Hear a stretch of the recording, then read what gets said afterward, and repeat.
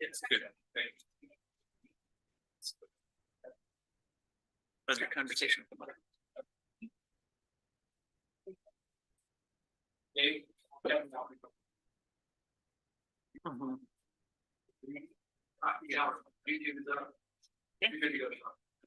All right, it is 3:01. I will open this special budget workshop of the Grand County Commission. Present are Commissioners Evan Clapper, Bill Winfield, Tricia Hedin, Mike McCurdy, Mary McGann, myself, Jacques Hadler, in person. And I'm not sure, do we have Kevin online? Can anyone tell? And Commissioner Walker. Yes, I'm here. Thanks, Kevin. And Commissioner Walker on Zoom. We also have our clerk, Gabriel Wojtek, our county attorney, Stephen Stocks, county administrator, Mallory Nassau, and associate administrator, Quinn Hall. So I will now turn the budget workshop over to our clerk, Gabe. Thanks. Thanks, Jacques. So I just have a few updates, sort of more general, larger updates from the last time we had a budget workshop. We're hopefully going to be looking at the capital projects list for y'all's consideration. Mallory's going to help us with that. And then kind of tie up any loose ends or bring up anything else that needs brought up in this next hour here, so we can get closer than we even are at this point.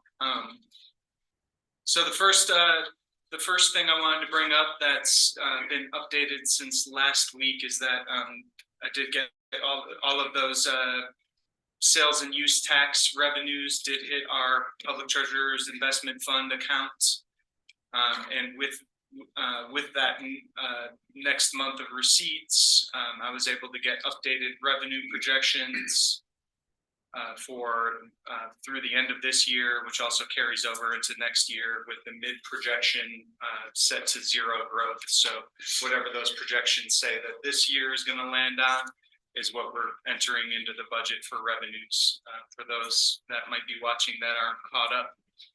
And so the results of the projections had resulted in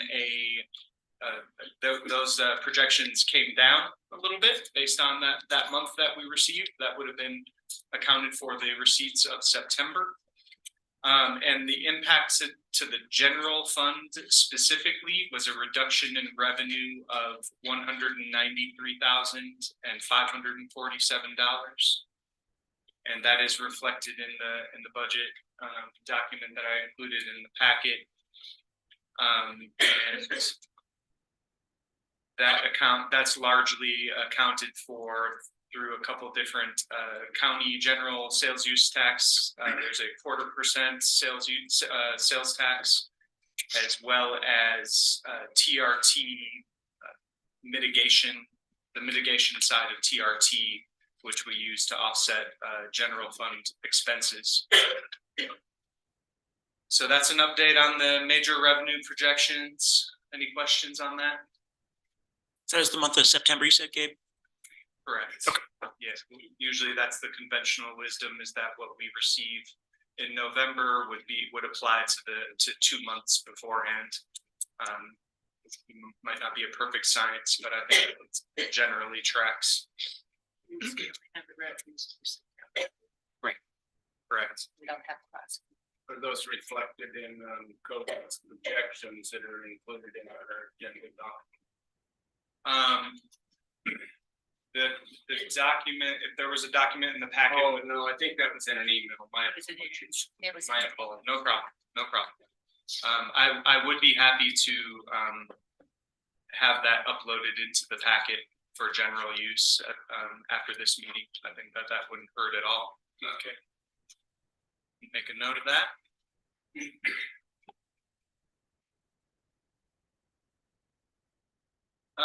Next up is the process of introducing cuts from county fund departments in the general fund that Administrator Nassau and I worked through. We collected a number of potential cuts from department heads, and through a process of our own familiarity with the needs across the county and certain departments, in addition to the general requested increases that different departments made for 2024.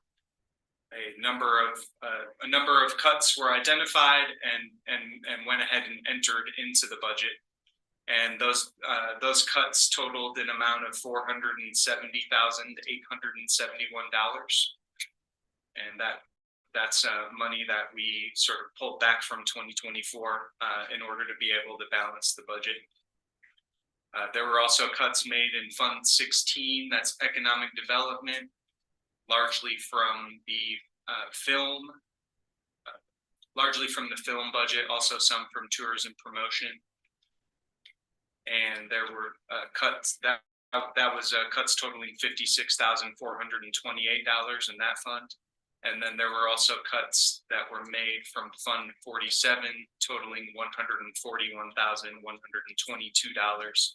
Fund 47 refers to Parks, Trails, and Recreation, or Grant County Active Trails and Transportation. And there was a fairly significant increase in the number of lines in that budget, which were cut from the 2024 budget. That is presented in the. That be shared on site checks. Or is it in here? I'm on the budget you sent us. As far as the cuts, I can bring the budget up, certainly.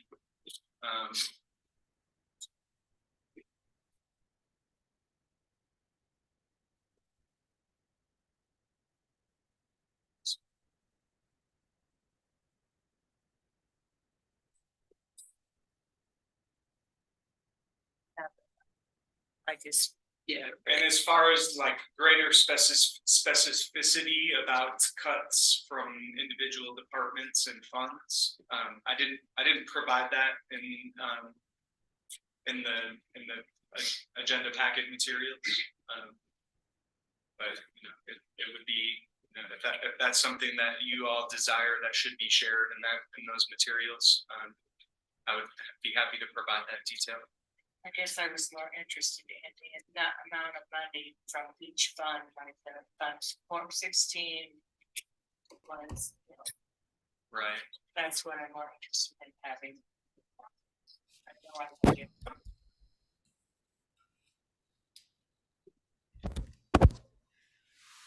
And so right now in this budget, and I can go down. I'm sorry, Gabe, before we move on from that. Sure. Page, I had a question, not about the specific things cut, but in the funds 16 and 47, the film and Red Trails Convention. How does the current projected spend for this year compare with, the TRT money that's used to fund those two departments? Are we above or below or exactly at it?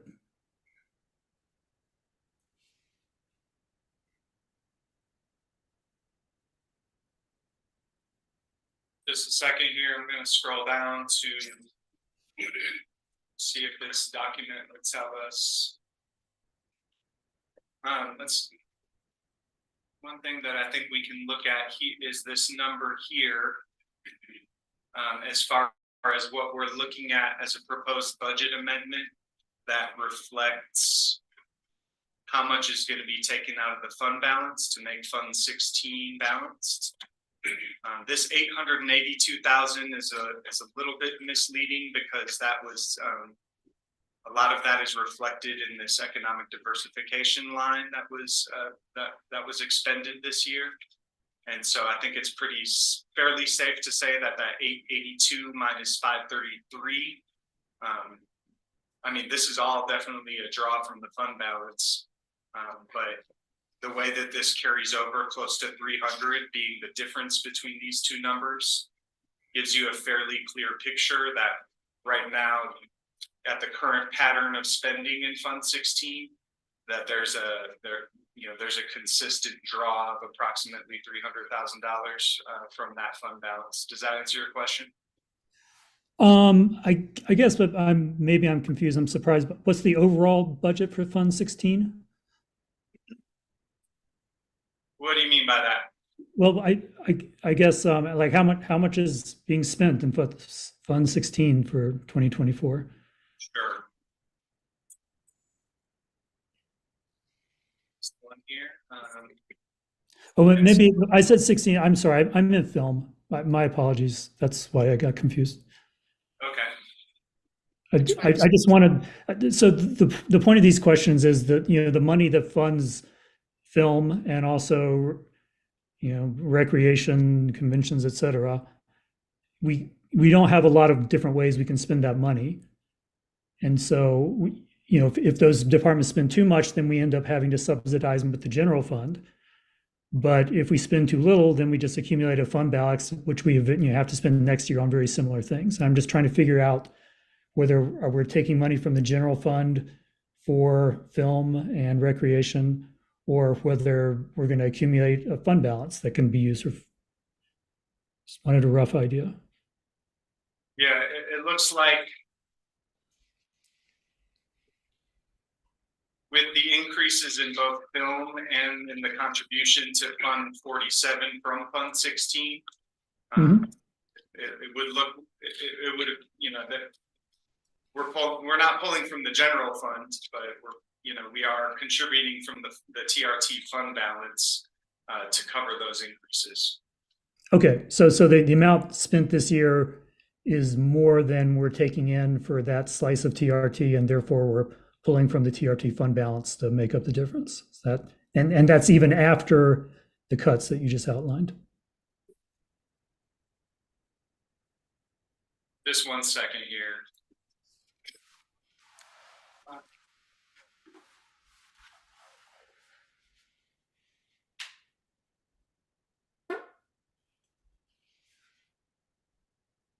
So if we see there's, just doing some quick rough math, if we're at roughly 2.6 million in promotion and rec film and convention revenue, and the amount going out in rec film and convention is out of rec film and convention, we have 774 plus 262, so that puts us more in the range of 2.9, which would explain the contribution from the fund balance of 294. Okay, thanks. You're welcome. And it's the last question, the very last numbers you said, that incorporates the cuts in your list, or that's the It cuts does in your list? it does incorporate those cuts, yes. Okay, thanks. Yep. And so the recommendation from the Budget Advisory Board, and something that we all discussed, was a budgeted fund balance recommendation to draw out of the fund balance in the amount of $800,000. As we all discussed, that is, we chronically underspend at the end of the year in at least that amount, and so it's considered safe to budget $800,000 in the red, because we won't, we typically won't ever get up to that point. And so looking at, sorry to everyone watching on the screen, if I'm scrolling a lot, I'll try my best to limit that, be a little nauseating. We have here, with all of the cuts introduced in this 3,800 category in the general fund, the contribution from the general fund balance, we were able to get it down to 813,733. So awfully close to 800,000. Not quite exactly. One thing to consider is also that this still does include cost of living adjustments for elected officials. And so if any adjustments were to be made to that figure, this 813,000 number would be reduced and potentially would even get under 800 or even closer.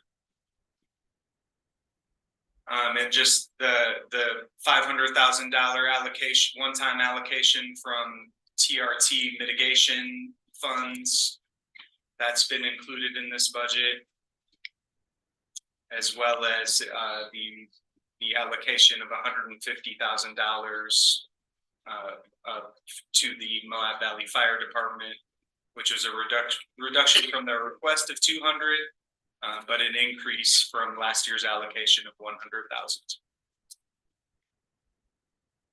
And so This is the budget I present before you with funds balanced as they need to be. What questions can I try to answer at this point, or what discussion do you all think needs to happen? Yeah, go ahead, Bill. Yeah, I've got a question in your 47 balance on the paved maintenance line. It looks like it was over budgeted last year in 2022 for about $400,000. 2023, they spent $4,634, and we are budgeting nearly $600,000 towards that. I'm just curious what the thinking is there, and why would we be doing that to begin with, I guess. Sorry, It's the paved maintenance line. 47. 47. Let's see. So they budgeted in 2022 $520,000, and they only spent $122,000.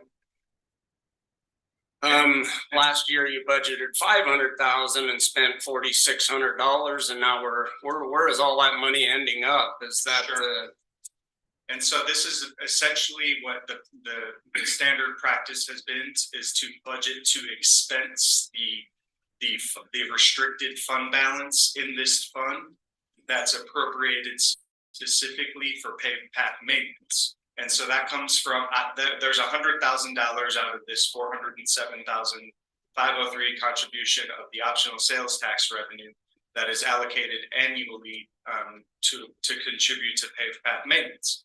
So in 2020 or in 2022, $520,000 and $520,000 was budgeted to expend, because that was the entire fund balance, and whether the comprehensive paved path maintenance, say, that fund tends to build up because the main maintenance done on the paved path, what do we call that more specifically? The multi-use path that goes out to arches. Yeah. That's not done every year. In 2022, there was only 122 of that spent. So the difference in that is roughly 400, and the budget that was set initially this year was set to that 400 or just under. It was actually 399 plus the additional annual 100 allocation to that fund balance, restricted fund balance. And so then this year there was only 4,000 spent on that, so that would take that down to 495 or something, 494. And then next year we reflect that 494 plus the $100,000 allocation that's made every year. So, and where's that 100,000 coming from? I guess the reason I'm saying is, why are we continuing to stockpile money in that fund when we could possibly be using it in a lot of other places that we're cutting pretty hard here? Yeah, I think that maybe Sean or Bill Jackson would have to speak more to the pattern and the costs associated with the major regular maintenance on that path.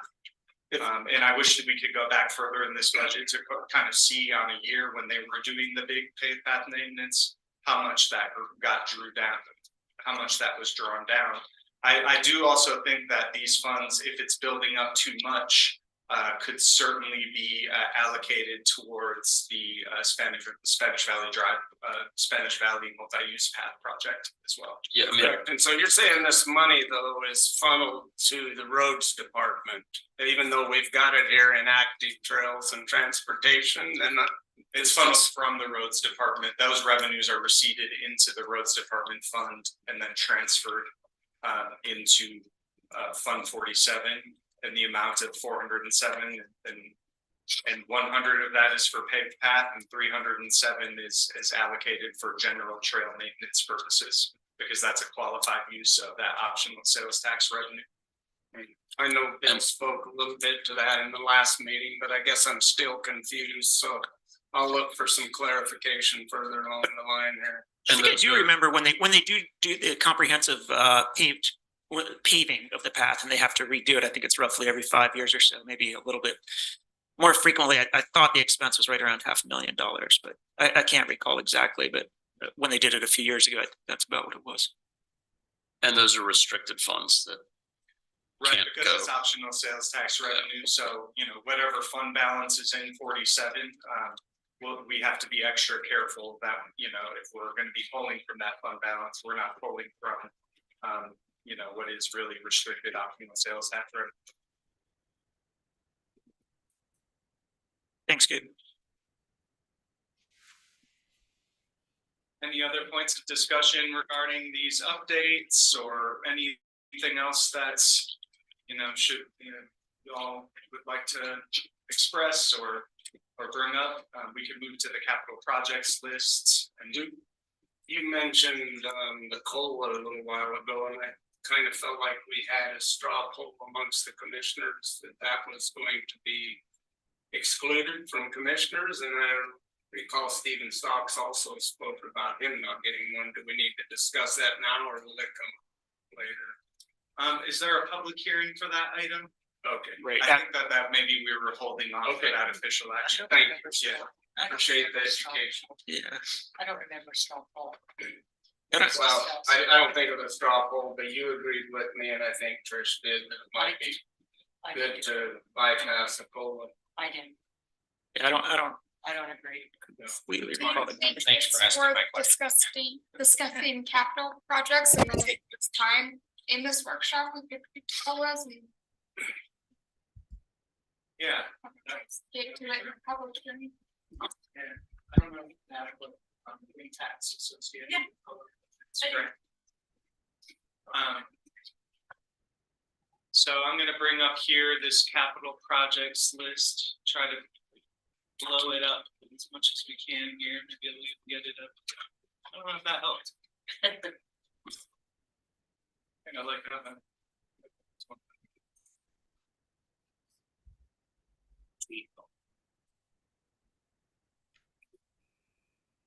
It's all on there.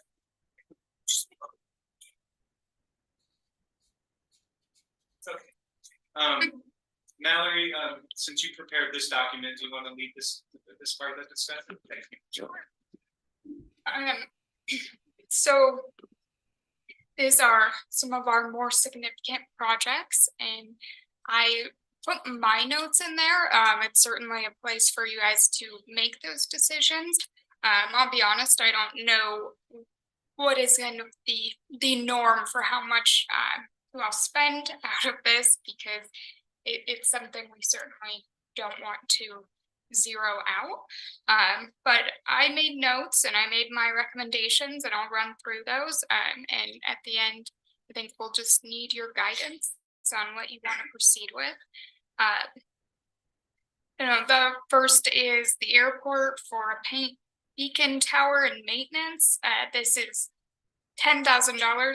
It's pretty minimal. I didn't get a chance to talk with Tammy, but based on just the project title, I am thinking that it is a pretty important project to make sure that we stay up on. So my recommendation would be to approve that. Next, we have IT with the main server and storage, right?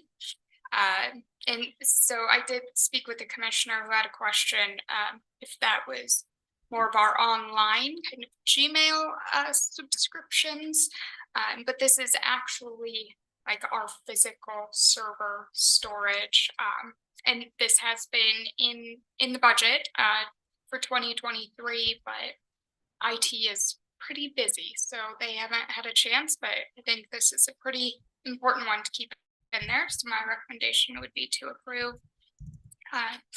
The next two, do you guys want me to go through these like this? Is that, it will be quick. Yeah, no, that'd be great, Mallory. Thank you. Next, maintenance has an automatic transfer switch, which is also pretty important and pretty pricey. At 100,000. Sean thinks it might come in a bit less, but I think it's an important enough thing that it would just be good to get the full 100 in there, and if we had to spend less. And Sean went over that in his presentation recently, if I remember correctly. Next would be some HVAC replacements, which are also pretty important and expensive. So those would be 4 for the courthouse, this building, and then the EOC, the Emergency Operations Center. I do not believe they have any air conditioning set up right now, just a pretty old, not ideal swamp cooler. So those I think are also pretty important for staff. We want people to be cool or warm, as we've all experienced in these meetings. And if I can interject, the HVAC replacements specifically for the courthouse, that's been an ongoing expense out of capital projects at least last year, I think perhaps for the year before. And I think that there are 12 overall units, and Sean is kind of racing together to so that we're not doing those all in 1 year. And so this could be considered an ongoing part of a larger project. The next one, we have a fire suppression system at OSTA, and I know this has been something that's come up for at least the past year and a half, as something we've kind of been doing as a band-aid, but we've been told that it's pretty important and that sooner or later we need to replace all of it, and I gave the recommendation to approve, just because I think it's an important safety thing. Were those most recent bids, was that for the Band-Aid or was that for the full replacement? The 375 is for the full replacement. And I know that's been. Has that gone out to bid, do you know? It has not, but I believe the company that she's worked with before is on a state purchasing contract, but that doesn't mean that would have to go with them. I'd like to shop it around, I think, and just make sure we're getting the best deal. Oh yeah, for a price like that, right? Absolutely. And I'll say I was on the OSTA board a few years ago, and this was a problem back then, and we were already talking about this back in when I got on the board in 2021, and it's definitely a need when you fill that place with people, the potential for yeah. With the current hotel construction and different things that are going on currently, with the requirement to have the sprinkler systems, there's definitely some more companies in town.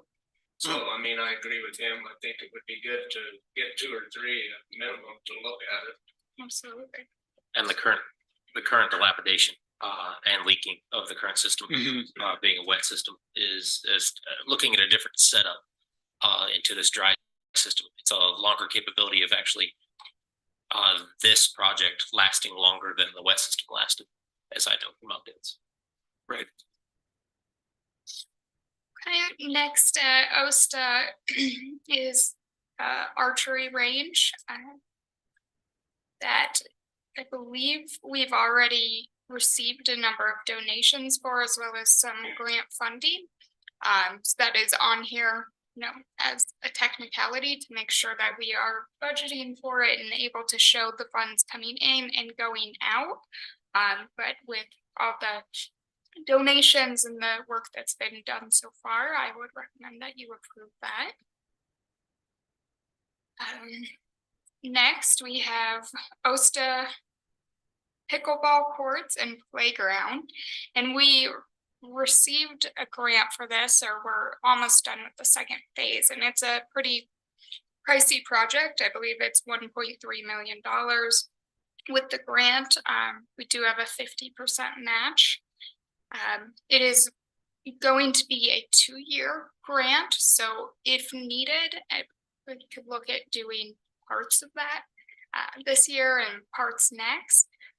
Another thing that I know some folks have talked about is if you wanted to narrow it down to just pickleball or the playground.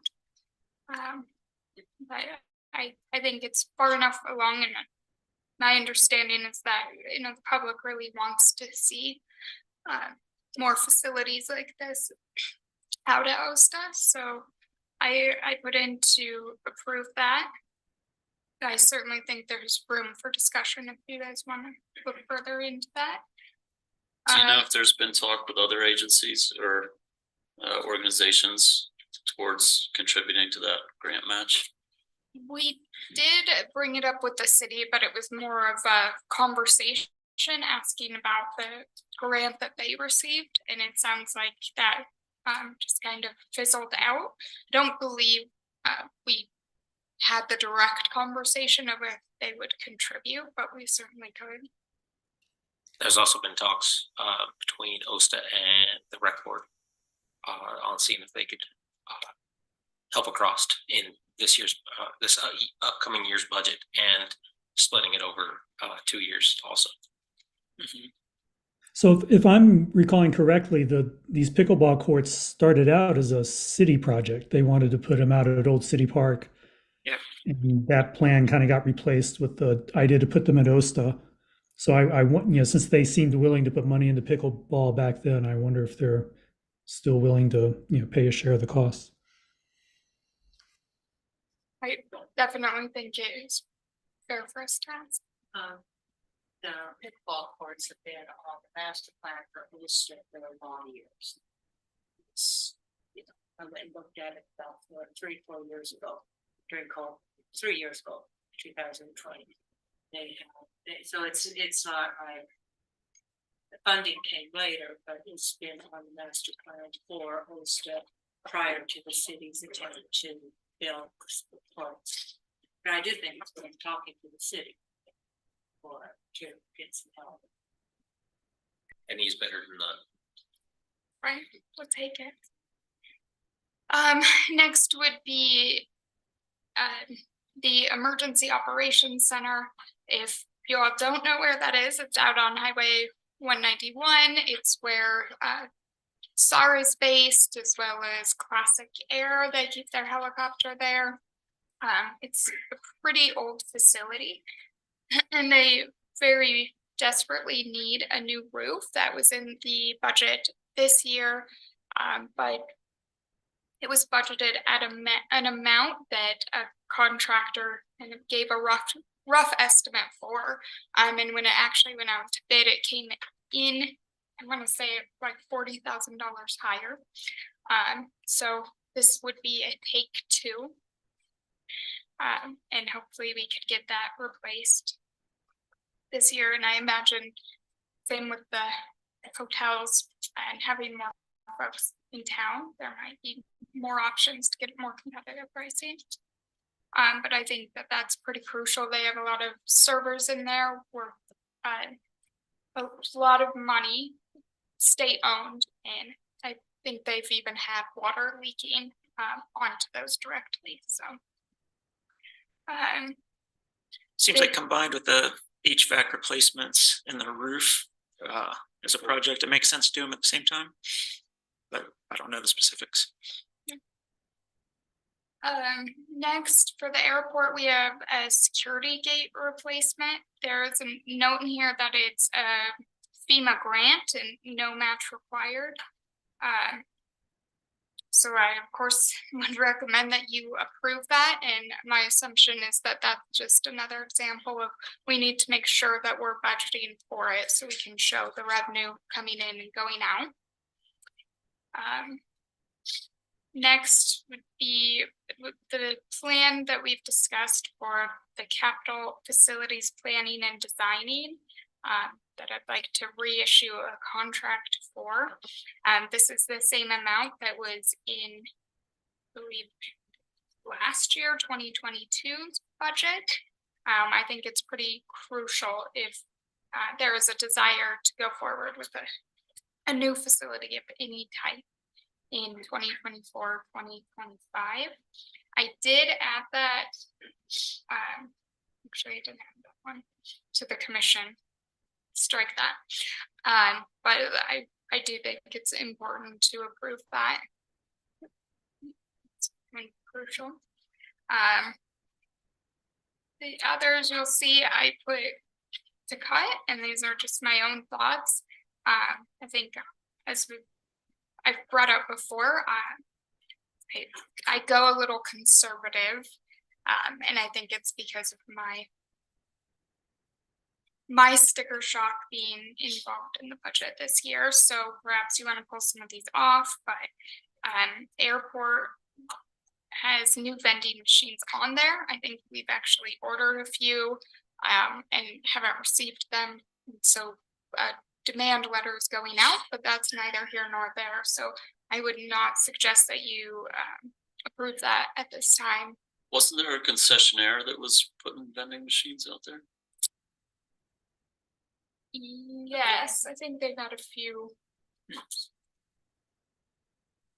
Yeah, I'm okay with cutting it. I think if somebody wants to put a vending machine out there, I'm happy to rent them some floor space. Right. That makes sense. Next would be for OSTA, a panel order for 15,000. I put to cut this. I know in the past, the rec board has paid for this, or at least made a significant contribution. So just looking at the spent amount and knowing that we have some bigger projects that could need to pull from capital funds. I would say to cut if it's not essential. And the same would go with the next, which is the OSTA sound system phase 2 for 40,000. I know everybody wants to see that, you know, really built up more and more each year, but that's a lot of money. So I think if you all want to proceed, it's worth the conversation with the rec board about them contributing. I feel like I really picked on OSTA. I didn't mean to. They just had lots of problems. Sorry to cut in there. The rec board is looking at funding both of those, or trying to see what they can do. As I'm on both. Talk to them across. The next two, I'll try to just cover one, which would be OSTA 30,000 for replacing the front lobby doors and 15,000 for the replacement of the main entry sign.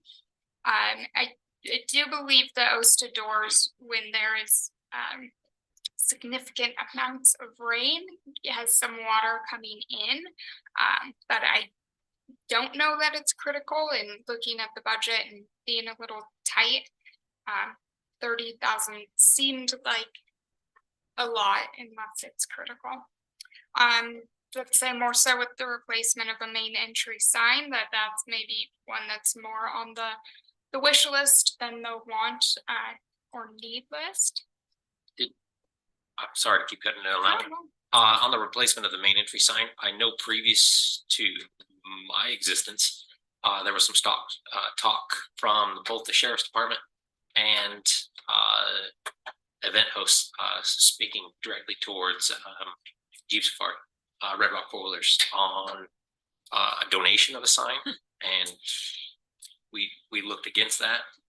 I know it's part of Red Rock Four-Wheelers still talking about that, and the sheriff's contribution was only asked that they be willing to post, if it was an electronic sign, that they be willing to post immediate updates, aka snowfall, aka traffic conditions, to that signage. Have we looked at that in the last year? I know it's come up, and part of this might be my limited understanding of what they're thinking, but I think it was brought up as more like a large marquee. Yeah, like what it was the same as the high school from what I get that's the gist. Yeah. With the programmable sign that you can change the Yeah. messages on, etc. So I think that's something that we could certainly follow up with. Okay. And if you guys wanted to, it might help to get the nod that you all would be comfortable with that before approaching them again about their Okay. offer to fund. I know it's going to come up here in a couple days, so I'll talk to them. I can respect what you're saying about it. Feels like you're picking on OSTA, but I think there was also a lot of requests, not just capital wise, but with expanding some programming and that sort of stuff out there. And I realize these are coming from separate funds between the capital fund and, you know, what would be used to what was it, double the fare budget.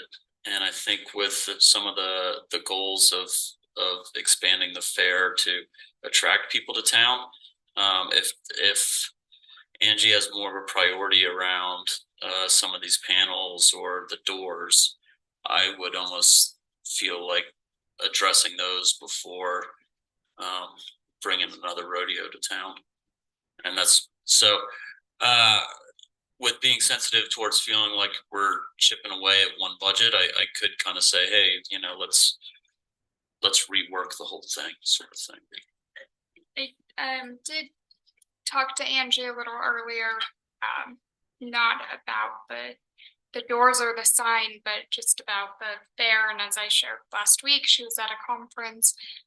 It sounds like there's just more and more momentum building, and I personally think it is. Be a cool I guess, opportunity. you know, when we're spending over $5,000 on a dunk tank or whatever, it's kind of hard to be like, oh, but we need doors because there's water running in.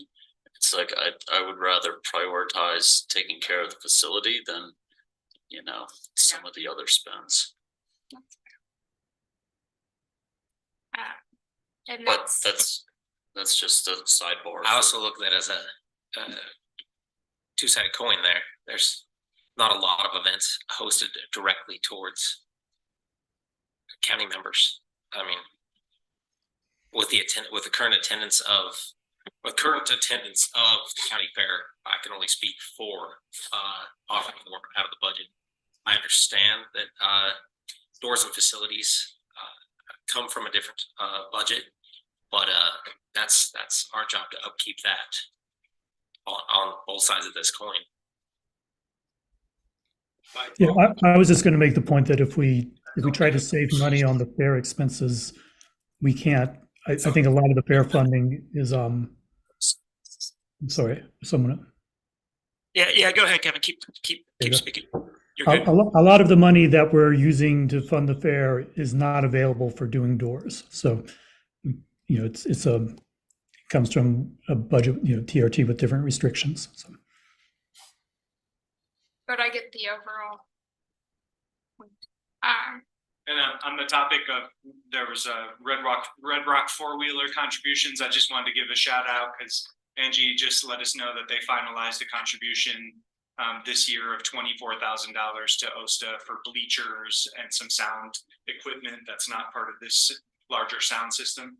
So I just wanted to give a shout out to them and their continued contributions because it's highly appreciated and needed, as we can all see.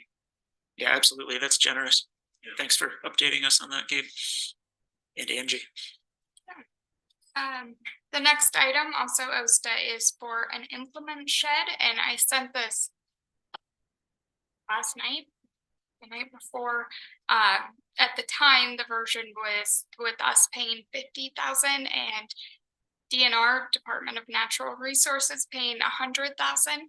And a quick background is that they are bringing their OHV program to town, and they obviously, given the space limitations, are having a hard time finding an office space as well as a place to store their vehicles and equipment.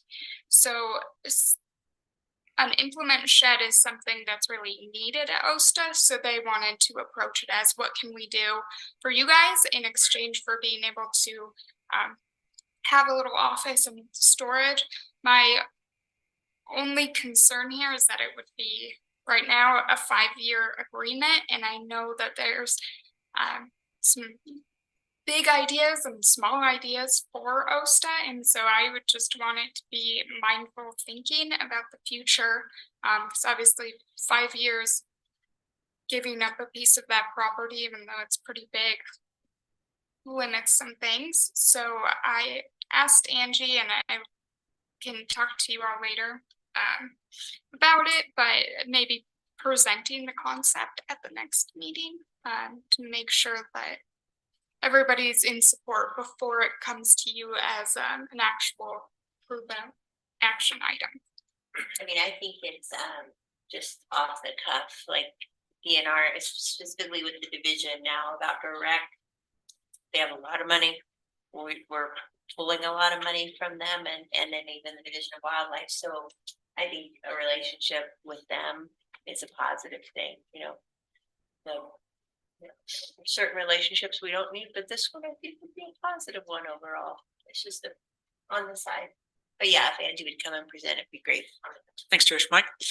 Angie, come and present, it'd be great. I'm gonna speak, as in, talking with them the last couple of meetings. The degradation of the implements that, our county owned, our OSTA owned, sitting outside is where most of this comes from. We've got to, they're much more capable of longevity and continued use if we get them in a shed and out of the sun, as we all know. It degrades everything, and we'd be saving money in the long run. I can only speak highly for this.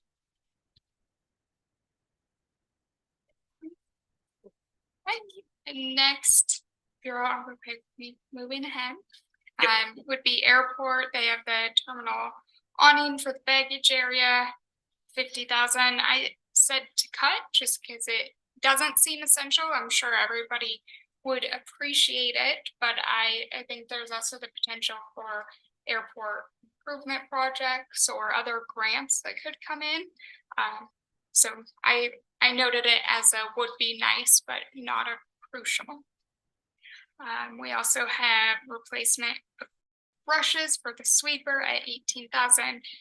Same thing. I think there could be funding coming in. I think they gave us funding to buy a sweeper in the past. I would leave that all to you guys. And last but not least, I have on there weeds department for a facility improvement. I know their space is less than ideal and pretty dilapidated. So while we don't have any funds on there or details, I do think this is just a future consideration I would want this to have in mind. Yeah, do you mind if I speak to that?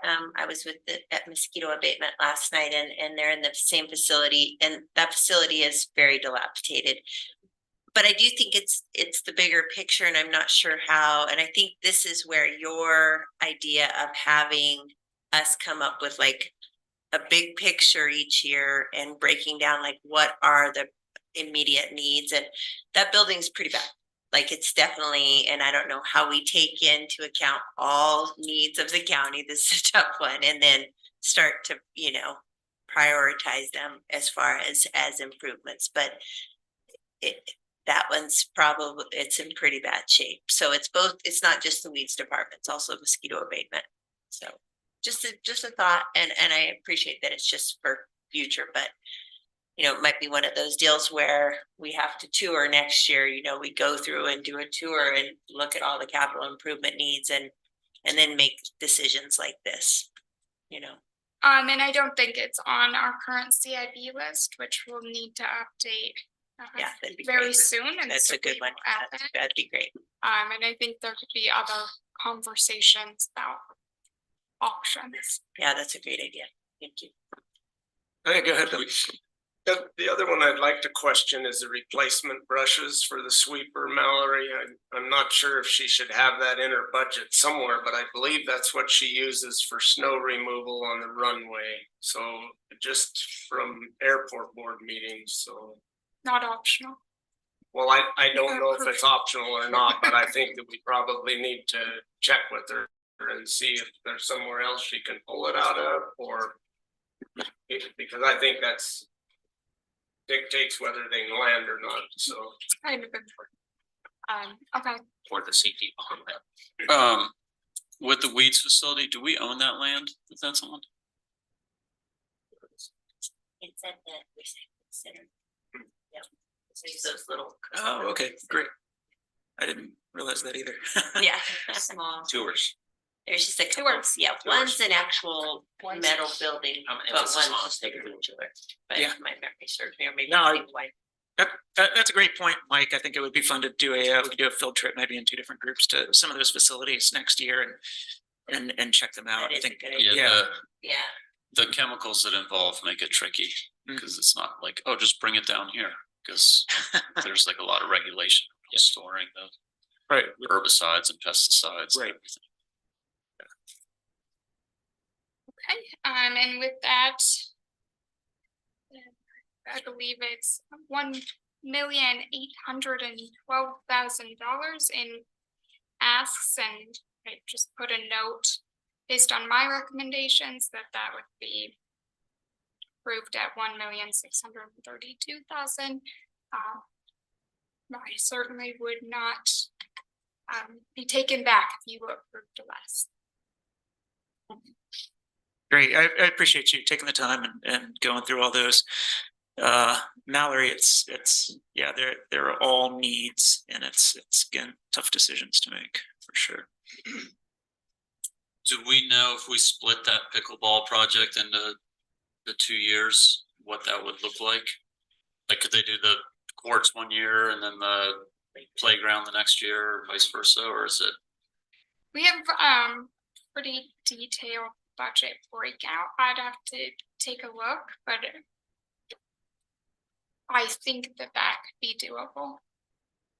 I can also get you a hard timeline. I have a meeting on the 12th with OSTA. And that I would just be grant- curious what it would look like. Yeah. Like, would there be a portion usable this year, or would it be like nothing? Would still be until pushed it's out all- on physical use timeline. Yeah. And then it's through outdoor rec. Is that the grant is through Division of Outdoor Rec? I do believe it's through I the would Division of assume. Outdoor Rec on that one. And everything, I went to one of those grant meetings recently, and I think the state legislature is realizing, like, it has big impacts and there's a lot of need. And so they are, they're getting larger and larger pools of money. There, I know that it was requested at several points across the state. Pickleball, ginormous. I didn't know. I can't believe we're so And pickleball all the time. the wants out there. So Gabe, can you bring up the capital, the fund that this would be coming out of, and kind of just speak to some of that long-term strategy and some of the things that are not on the 24 budget that are potentially coming down the pipe? Yeah, so right now there's relatively little. Let me just bring up the full budget here. Oh boy, what is I have to go back and what number is that? 34. I don't know them all.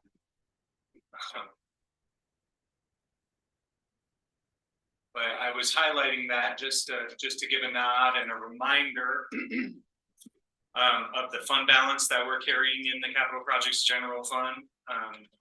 And what we typically do, and it's a convenient way to capture what is in that fund is to budget to spend everything that's in the fund balance, and then whatever gets approved gets approved. These types of purchases would always go through you all, so it's not as though budgeting that would give a sort of a carte blanche to people to start buying capital projects. Obviously, it would have to go through your approval.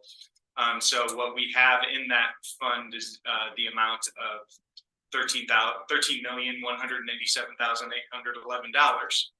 This amount here that was budgeted and amended down was preparing for the potential to sell more real estate than was actually sold this year. And so that's why those numbers look so big, and it's been corrected down to reflect we only sold one piece of real estate. There's that 1.8 there, sale of fixed assets to the hospital. And this is the budgeted transfer into that fund this year, and so that with that budgeted transfer plus this contribution here minus what we spent or what we're ending up spending this year, that takes us right around to this 13 million number. And so really that's the long and the short of it as far as what I have for you on that. I think it's really up to y'all to continue through this process to consider options for financing for projects and how we want to use this fairly healthy balance at this point. Did we have a kind of placeholder in mind for like a general facility? I think there was 12 million. 12. That number comes to mind. Okay. Do you mean the amount that we want to keep on hand to continue to grow? With new the facility? idea of like a new facilities for the county. Right, sure. like County building, safety center, that, TBD from this design that we're looking at. Funding, but it sounds like probably, I think 10 million would be on the low side, hopefully 15 would be on the high side, so somewhere in between. Personally, I know, it looks like a lot, but I think that it's, yeah, we It'll- need to hold it'll- it close. Go quick with some of the some of the projects that are coming down the pipe. And I'll just say one other thing while I'm still blabbering and then I'll stop. But I would say with the list that's here, I would also be interested in hearing from the airport about their priorities of the tower versus the sweepers, or if they're both critical or one or the other. And then same with the OSTA doors. I think that having a nice facility out there will kind of help overall operations and attracting people and stuff. So I think if we're asking people to pay fees to use it, it should be in pretty good condition. So I would maybe bump the doors, or if there's something else that Angie has prioritized, I think that it would be good to have that. Yeah, thanks for bringing that up. I think hopefully Tammy is back in town. I know she's out of town now. But we did have, I did want to present her AIP list that there was a meeting about earlier, or it was in November. But I do think that, the way Tammy talks about it, the entitlements from the FAA may be reducing or even eliminated.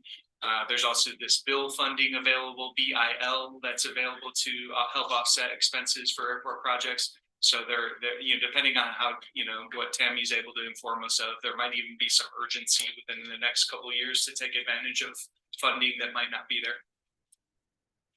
So perhaps you guys would want to approve some of these or give a straw poll. With a note, I would say definitely to have final approval come through you and not to put any of these on the pre-authorized list. And just note some of those as if funding is available, if prioritized, because this will be the last meeting before you guys vote on the final budget. So. I also could, if we could get some use during the first year, I would be okay splitting the pickleball match over 2 years.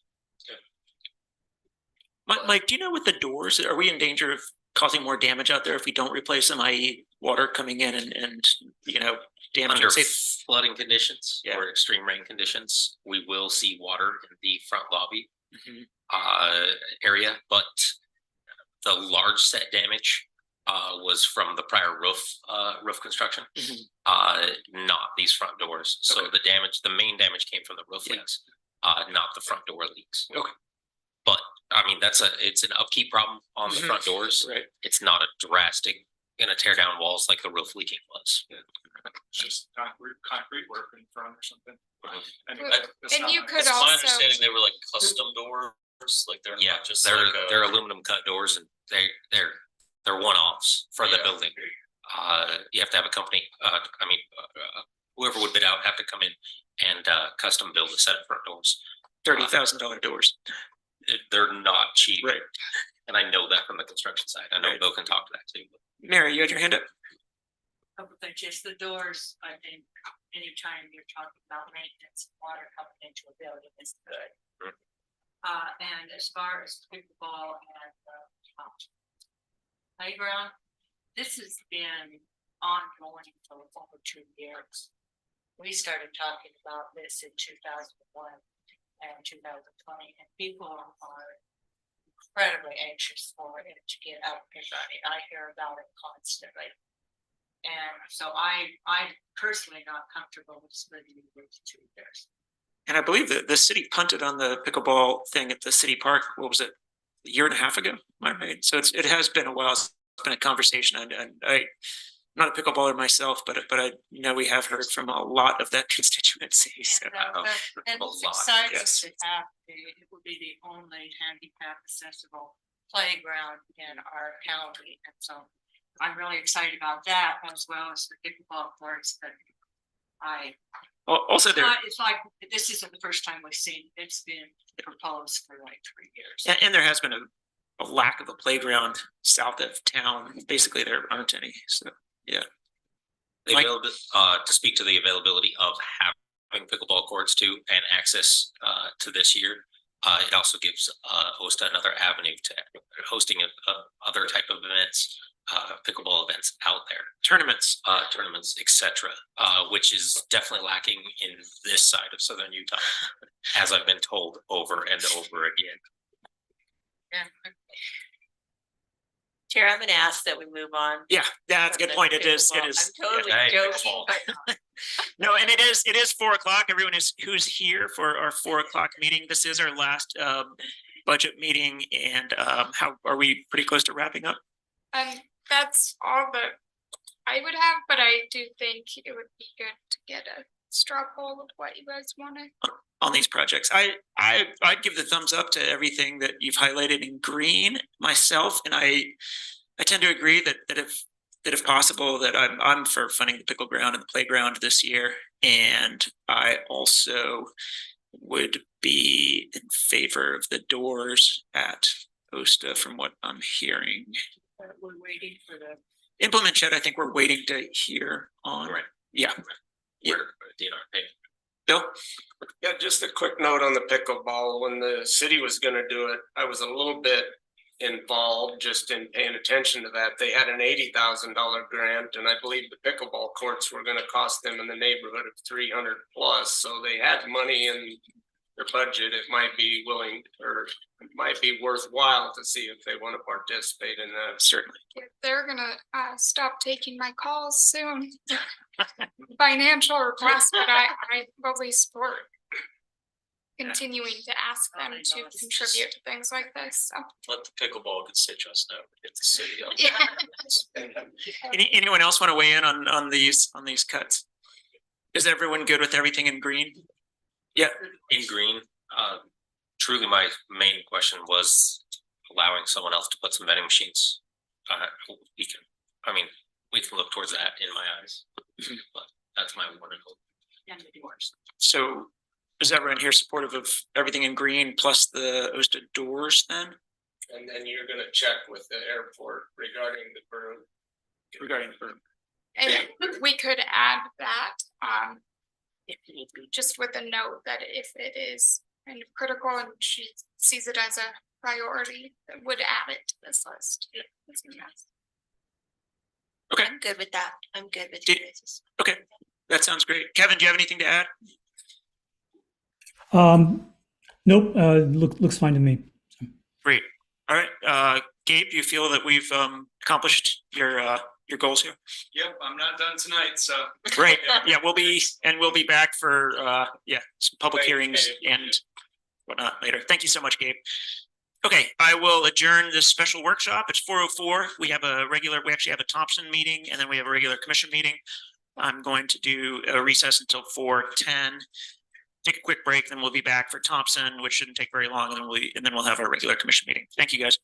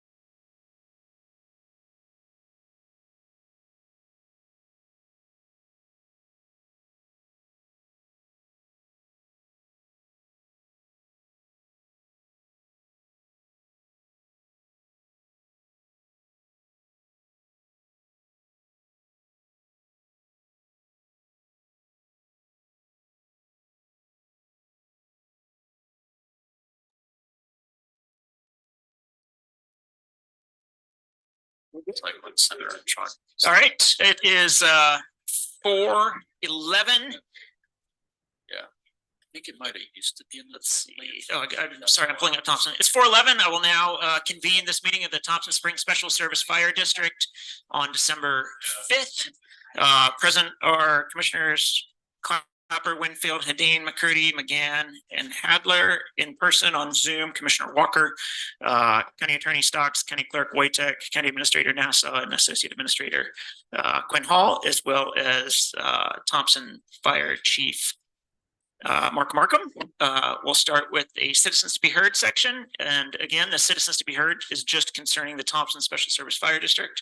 Is there anyone who needs to be heard about Thompson? Anyone online? Seeing none, we'll move to the consent agenda, and it looks like my Thompson Springs agenda is not coming up. Do we have a? Is this just for the budget? No, this is a regular meeting. No, This is a special meeting and I think Oh, it is we a special- posted it oh, at 6 o'clock Ah. or later. Oh, okay, so we need to change it. Okay, sorry, Chief Markham, and everybody, it looks like this is actually a special public hearing on the Thompson Springs Special Service Fire District budget. And we have to convene the meeting after 6 p.m. today because that's when we posted it for. So then should we do that right after our regular meeting here? So it would be a nebulous time, or should we recess our regular meeting after 6 and convene the Thompson meeting? Your choice. Maybe see with Mark what's Chief Markham, are you available this afternoon or this evening rather? Do you have good availability? Please unmute, Mark. You're muted, man. Thanks. Yeah, I'm not sure what could happen in a couple hours. I'm here now, but Okay. Would it be helpful if we did the Thompson meeting probably at 6 o'clock sharp? yeah, I can definitely try to As make that. opposed to some nebulous hour after our meeting's over, I guess is what I'm saying. Yeah, that works. if something comes up for Chief Markham, it's a pretty straightforward budget. So Okay. I think We can present without you if necessary. Okay. Okay, thanks. Yeah, thank you, Mark, very much. We'll try to get to this as soon after 6 o'clock as possible. The things run over discussions and whatnot, so Yeah, I it could be as understand. late as 6:15, 6:20. So I'm very sorry about the confusion on that. It's all right. Okay, I will recess the public hearing on Thompson until after 6. And with that, we will convene our regular Grand County Commission meeting. All present are the same commissioners as were here for the Thompson meeting as well as the workshop. All rise, please, for the Pledge of Allegiance. Pledge allegiance to the flag of the United States of America and to the republic for which it stands, one nation, under God, indivisible, with liberty and justice for all. All right, thank you. We now have our citizens be heard session, and I just want to state the ground rules. Basically, you'll raise your hand. I'll invite you to come up and speak. You'll introduce yourselves and be given 3 minutes to speak.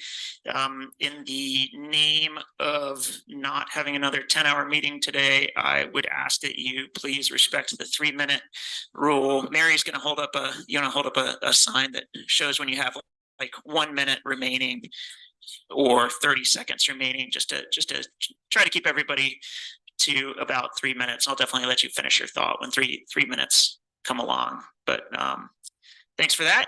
And we'll start here in the chambers, then I'll also ask people on Zoom to come forward and speak.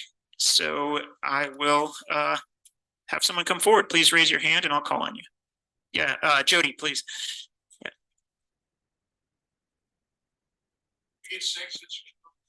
Yeah, you can, I know what you guys are, I know what you guys are here for, so yeah, you guys can present for 6 minutes for sure.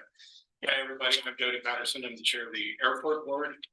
And we're here to give our support for some discussions that you're going to be having later during the closed session concerning land swaps. The airport board sees a great need to obtain some of that civil land around the airport for immediate and future developments. Everything from additional taxiways for runway expansions, future airside business related things, security reasons, all sorts of issues out there that we need to be ahead of as we go forward with the airport planning, just because these processes take so long to do. As example, when we got some land from the BLM for our last runway expansion, it took quite a bit of time to do that. So we're just here that the airport board really supports trying to obtain some of that civil land. We're going to need some of it sooner than later for the next taxiway expansion, which is going to be encroaching onto some of the civil lands. Just a little bit, but we'll either have to acquire it or lease it to have that project done here in the next few years, which is vital because the airline industries are moving to larger jets that we cannot handle at this time at the airport. Yeah, we also have where the civil land sits. I think you all have a map of that at the airport. It also has a security concern in that people, because of civil land, are camping there most all summer long. Oh yeah. In that area, and that was right over against the runway. It would actually put it on the taxiway or right near the taxiway. So that's a big concern. I think the other thing that we need to look down the road as is historically airports grow slowly, especially in small communities like this, but they do grow. And we can see what's coming, I think, as under Canvas and other entities start to move that direction. I think it's obvious in Grant County that area out there will become a future development. So we have an opportunity now with Sidla offering in a letter this land swap, which is a dollars neutral swap, allows us to get that land at a relatively low price with no expense really to the county other than the appraisal. I think what we're asking for is just to take the next step and get the appraisals, see how much land, because that land out there obviously isn't worth as much as what Sidla's proposing anybody over there. So I think we can get quite a bit of land for that little bit out there. All right, that came in right at 3 minutes. So if you want to make further comment, you're welcome to. Otherwise, thank you so much. I appreciate you guys coming in and talking to us. Thanks, gentlemen. All right, next up, who would like to make a comment here in the chambers? Yes, sir. Please come forward and introduce yourself.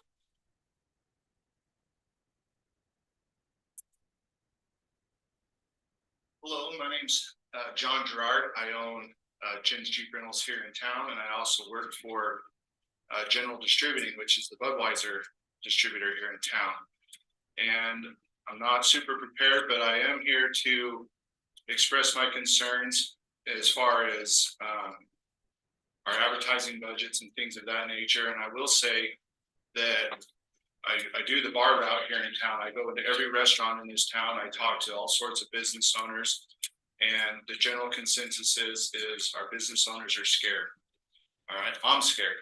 All right, all with the recent property tax advances, things like that. A lot of us are saying that our rents are doubling. All right, Epic's.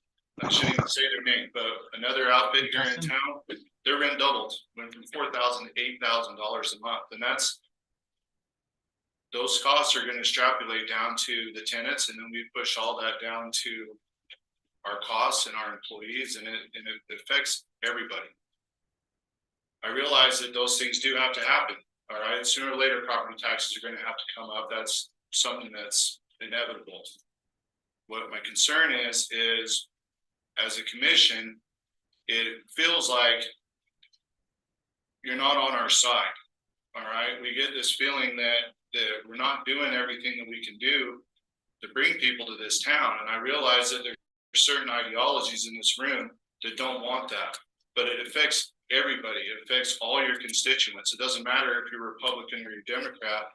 I was just in a restaurant just yesterday, and the gal is terrified, and I know that as far as the way we vote, we're not on the same page, but our concerns are exactly the same. She's thinking about selling a restaurant, and it's terrifying to all of us.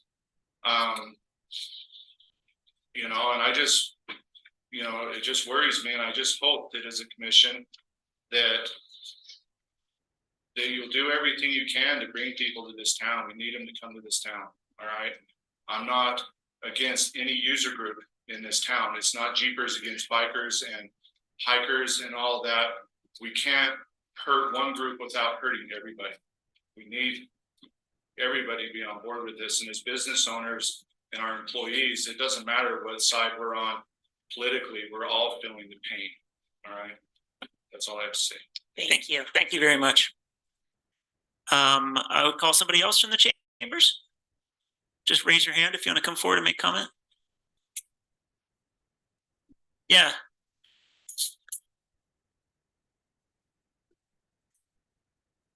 You guys knew I might be coming here. My name is Brittany Melton, and I just wanted to speak, maybe piggybacking off of what John had just mentioned.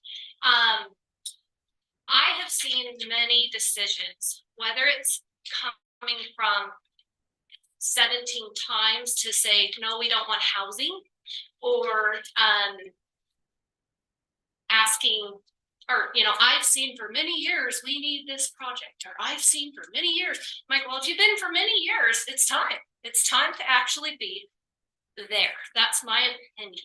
So I'm looking at all of my friends and neighbors and business and fellow business owners. It's not getting better.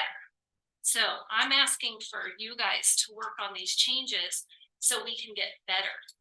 And it needs to be more unified. I agree with John that just spoke, is we can, there was a wedge in the paper that was, I think GCAT was paying for it. Which, what is it, All Trails or whatever it's called, from, I don't even know the actual term for it. But the advertising was, you know, we want you to noise pollution and blah, blah, and it was on and on.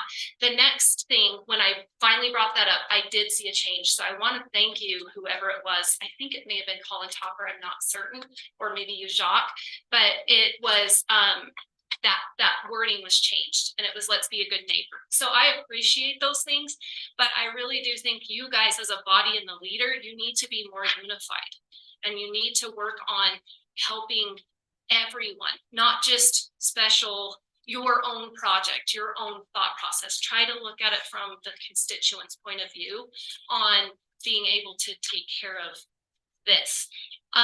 When I look at what happened with last week's meeting and talking about, he used the word blow the whistle. But when I look at those budget talks and the concern there, if you've been around for 8 years and you're supposed to be on a audit committee, it's time to get on the audit committee and let's work on the processes to make it better. Where I worry is if we're not doing the processes, we're getting our county in trouble, which then eventually hits us as the taxpayers. So my ask to you guys is, I think us in the audience and in the community deserves an actual open statement, maybe in the newspaper or something you guys release, that explains why you didn't explain that there were some problems and they are being fixed, and who's fixing them and why. I would appreciate that from you guys as a body, and to the public, not just me in an email. Thank you, Brittany. Next in the audience, anyone here want to come forward? Raise your hand. Yes, sir.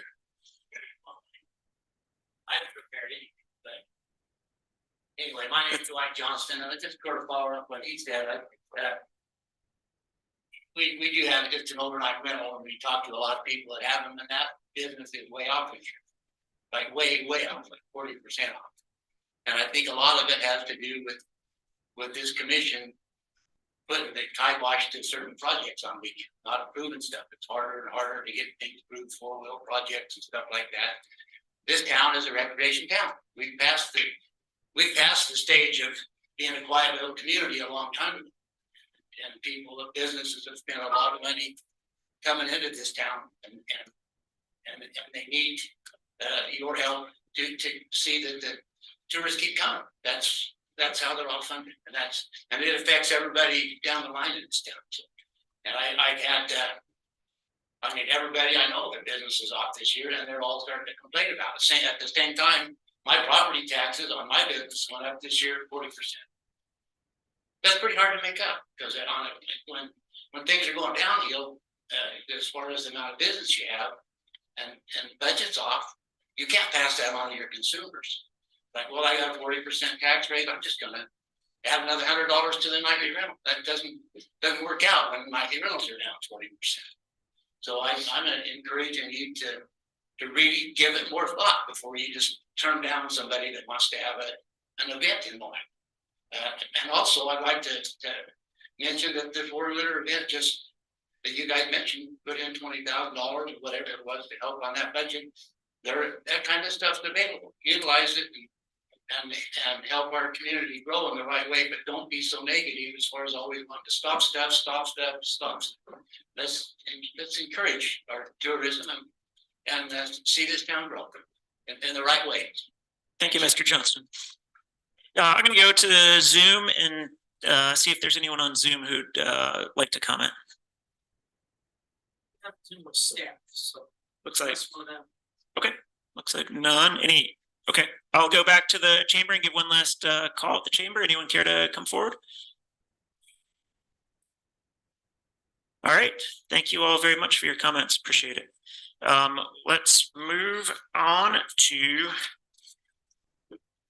We actually have no presentations or reports today, so we are up to our general reports. Commission member disclosures. Does any member of the commission have anything that they need to or would care to disclose about today's agenda? Yes, Mary? I'm not sure if I need to disclose this, but my son does work at Slip Rock. Sandford. Thanks, Mary.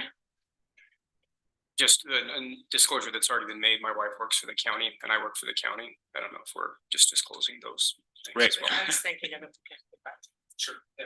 Got it. Okay. Yeah. All right.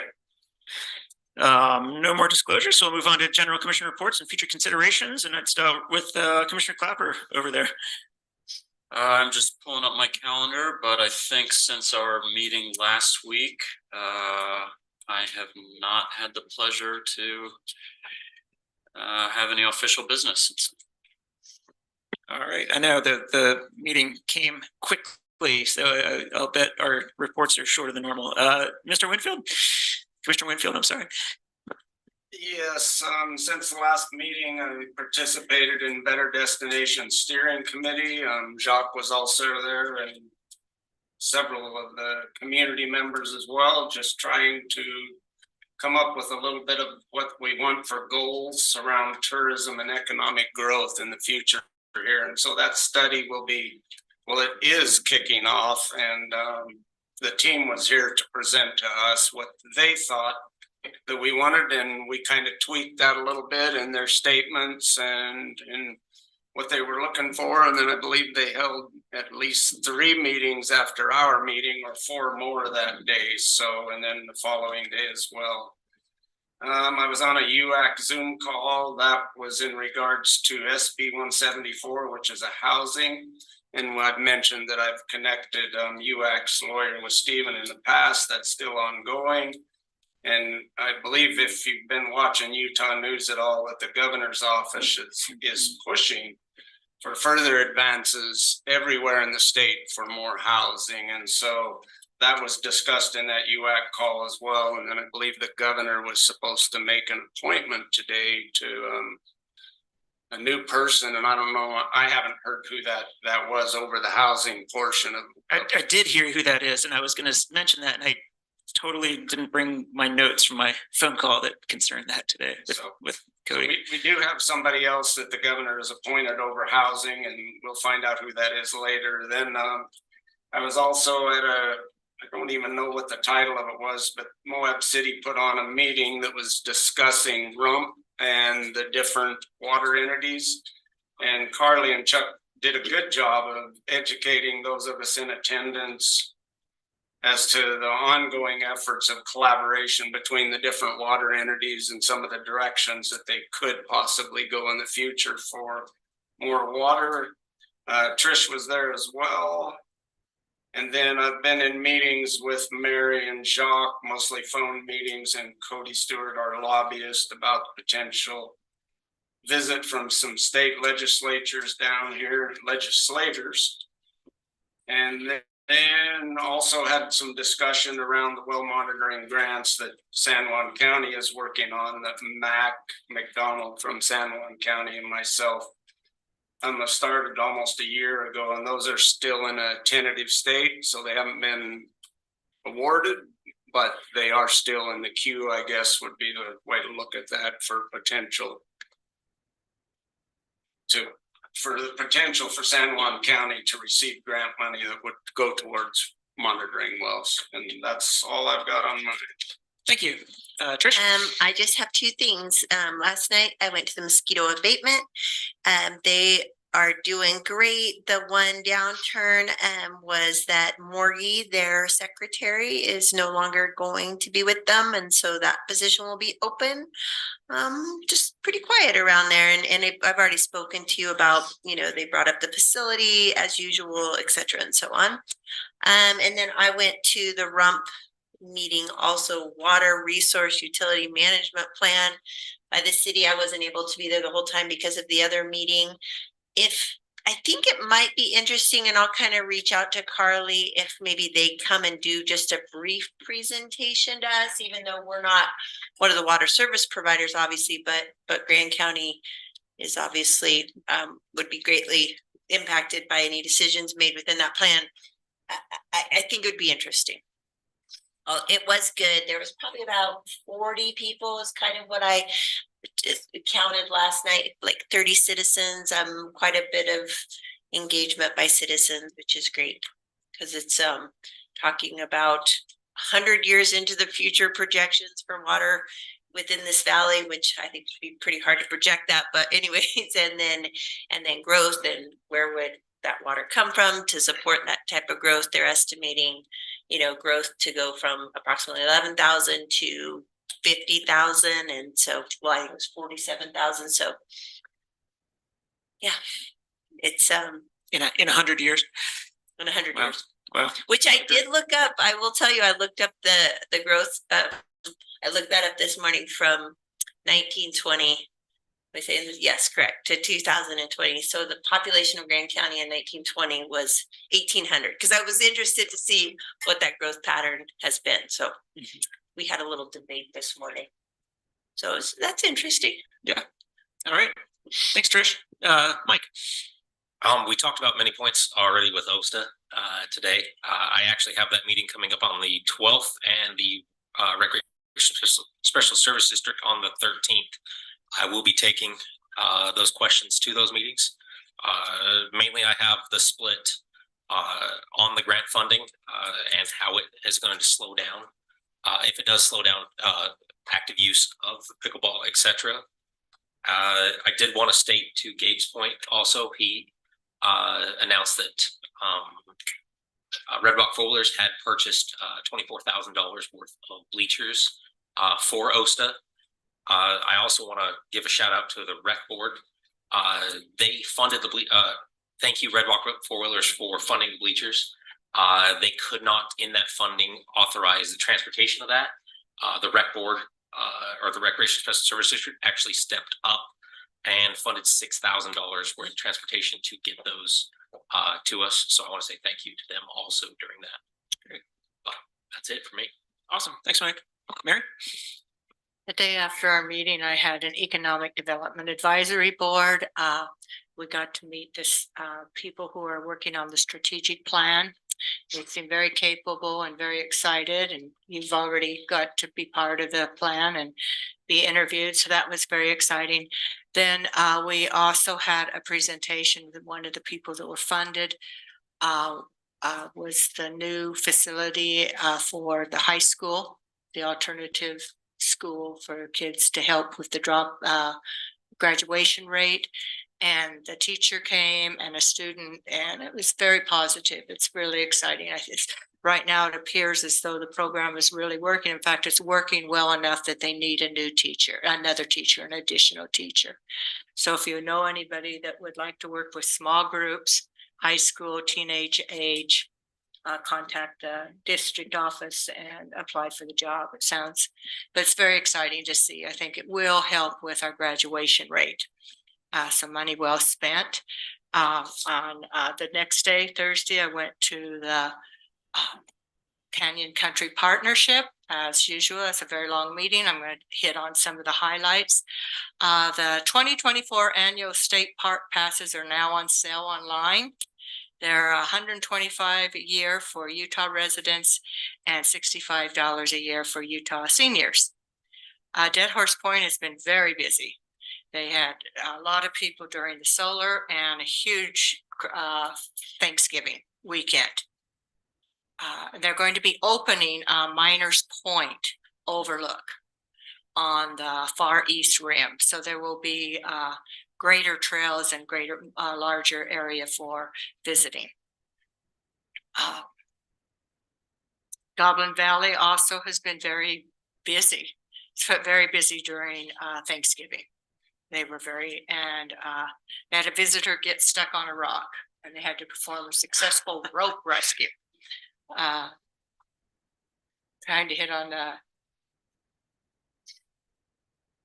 visit, and so that's about for what I wanted to report on as far as the state park. Rockfall has happened on the White Rim Trail, which Yeah. So, and it's going to be quite a long time before it is completely removed. So you can go on the White Rim. It's if you go down Miners Mineral. Yeah, the rock was between Mineral and the Labyrinth camp on the White Rim, and it came down and it covered the road completely. So it's totally impassable to cars. I saw a picture of it. It's a huge rock. Yeah. So that was important news. They talked about another pilot for the Arches entry, timed entry system. The Natural History Museum has a new exhibit if you're up in Salt Lake called The Climate of Hope. And if you've never been to the Natural History Museum, it is amazing. It's an amazing place. The one, let's see if I can find it.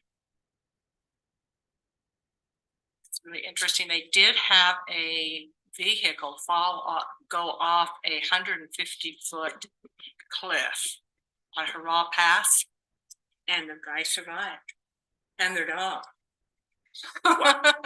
Which is shocking. I didn't hear that. Yes. Wow. So it's been quite the process of recovering the wreckage, but the man survived. So that was good news, very good news. There was lots of discussion about from the Forest Service about the Manti-LaSalle plan, and the Gemini Bridges Labyrinth Canyon was talked about a lot by our BOM staff, Jennifer Jones. And they have a new head of Canyonlands National History Association, Sam Weiner, which was in the paper. So that's really exciting. I saw that Sam was the.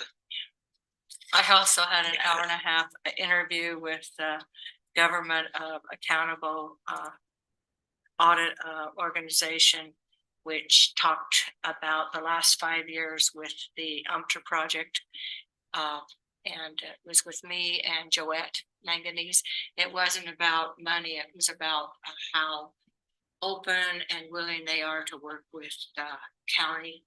And so they got a great, a very high rating because they do our conditional use permit, which they don't have to. As a government, federal agency, they don't have to follow our conditional use permits, and they choose to, and they give us a yearly report. So that was interesting. And also the stuff that we've been working on with lobbying. Yeah, short because we had a short week, only 1 week instead of 2. Thanks, Mary. Kevin? Nothing to report since last week's meeting. Great, thank you. And I did attend the Better Destinations Trail to Tomorrow steering committee meeting that Bill referenced, and I found them to be, I think the contractor that we hired, Better Destinations, looks like a very professional outfit, and I think it's going to be a great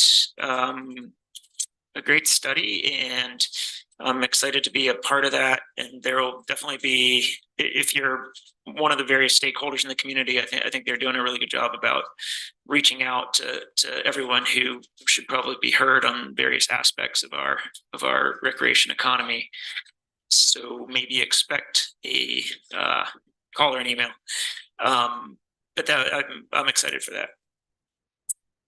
Let's see. I want to give a shout out to the Chamber of Commerce. I helped out with the Christmas tree lighting the other night. That went as successfully as it ever does. And the Christmas light parade was a smashing success. I thought that was super fun.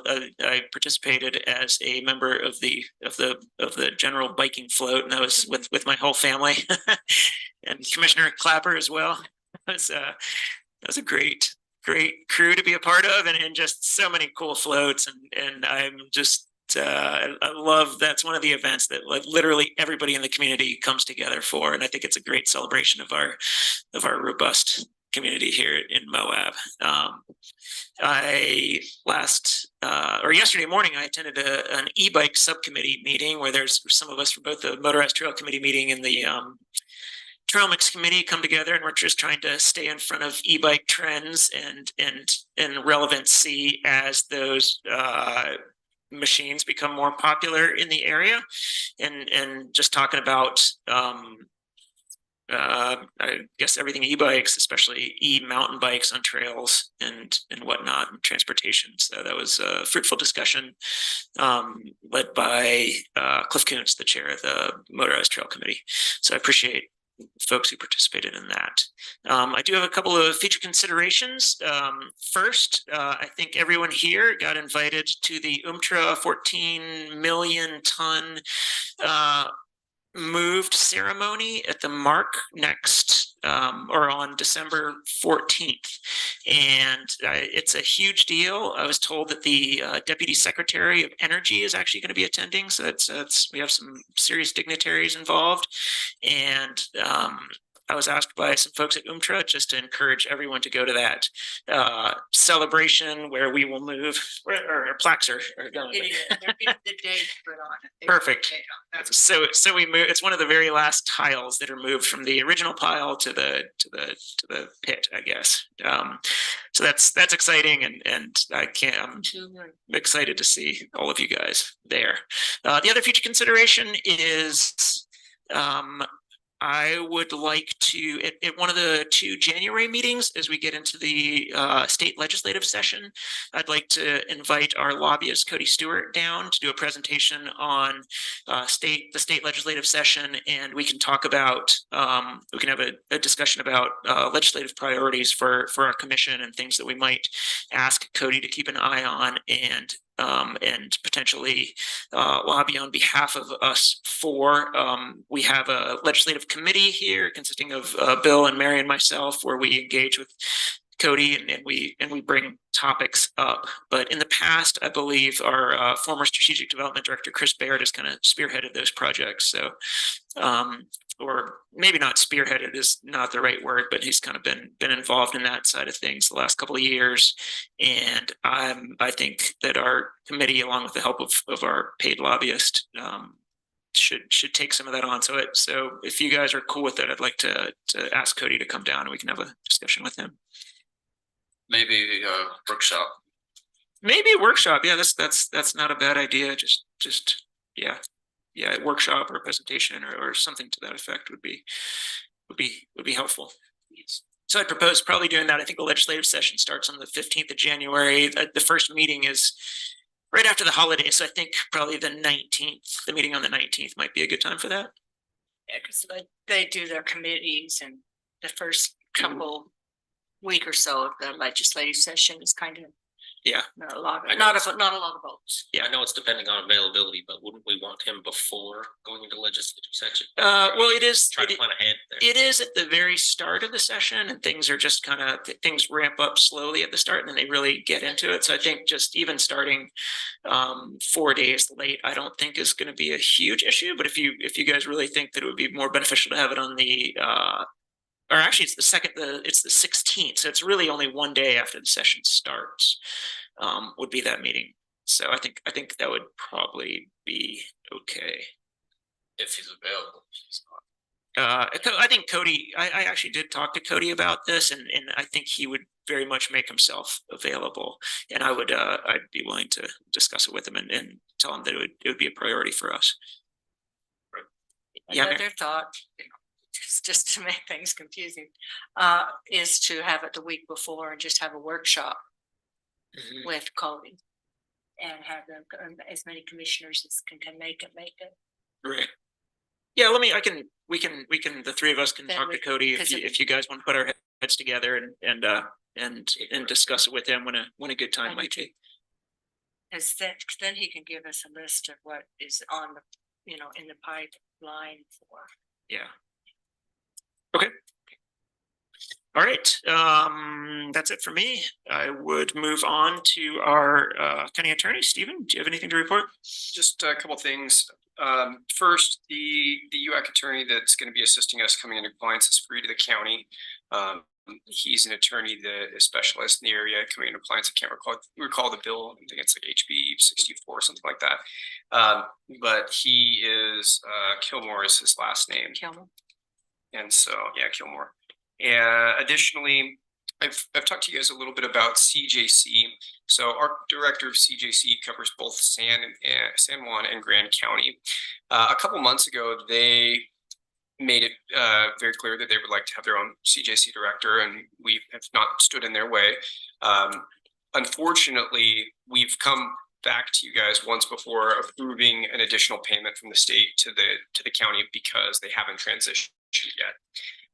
We're trying to be very wonderful neighbors in that transition process, but based on the information that I have, they haven't interviewed, and they're technically in Q2 because their fiscal year starts in July. So they're moving on to Q3 and Q4, and at this time, for what I understand, we'll at least need to cover it from January till March to be able to continue to provide that support. The reason why is if we don't have a really clear transition process, it'll set up some really critical cases for failure. So there's nothing that the commission has to do. We're going to get more money. Andrea's still going to be driving down to San Juan County, but I wanted to provide you guys that update because it'll continue to be an obligation. Would that change anything in our budget, Steve? It wouldn't. It would provide a little bit more money that they wouldn't have provided previously. But those exact numbers I don't have because they're trying to both get San Juan set up and our continue to pay our district out. And Tracy Tabbitt from the state, who oversees all CJCs, she's been really helping San Juan try to address the internal conversation that they're having about the process because they really, well, that's their decision to make. But anyhow, regarding the lobbying, just giving a heads up for the attorney's perspective, we're starting to hear bills and information. So we're already starting to work with legislature and try to get some push behind that. I would encourage the commission, if there are things that you guys would like to be aware of, reaching out to the lobbyist earlier would probably be better. It's not my realm. You guys will decide what goes on there, but the UAC attorneys, the attorney caucus within UAC, they are already making efforts to try to kill or support bills based on the concerns and the benefits that we see. So just a plug for that. If you guys are interested in that, sometimes once the bill gets wheels, so to speak, then it's really hard to stop it. Okay, so that's everything that I have. Great. Then I think, we can discuss this further at the next meeting, but I'll talk to Cody in the meantime and see if we can nail down a date, maybe earlier than later, to have him come and we can talk to him. Thank you, Stephen. Gabe. Nothing at this time, thanks. Great, thanks. And I don't think our sheriff is with us today or had anything to report. Is that correct? Okay, great. We are on to our Commission Administrator's report. Mallory. I had nothing to report. Well, that was a quick report session. Nice. Yeah, exactly. Okay. Let's see. Let me find where I am at. All right. Okay, then we are actually all the way up to our general business and action items before 5 o'clock. So that's a fresh change from previous meetings. And we'll start with agenda item 1, Manti La Salle National Forest Plan Letter of Comment. I'm presenting this. So the background is that we are a cooperating agency with the Manti La Salle National Forest Management Plan. As a cooperating agency, we're invited to provide scoping comments. We kind of delayed these comments for some additional comment from a few of our committees, or especially the Motorized Trail Committee, which have come in. We did have a letter presented at our last meeting that we had some very robust discussion concerning, and we did make some changes to that letter, and that the letter with those changes, the forest draft plan letter, is in our packet, so everyone was available to read that. I'll start this out. I again have heard from many quarters, even since our last meeting, about this letter, and it just reinforces my my notion that this is just a topic in an area that's close to everybody's heart, and as well as mine. And I know everybody's here. Everybody uses the mountain for winter and summer escapes from Moab, and they use them for different purposes. So as a result, where my thinking is at on the letter that we see, I'm in support of the letter in general, but I personally would like to strike the last bullet point under the lack of alternatives, and that bullet point reads, similarly, many of the recommendations we made in our 2021 scoping letter regarding wilderness evaluation are absent from all of the alternatives analyzed in the DEIS. We also note that many of the wilderness recommendations contained in the DEIS incorporate unnecessarily large half-mile buffers along roads. We recommend that such boundaries be drawn along identifiable disturbances on the ground, or a maximum of 300 feet from open roads. Of the alternatives analyzed, alternative D comes closest to Grand County's position on roadless and wilderness areas. So I'll just throw that out there as my kind of my take on the letter and what I'd be supportive of, and I'd open up the conversation. Anyone like to comment? No, I appreciate all of the citizens that came out and made comments last meeting. I think those comments have now been incorporated into, I think you did a nice job of making modifications, and I'm fine with striking that last bullet point also.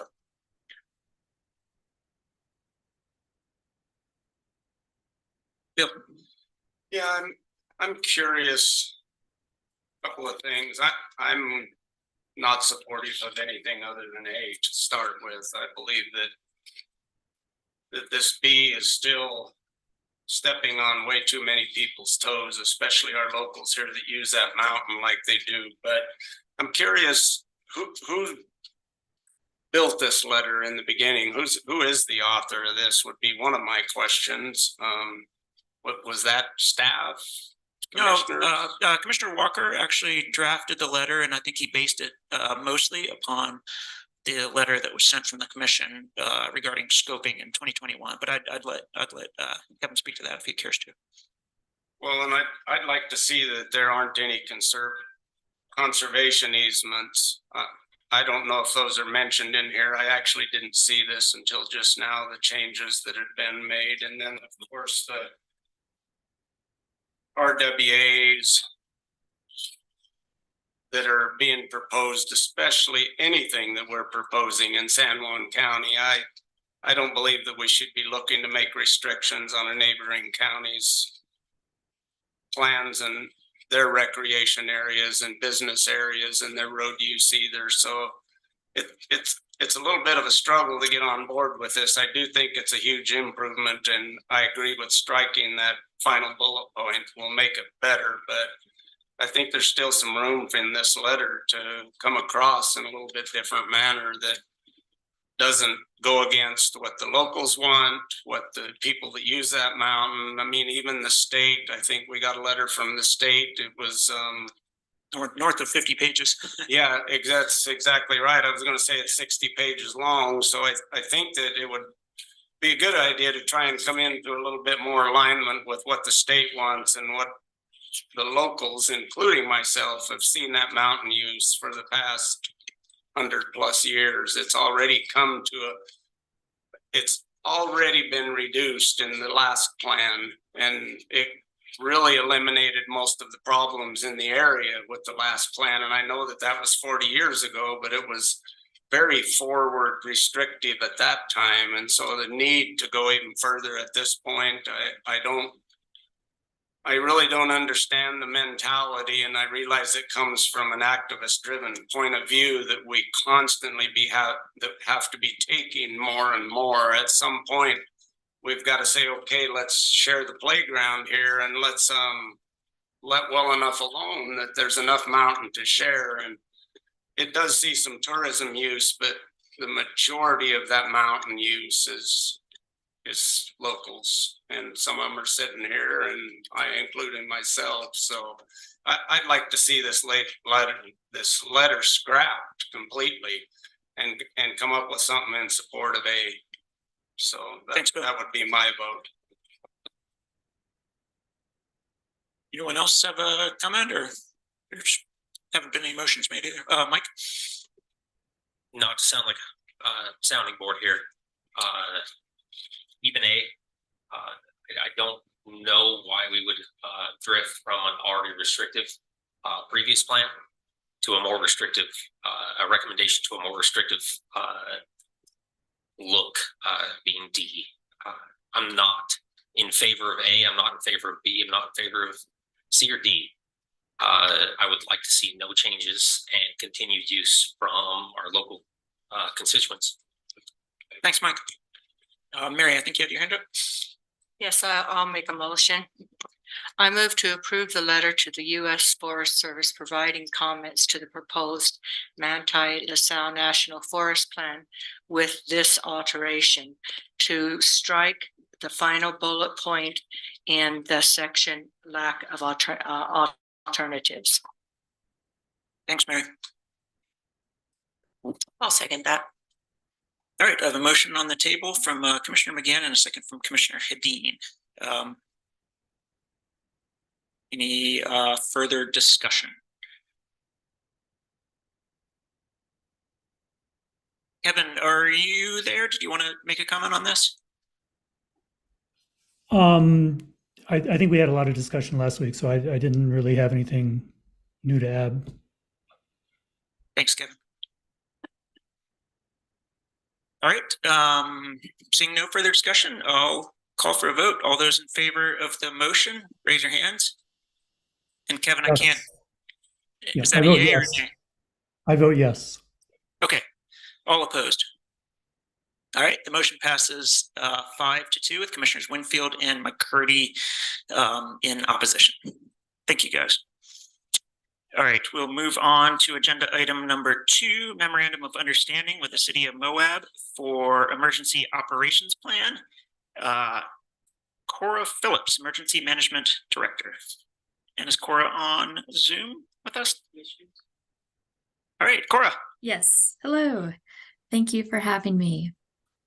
Welcome.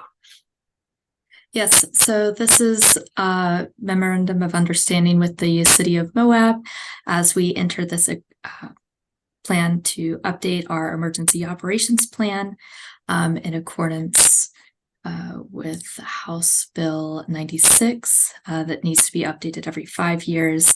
I do see a need to do it. And our grant covers 40,000.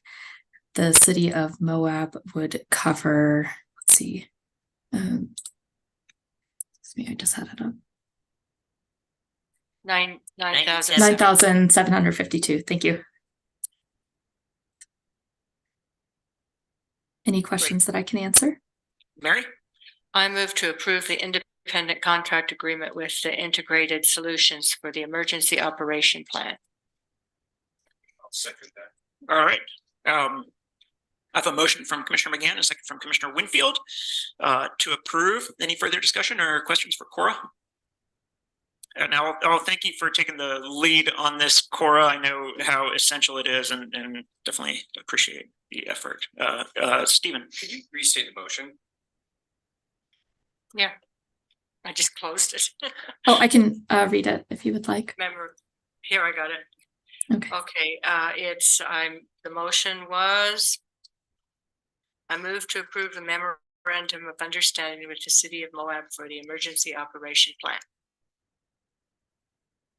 Is that's correct? Okay, great. Okay. Any further discussion before I call for a vote? The motion was made by Commissioner McGann and seconded by Commissioner Winfield. All those in favor of the motion, raise your hands. And Kevin, if you could give me an aye or a nay from the. Yeah, I was just waiting for a gap in the. Yeah, yes, I vote yes. Okay, thank you. Motion passes unanimously, 7-0. And we'll keep Cora with us for the next one. Independent contractor agreement with Integrated Solutions for Emergency Operations Plan. And this is you presenting again, Cora. Yes. So this is to move forward with Integrated Solutions. They are the same contractor that completed our hazard mitigation plan, which is later on in this discussion. They've been a really positive asset in helping us and guiding us through the process. So I really look forward to working with them again. Awesome. Thank you. Mike? I move to approve the independent contractor agreement with Integrated Solutions for the Emergency Operations Plan. Thanks, Mike. Second from Mary. All right. Also have a motion to approve from Commissioner McCurdy and a second from Commissioner McGann. Any other questions on this one? Cora, I was just hoping, could you give just like 2 sentences about what would be included in this emergency operations plan? What type of emergencies and that sort?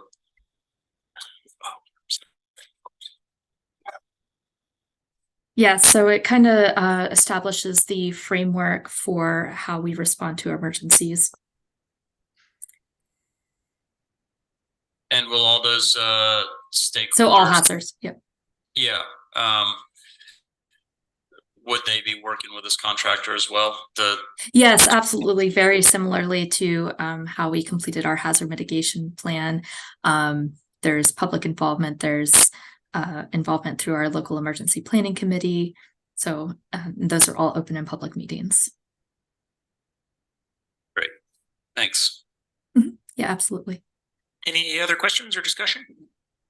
I'll call for a vote. The motion was made by Commissioner McCurdy and seconded by Commissioner McGann to approve. All those in favor, raise your hands or say aye. I say yes. All right, motion passes unanimously.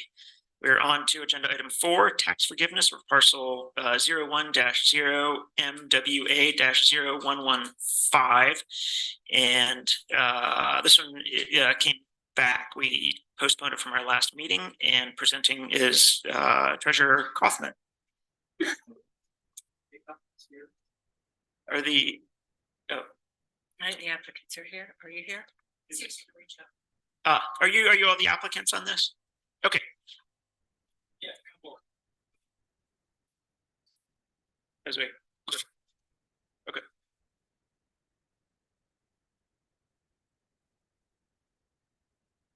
All right. Yeah. If you, I guess we were just going to have you take a couple of moments and explain your situation. Yeah. Hello, my name is George. So. And we just built a house on 231 Hillside Drive, which I guess that's the number of the parcel we just cited. Yes.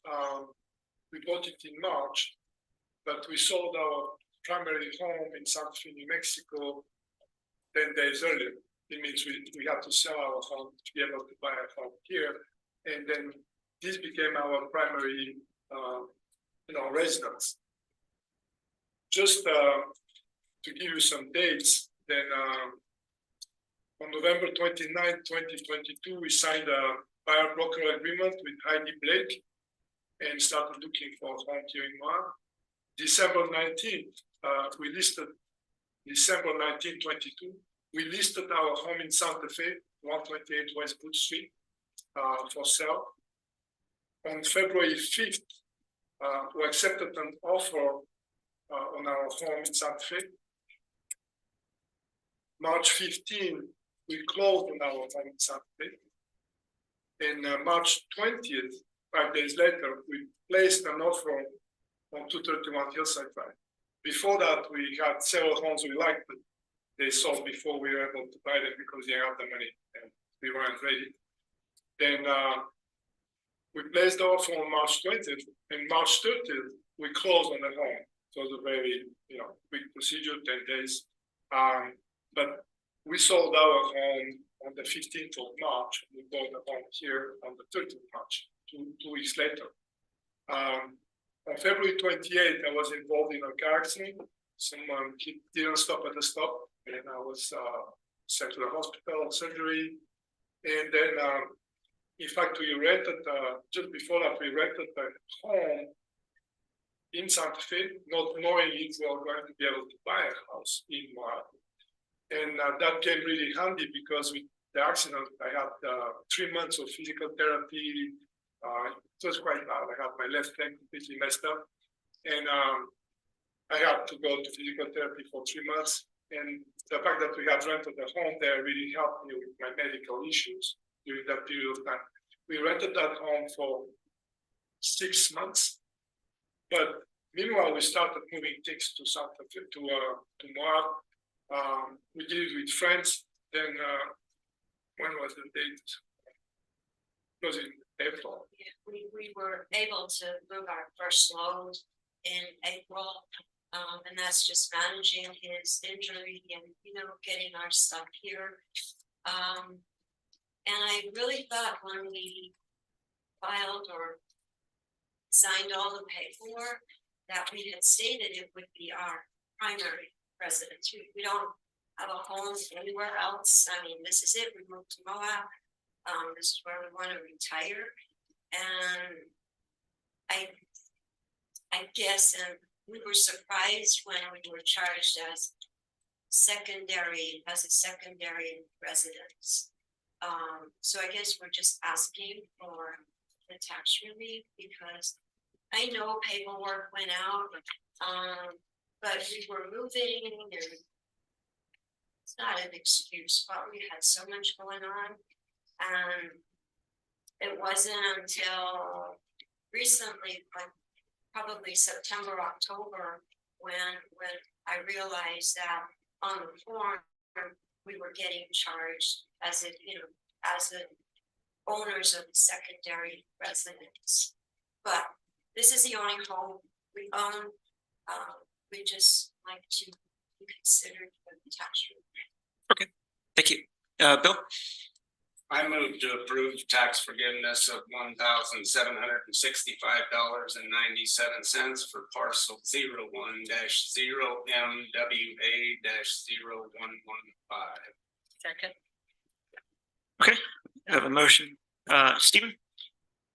I'm sorry, I have a motion to approve from Commissioner Winfield and a second from Commissioner McGann to approve forgiveness. You folks still own the home in Santa Fe? We sold it. We closed on it March 15th. I have documents if you need it. At that time, did you guys make any changes on your guys'? I'm assuming you did evergreen taxes when you guys did the closing of the home, where you prepaid a portion of the taxes for that. I believe in the closing, the seller paid the portion of the 2023 tax. And we were given an estimate and we paid for like the first 3 months of the year, we're responsible. And of course, since he paid, then we're responsible for the entire year. You know, if that house was still listed as a primary residence for purposes of taxes in Santa Fe, New Mexico. In our home, Yeah. in Santa Fe, this was The new owners, we don't know. Okay. They moved in though, they moved in, but we don't know. The only other thing that I brought up during the last commission meeting that I think is really critical is we asked Treasurer Kaufman to be here to kind of explain the last piece. He's trying to get in. Okay. Great. Yeah, Is he? I have some questions, yeah, when you're done, Steve.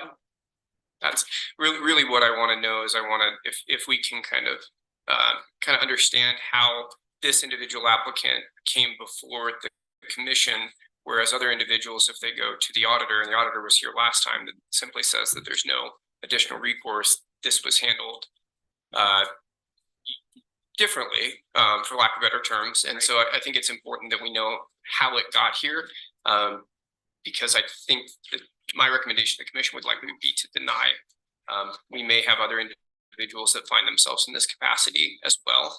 And it's not for a lack of sympathy, but it's the timing. And so whatever we do today, I really would stress that we have to be consistent. Right. And I'd add that, yeah, go ahead, Trish. And I think the other thing, Chris, that I would like to know is just kind of back up, like when they got their tax notification and then how long they have to come back and you know, I can't come up with the word. My brain's not working today, but anyways, because we've seen a lot of these, and yet they don't fall into it. And I would agree. Then how did it get here? Mary? It doesn't happen very often, but it did happen the first year that I was on the commission. There was a lady from Casa Valley. She lived in Casa Valley. I don't remember her name and I don't remember the circumstances behind it, but it was where, some dates were missed, such and such and such. And we did at that time gave forgiveness. So it has happened in the past, but not very often. That was 9 years ago. Thanks. Can I say something, Jacques? Please, Kevin. Yeah, I support this motion. I'm glad that Bill and Mary got it on the floor.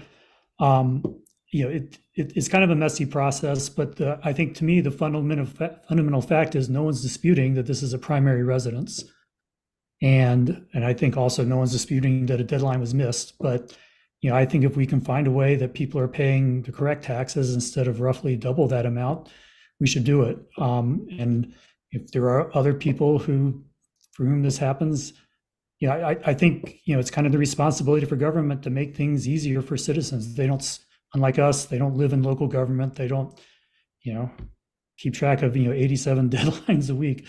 So I just think, we should be a little empathetic here, not just to one person, but, kind of more generally.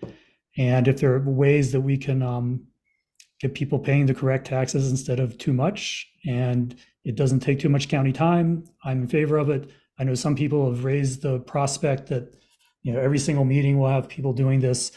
I think if that does happen, we can go back to, rigid draconian deadlines, but I kind of think that we can fix some errors, undisputed errors, and without it taking up a lot of people's time. So I support the motion.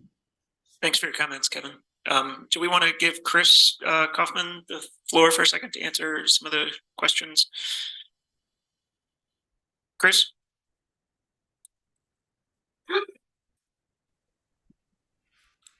Sorry, Jacques, can you repeat that?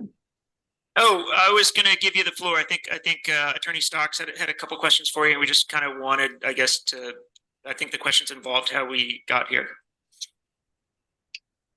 Sure. Well, I think at the last meeting you heard from the assessor's office about the process for how the primary residential exemption works. And Debbie the assessor sent the taxpayers over to my office to see if there was any tax relief possible. We looked at the various tax relief options and none of those were applicable. And so I mentioned to the taxpayers that they always have, as every taxpayer has the option to take their case to the commission, because the commission has the statutory authority to change tax amounts or forgive taxes if they find it agreeable. And so I helped the taxpayer to fill out the tax information on the agenda item, and that's where we are now. And of course, the deadline for the primary residential exemption falls in September 15th, for the same as for other appeals to the BOE or changes, but the tax bill doesn't come out until mid to late October. So that is an unfortunate part of our system, where someone who doesn't see a change like this on their valuation notice, it's too late by the time they get their tax bill.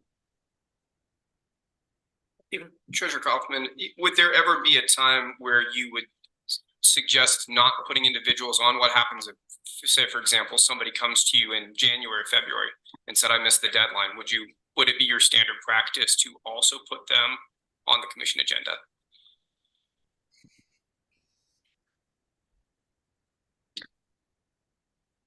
So like for paying property taxes and the penalties and interest?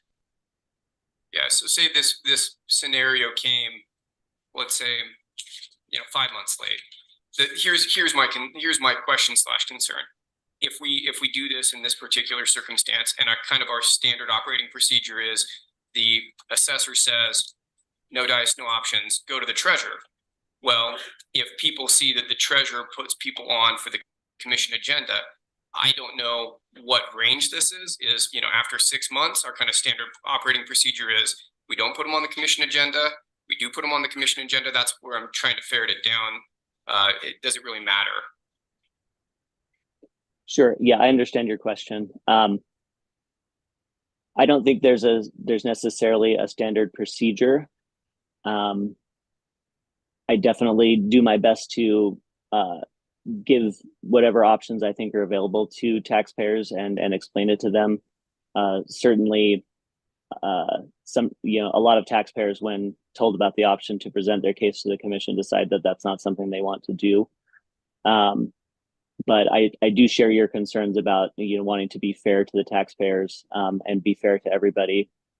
So when someone's late on their taxes and they're wanting penalty forgiveness, my office has very specific reasons that we may request penalty forgiveness, and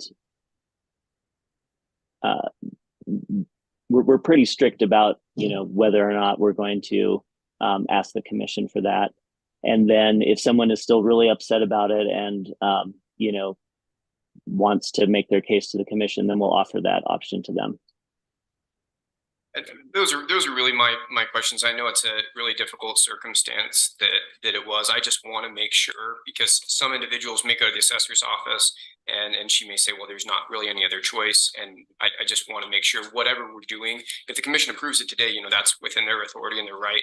I just want in the future that everybody gets the same information, the same opportunity, because otherwise we're going to have, Bob Smith, not implying that there's a Bob Smith out there, but maybe he goes and he gets different rules, and then we find ourselves in a situation like this. So I would encourage the commission to consider it carefully. Thank you. Thank you, Stephen. Anyone else like to weigh in? Yeah, this is a tough one. I am empathetic, but I also don't want to start having people come every commission meeting asking for tax forgiveness. I guess to me, if it falls on the county, we made a mistake, that it should have been assessed as a primary residence, and we made a mistake, then I guess I'm a little more receptive to that idea. And I'm not sure, I guess I would like to know how that came to be, like when that house sold, I guess I don't understand that process. Does that make sense? How that, what's the process through the assessor's office to acknowledge that, okay, it's no longer a secondary residence And if you know that, Stephen, that'd be great. It's dealing with when you have, you get to declare where your primary residency is. Okay. And there's an application process, you apply. Okay. And you seek out that benefit. What I was trying to get, the questions I was trying to ask is whether or not, you had credit for that somewhere else. Sure. And you right. designate. I mean, that's really what we want to Sure. avoid is where somebody says, 100%. we have primary residency in this place and that. And I'm not saying that that's what Right. did, but those are the concerns that I always have is we want to make sure it's consistently applied across the Sure. board. And because I haven't seen a circumstance like this, I always flag those. There's no ill intent to you folks. I just want to make sure that whatever we're doing it consistently across the board for the county. And I'm And just make it clear, we feel that when we bought a house with Heidi Blake, there was one place where we had to check first residence, and we did that. And I asked the agent, Heidi Blake, she couldn't find where that was. We went to the title company, they looked at all the documents, and they couldn't find where that was. But I remember I wrote it myself. Right. I had to check primary residence. Then that was written from and for me, that was done. That was our primary residence. We have sold our residence in Santa Fe, then that was clear. What happened later, we have one other letter in August or September, which says we're going to increase the taxes. And I can look at that, she looked at that. She said, okay, we'll pay the taxes when we receive the bill. She didn't pay attention that in that document, it was not primary residence anymore. What we have chosen. Then somewhere in the process, something was lost. Somewhere the information was lost. We didn't pay attention because we're busy with other things. And then only when we received the final bill to pay before November 30th, I told you, but it's supposed to be like 2,000. It's like close to 4,000. What happened? And then she checked and looked at that letter from August or September, and she said, "Oh, I didn't check that." What we said, primary residence has moved to secondary residence somehow without our knowledge. And she didn't catch that mistake in August or September. And we paid the full amount, 2,000, whatever it was, before the November 30th, before the deadline. But we wanted to come here and explain our case and, just tell you what happened. Thank you. Any other comments? I think I'd say that I'm like Trish, I'm also very sympathetic to your plight, and I'm sorry that you've gone through that. I also have a hard time not taking our attorney's advice and our assessor's advice, and it's a tough process, and it is a super hard call. Yeah, I guess I think those processes are important to be So if I respected. digging, but if we can find a document which says we checked off that this would be our primary residence, shouldn't that have been reported somewhere? I mean, yeah, it should have. And the difficulty, and again, this is just kind of the law is kind of just really kind of cold, and I apologize that I have to be the one that tells you this, but you guys were provided the notice. Nobody disagrees that you folks received the notice. It listed it as it was taxed at a higher level, and that's really for me where it's just really kind of black and white, where you provided the notice, it was given to you, you had time to respond, and that's what I'm pointing out. Yeah, I think somewhere in the process with your closing documents, it should have been recorded, but that's kind of where, from my perspective, it is. It was done in a way, there was time for the response, and unfortunately, it wasn't. If we stated that it was our primary residence and it was filed incorrectly, why is that not taken into consideration? Whereas, yes, I did not look on that piece of paper and see or pay attention to the small print that said you're being charged as if this is for secondary residence, and I'm at fault for not bringing it to your attention sooner, whereas it's not anyone else's, the county's fault for not reporting what we had stated, that it's our primary residence. Yeah, and it's something for the commission to decide. I'm not the I don't make the decisions. I'm just here to kind of say, here are my concerns and list it out, but those things, all the commissioners are listening to you folks, and so they may or may not matter in their ultimate determination. Mike, Previously, the property on Hillside Drive, was it do we know if it was listed as primary residence? And then the reasoning behind switching it to a secondary residence, even upon sale. That's a question for the treasurer or the assessor. Okay, cool. all right, call for a vote. All those, so the motion was made by Commissioner Winfield and seconded by Commissioner McGann to approve forgiveness. And I'll call for a vote. All those in favor of the motion, raise your hand, say aye. Yes. Okay, and all opposed? I know this is it is fun. And it's not because of you. I mean, I feel like there was some flaws along the way, whether it's the realtor, the title company, the county, somewhere along. This is a tough one. It's a tough one. We just don't want to have to do, be doing this. So the motion, it was the motion passed 6-1 with myself as the only commissioner in opposition.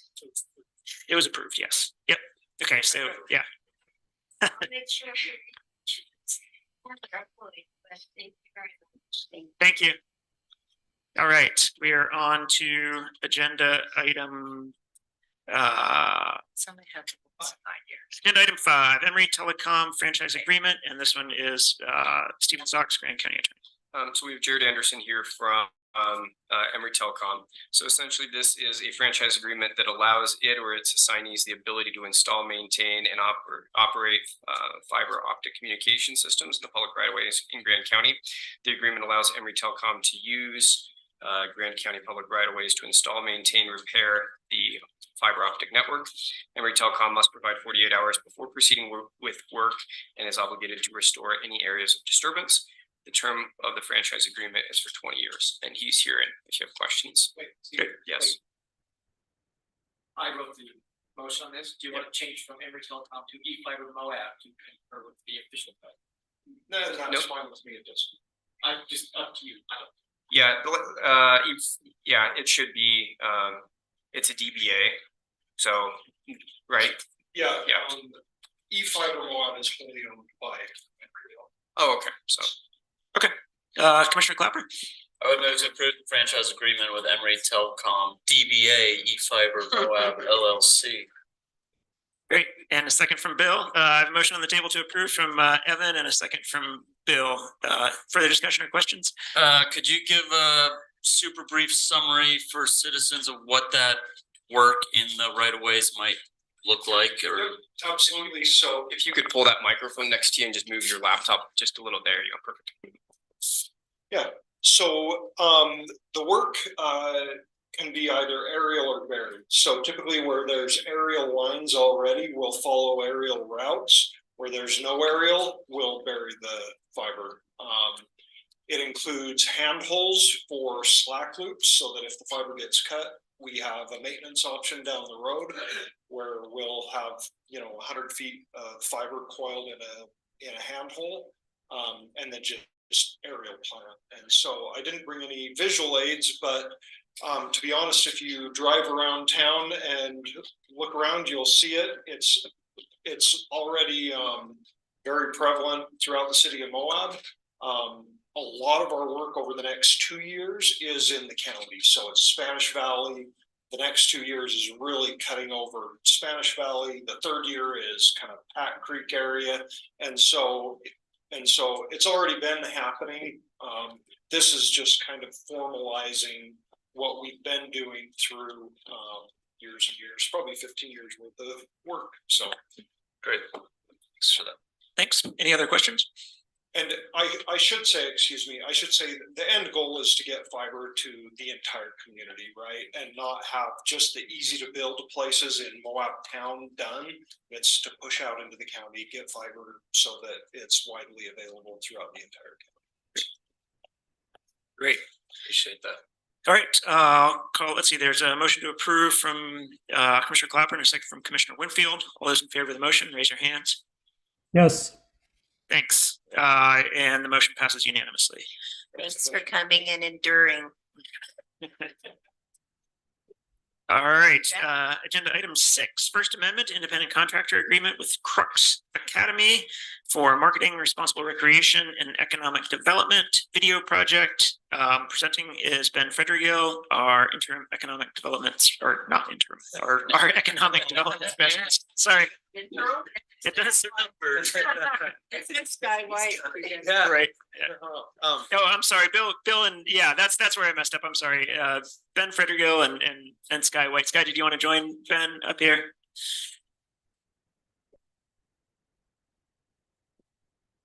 Yeah, so you hear this okay? Straightforward. This is to amend the contract, first amendment for the contract with Crux to finish the 2023 project plan, which is the visitor facing video series. So that's in a nutshell. You have questions or more detail? Questions for Ben and or Scott? Mary? I move to approve the First Amendment to the independent contracting agreement with Grand County and Crux Academy for the development of the visitors facing educational video series project. Thanks, Mary.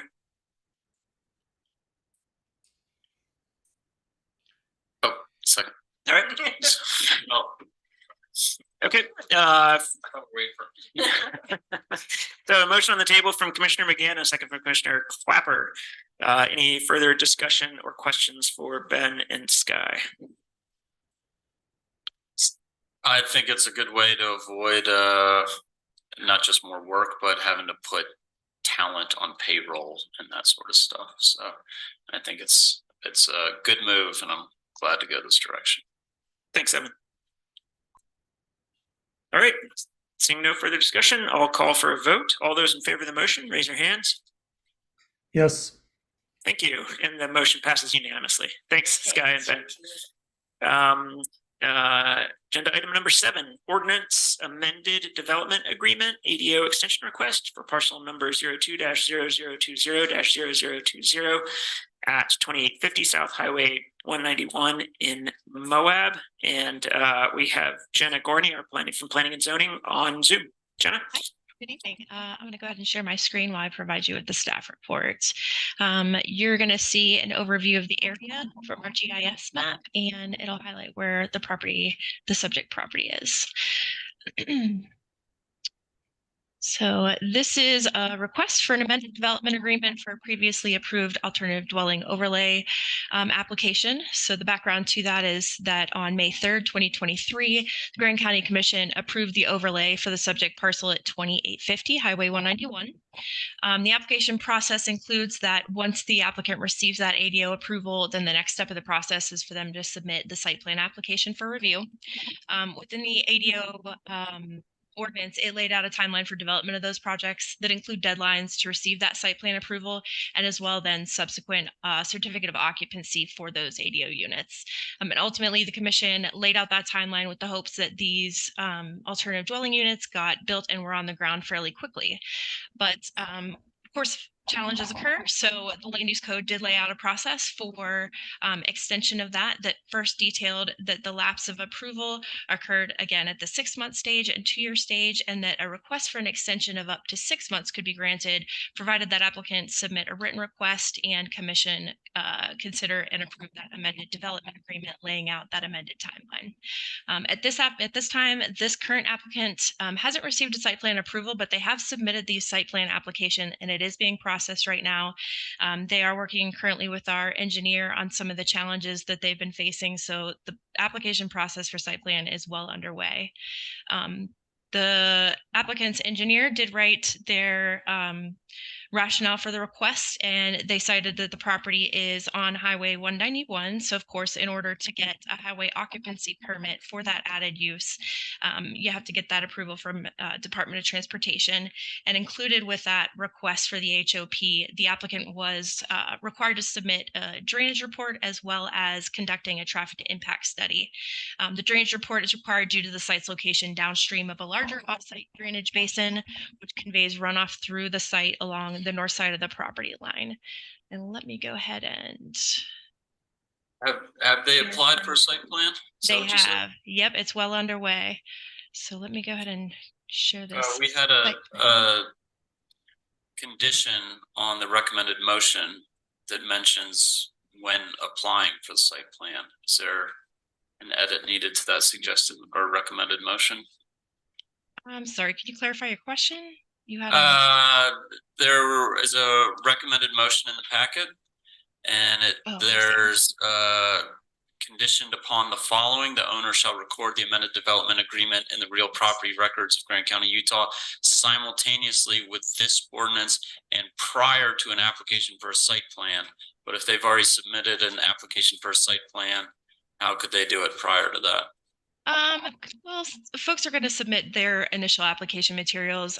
I can't say that we saw a need to hold them up, being that they were working through this process. Of course, no site plan approval would have been granted until they got this approval. So we just started working that process for them. Does that condition seem relevant? I guess that's my question. Or is it... I don't necessarily think so. Not necessarily, no. Since they have already submitted for the site plan approval. Have they recorded the amended development agreement? No, because that's part of this application. So if it were to be approved, we would be recording that amended development agreement shortly hereafter. Okay, can I take a stab at this? I would move to adopt the ordinance approving the amended development agreement for the Tyson Carroll ADO development located at 285 South Highway 191, allowing for a 6-month extension of the site plan approval and certificate of occupancy deadline, conditioned on the owner recording the amended development agreement in the real property records of the Grant County, Utah. Or hinging upon? Is that? Okay, I think so. Thanks, Evan. Thanks. There's a second from Bill. All right, I have a motion with condition to approve from Commissioner Clapper and a second from Commissioner Winfield. Further discussion or questions for Jenna? Seeing none, I'll call for a vote. All those in favor of the motion, raise your hands. Yes. And the motion passes unanimously. All right, thank you, Jenna. We are on to agenda item 8, volunteer board appointment to the Planning Commission. Presenting is Commissioner Hedin for the Planning Commission board. What do you know? That's fine. So yeah, we had 2 applicants for the Planning Commission. It was a really hard decision, and but in the end, we chose to, or the Planning Commission chose to send Mary Hoffine as the recommended new commissioner to the Planning Commission. Thanks, Trish. Mary? I move to approve the appointment of Mary Hoffine to serve on the Planning Commission with the term expiring 12/31/2025. Thank you. You couldn't get a better qualified applicant. Yeah. Yep. Pretty highly qualified. I mean, they were both 2 really good applicants, 2 highly engaged, knowledgeable people. So it was tough. All right. I did get a second from Commissioner McCurdy. So we have a motion to approve Mary Hoffine from Mary and a second from Mike. So this one ends at the end of 2025. Is that correct? Is that what it's? Okay. Is that a so that's a 2-year term? Is it a partial term or a full term? Just out of curiosity. 2-year. Oh, it's partial. Okay, great. Got it. That's it. 4-year term. Yeah. Yeah, it was based on a resignation. Yeah. Okay, great. Thanks. Any other questions or comments? Seeing none, I'll call for a vote. All those in favor of the motion, raise your hands. Yes. And the motion passes unanimously. We are on to agenda item 9, proposed commission meeting dates for 2024. And this is Commission Administrator's office. Who would like to present? Alicia? Great. Pretty straightforward. It's quick. Yeah. Okay. Yeah. Let's do it. Just the meeting dates for 2024. We're statutorily required to publish this before the first of the year, and I know Jacques mentioned it at the last meeting, the potential for moving it back a week in January, but we looked at a few details, and it sounds like it's actually best to keep those dates with the 2nd and yeah, 2nd and 16th. Yeah. And I was present. We had a discussion about this at agenda review, and it appeared like I was the only one that was going to be affected, as well as it also looked like it was it was kind of hard to make the calendar work otherwise. So I think it's I'm fine with that. Yes, Trish. I move to approve the commission meeting dates for 2024 as presented. Thanks, Trish. Second. All right, I have a motion on the table from Commissioner Hadid and a second from Commissioner Winfield to approve our commission meeting dates for 2024 as they appear in the packet. And I would just note that the only date that deviates from our first and third Tuesdays is November 6th is a Wednesday, and that's because November 5th is election day. And just to be clear, the fifth Tuesdays are just called out as a placeholder. Those aren't going to be posted as, Right. Great. Thank you. Okay, I have a motion on the table to approve. All those in favor of the motion, raise your hand. Yes. And the motion passes unanimously. All right, agenda item 10, memorandum of agreement with the Utah Indigent Defense Commission for Title 4-E federal funding reimbursement. Mallory. Okay, best part of the night. So Title 4E of the Social Security Act is for foster care, and they provide full Medicaid coverage to all children who are in foster care. In 2019, the Children's Bureau, which is part of the Administration of Children, Youth, and Families, approved modifications to their policies to allow for reimbursement funds to go towards legal representation. And that's based on the concept that quality and zealous legal representation will improve outcomes for children and also help expedite permanency. So through this process, reimbursements have to go through the identified state 4E agency, and in Utah that is the Indigent Defense Commission. We are required to have an MOU in order to be eligible. This doesn't obligate us to anything. It's quarterly submissions, so if something came up and it wasn't submitted, there is no consequence. The amount of money that we will get reimbursed is very minimal. And obviously it's hard to know the amount, and it's unfortunate to try and estimate it because it's based on the penetration rate for case filings. So I'd guess maybe $5,000 a year, which would have to go directly back to rental funds. Great, thank you, Mallory. Yeah, Mike.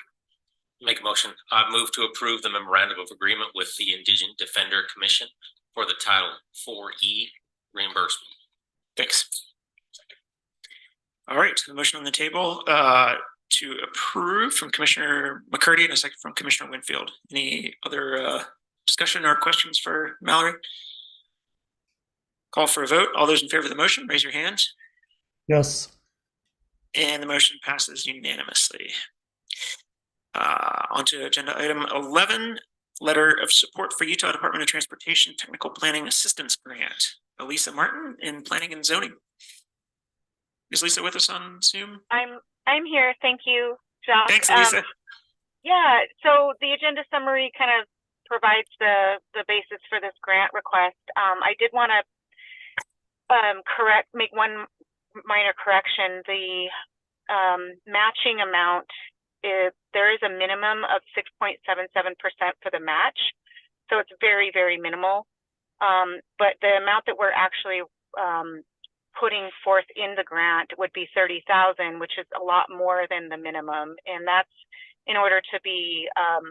I guess you get kind of like more points, and it's looked more favorably if you can provide more of a match. That money would be coming from a pot through the Grand County Active Transportation and Trails Division that Maddie let us know about. She's working on this grant with us. And that's the amount that the city contributes to GCAT every year. And I guess it's been unspent for multiple years. And so we checked with Carly, and she said that it should be fine to use that pot of money for the match, and that the update to the non-motorized trails and active transportation plan will include areas in the city. So it's a regional plan. It'll include the unincorporated county in the valley, and then also the city of Moab. So it's an exciting opportunity, and we're trying to hustle to get this grant application in by the deadline this week. Great. Thank you very much, Elisa. Any Bill? I move to approve the letter of support for the Utah Department of Transportation, UDOT Technical Planning Assistance Grant. Thank you. All right, I have a motion from Commissioner Winfield and a second from Commissioner McCurdy to approve. Discussion, and I'll start it out. I think this is a great opportunity. It's super timely. I think anytime you get a match at 6.77%, that's pretty good terms, and I think this is much needed. So I appreciate Elisa and Maddie your efforts on this. Mallory? I'm sorry to be the naysayer of plans. I would just note applying that the funds Elisa and Maddie referenced, actually, we don't have those roll over. So what we receive from the city is used accordingly, but we don't continue to build that pot of money. So I would just note that as of now, this was part of the cut $120,000 for that plan. So I would just be aware that if it's awarded, you would want to make sure that the city signs an MOU or an ILA and that they provide that grant match, or else that you could amend the budget to include that. But right now it's not being budgeted for, and we don't roll over those funds. Then can we amend that motion? Yeah, to cover we want the city's participation to cover that cost. Yeah. Are you saying that you want them to just generally give us money, or like that it's contingent on? I would say it's contingent on that money coming from the city. Otherwise, we've got to go back and change the budget. Yeah, maybe could it be conditional upon it being within budget at the time?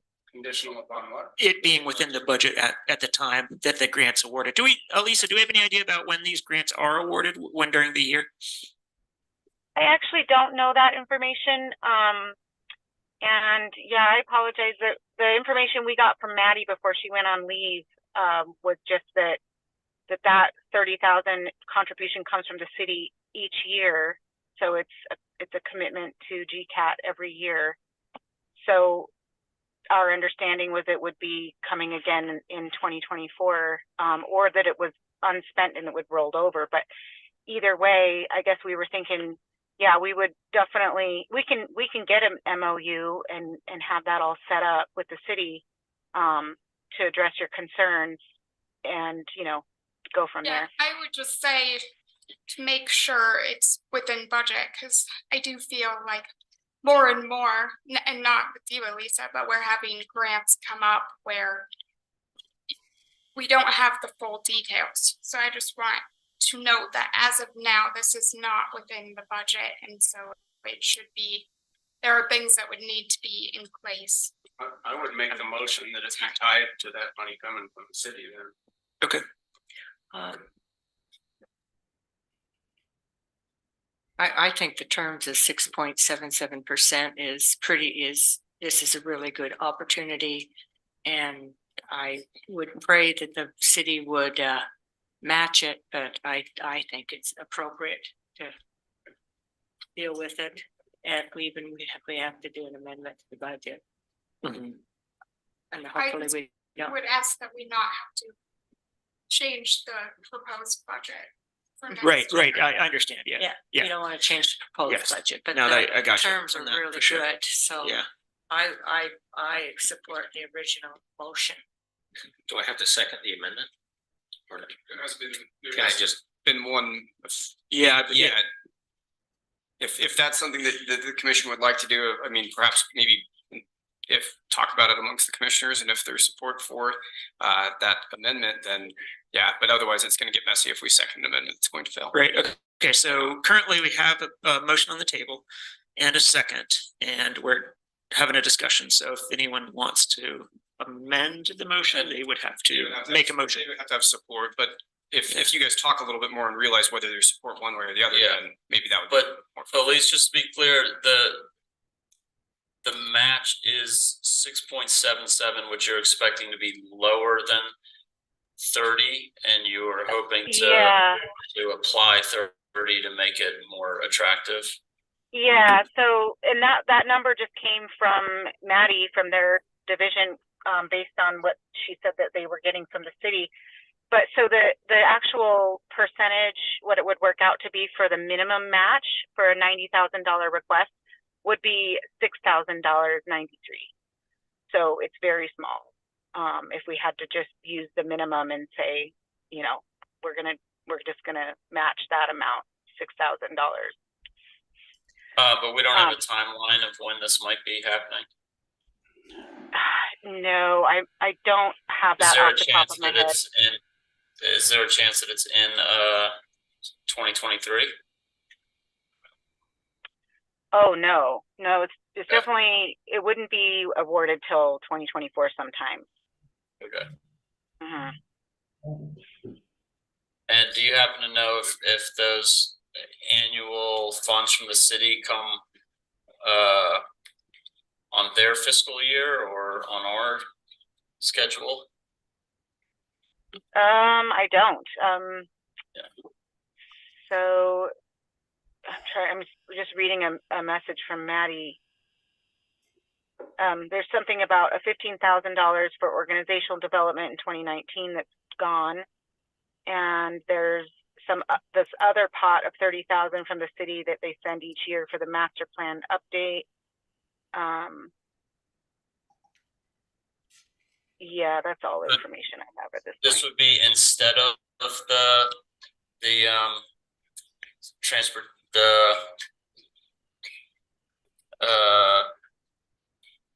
I'm forgetting the name of the project that we had on the list. It was the non-motorized master plan that Maddie had proposed, $120,000. Yes, so that's what this is for. That's for that exact project, and this would cover the funding of the consultant for that. Got it. Yeah, and we'd already discussed about cutting that out of the budget. Right, but that's when we were looking at funding $120,000. Exactly. And here we can get it for 6,000 or for 30,000. It's kind of a sure thing. It sounds like it. Yeah. I mean, it seems like a good idea to me. It also looks like it goes beyond just the original non-motorized plan and includes active transportation, which is appealing. Mike, or I'm sorry, yeah, Mike, go ahead. This is again, this is a full replacement of the previous plan. Did you hear that, Elise? Well, yeah, this is a full update to the 2011 non-motorized trail master plan, and it would also include a focus on active transportation for the whole region, which was not part of the 2011 plan. So it's like it's an expansion of the trails master plan, and it will address more of the bicycle pedestrian routes and multimodal connectivity within the valley, you know, in order to connect neighborhoods to trails and then also neighborhoods to commercial nodes. So Jacques, I have my hand, I'll virtually. Oh yeah. Go ahead, Kevin. So I guess, you know, first observation, which some other people have made is, you know, this is a pretty good grant with a pretty good match. So we should figure out some way to make it work.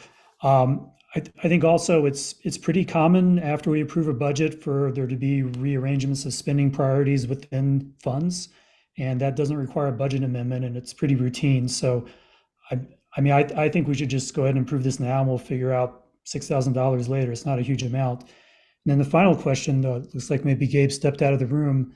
This $30K contribution that City of Moab makes, is that counted as revenue in our current draft budget, or is it additional money that we didn't realize was coming? I believe it's in our budget for 2024, but with a note, 21,000 has been expended. And I would also note, like, I think it is fine to proceed and figure it out after the fact. I just think part of my job is to tell you guys when. Right. Like, Right. you are approving something that's Right, not not in the within the budget. budget. And we so- appreciate that, Miller. Yeah. We have budgeted to receipts 30,000 from city. Okay. And it can be amended. Gabe, your microphone is either not working or not. Sorry, Kevin. 30,000 is budgeted in 24 to be received from the Moab City ILA. Okay, thanks. That full amount isn't budgeted to be expensed, but that could be amended. And the letter that we're talking about approving doesn't mention any kind of funds in there, so. No, whether it it's- doesn't. Yeah, so whenever it's submitted, we could, revisit it then.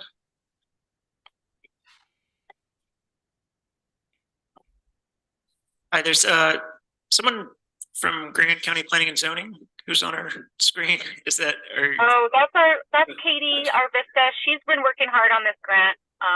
So she's just on to provide any. Oh, okay, answer questions. Okay, great. Yeah. Thanks, maybe. Sorry. I think Elisa has said everything I know. I wasn't joining before because I was afraid we would both get kicked off if we're on the same account. But in my opinion, I think it's best to probably just move forward with this, and if we can't find the match, then we don't do it. I think at the moment, with 2 days left, this is about all we can do. Great, thank you. Yeah, I think my thinking aligns with Kevin's. I think this is a great opportunity, an excellent match price. It sounds like a very low price tag for something that's valuable. So I'd be in favor of supporting this. Call for a vote. Okay. We do have a motion on the table to approve from Commissioner Winfield and a second from Commissioner McCurdy. All those in favor of the motion, raise your hands. Yes. Thank you. And the motion passes unanimously. Cool. Thank you guys very much. Thank you, guys. Thank you. All right. Thanks. We are on to our consent agenda. Consent agenda consists of, I'm just pulling up the bills here real quick. Consent agenda consists of a ratification of payment of bills. Total bills in the amount of $758,446.48. Total payroll in the amount of $383,082.02. Total bills and payroll in the amount of $1,141,528.50. Consent agenda item B, adoption of FEMA approved Grand County multi-jurisdictional all hazard mitigation plan. Consent agenda item C, first amendment to the airport improvement program, AIP grant 3-49-0020-045-2023. Consent agenda item D, enterprise lease schedule for additional sand flats recreation vehicle. Consent agenda item E, purchase of a Can-Am Commander UTV from state contractor Weller Recreation Incorporated. And finally, consent agenda item F, volunteer appointment to the weed board. Yes, Trish? I'll move to approve the consent agenda as presented. Thanks, Trish. All right, I have a motion to approve the consent agenda from Commissioner Hedin and a second from Commissioner Winfield. All those in favor of approving the consent agenda, raise your hand. Yes. Thank you. And the consent agenda passes unanimously. Hey, I was just going to note that there is only one applicant for the appointment. Yes. Thank you, Stephen. Yeah, as usual, our policy, if there's only one applicant for one of the board appointments, we generally, and if they have the support of that particular board, then we put it on the consent agenda. Good point. And it is 6 o'clock. We had planned to have our Thompson Springs Special Service Fire District public hearing at this time. Oh, right. I'm sorry. Is there a lot of people? I'm gonna do, I think, is Mark on? I think I said I was gonna do Thompson. We in the citizens be heard is the first opportunity we have after 6. So I think I would like to proceed with the Thompson. I think that'll go very quickly and then we can get to citizens to be heard. Okay. Okay. That's all right. So Thompson Springs special service, I'm sorry, I will recess our regular Grand County Commission meeting to be returned to shortly. And I will now open up the Thompson Springs Special Service Fire District special meeting for a public hearing on the 2024 tentative budget as well as the 2023 budget. Let me look this up. The budget is or the 2023 amended budget is listed in our packet of materials, as well as the fiscal year 24 TSSSFD budget. This is a, let's see, I will open up the public hearing. Notice is hereby given that the Thompson Springs Special Service Fire District Administrative Control Board will open public hearings today, Tuesday, September 5th at 6 p.m., which is now at the Grand County Commission Chambers located at 125 East Center Street in Moab to hear public input and to consider amending the 2023 budget and adopting the 2024 budget. The budgets are available in the Grand County Clerk's office at the same address. So I am opening that public hearing, and I would ask anyone who would like to make a comment on the Thompson Springs Special Service Fire District's both amended 2023 budget and 2024 budget to come forward at this point and make comment. Is there anyone here to comment on Thompson's budget? And is there anyone online here to comment on Thompson's budget? Hey, All right. hey, Jacques, I'm not commenting on the Thompson budget, but I do need to step away for a while. I'll try to be back as soon as I can. Thanks. Okay, thank you, Kevin. Got it. And there's a recommended motion. Do we need to make keep this? Or can we approve it tonight since it's a special service district? Oh, what's that? Okay, so no, yeah, okay, got it. Okay, there's no motion that needs to be made, so I'm just opening the public hearing. I believe the public hearing will stay open until next Wednesday, the 13th at 5 o'clock. So if anyone does want to make comment on Thompson's budget, please do so. All right, thank you, and I will adjourn the public hearing for Thompson. I will get back to, I will open the regular Grand County Commission meeting. And as it is after 6 o'clock, we are on to our second Citizens to be Heard session. I would invite anyone here in the chambers to please come forward and make comment. If you would like to, please raise your hand, come forward and be heard. Teresa. Yeah, sorry, Teresa. Please, yeah, thanks. My name is Teresa King. I've been wanting to ask this question quite some time, and it's in regards to when y'all take your oath of office. One of the things that you, I believe, swear to is upholding the Constitution.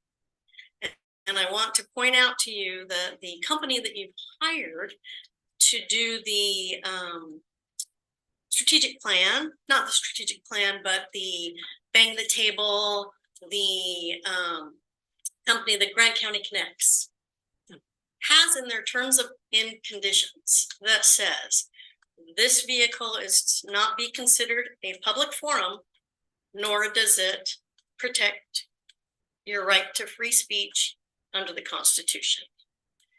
And I just wanted to point that out to you, that it says that in their terms and conditions. I personally have emailed this company 3 different times over previous administration that's here and now. And I just am a big believer of the Constitution. In this day and age where freedom of speech and all of these things are being questioned worldwide, I think it's important that you know that that is in the terms and conditions of the company that you've hired to do Grand County Connects. And that's all I have to say. Thank you so much. Thank you, Teresa. We appreciate your comment. Well,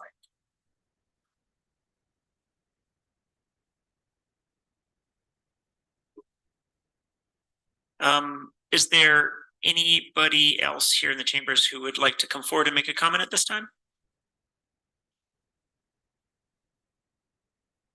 Is there anyone on Zoom who is here to provide comment? Do you see anybody, Quinn?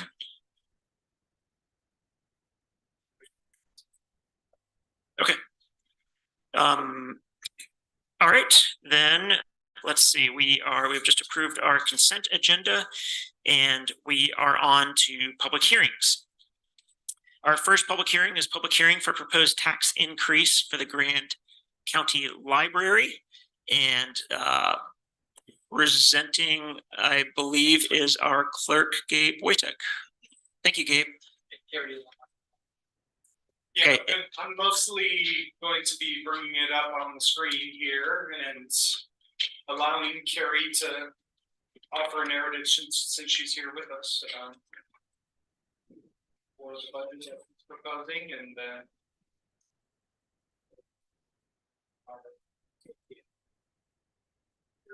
here.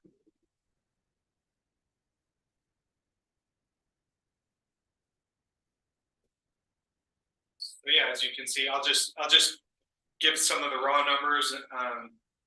This is Fund 72 is the library fund, and for 2024, there's a budgeted revenue of $1,579,759, which incorporates the truth and taxation process and associated increase. Intergovernmental revenues in the amount of $13,500. Miscellaneous revenues in the amount of $17,655. Contributions in $4,000, and total expenses in the amount of $1,614,914 for a total net zero balance. And I would invite Library Director Valdez to offer any background or justification or flavor to this presentation and hearing. Thank you, Gabe. I'm having a little bit of a difficult time hearing. Can I just confirm that you folks can hear me? We can hear you just fine. Thank you. Wonderful. Thank you. I am going to leave my camera off if that's okay. I just don't have the greatest connection where I'm at right now. No problem. I'm mostly here to answer any questions that you might have. There was a pretty well put together article after the Times Independent reporter came over and we talked a little bit about this. So I'm sure that the public and the commission are aware of kind of the driving forces behind this request. I will just remind everybody that the library budget is separate from the from the general fund.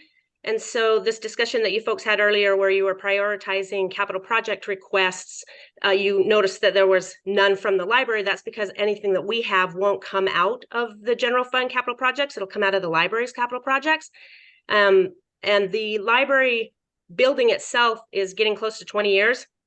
And so part of this was to start putting some money into the capital projects account so that when the things that have already happened, such as partial roof failure and the HVAC system that we're struggling with, we can have some money put aside for specific capital projects.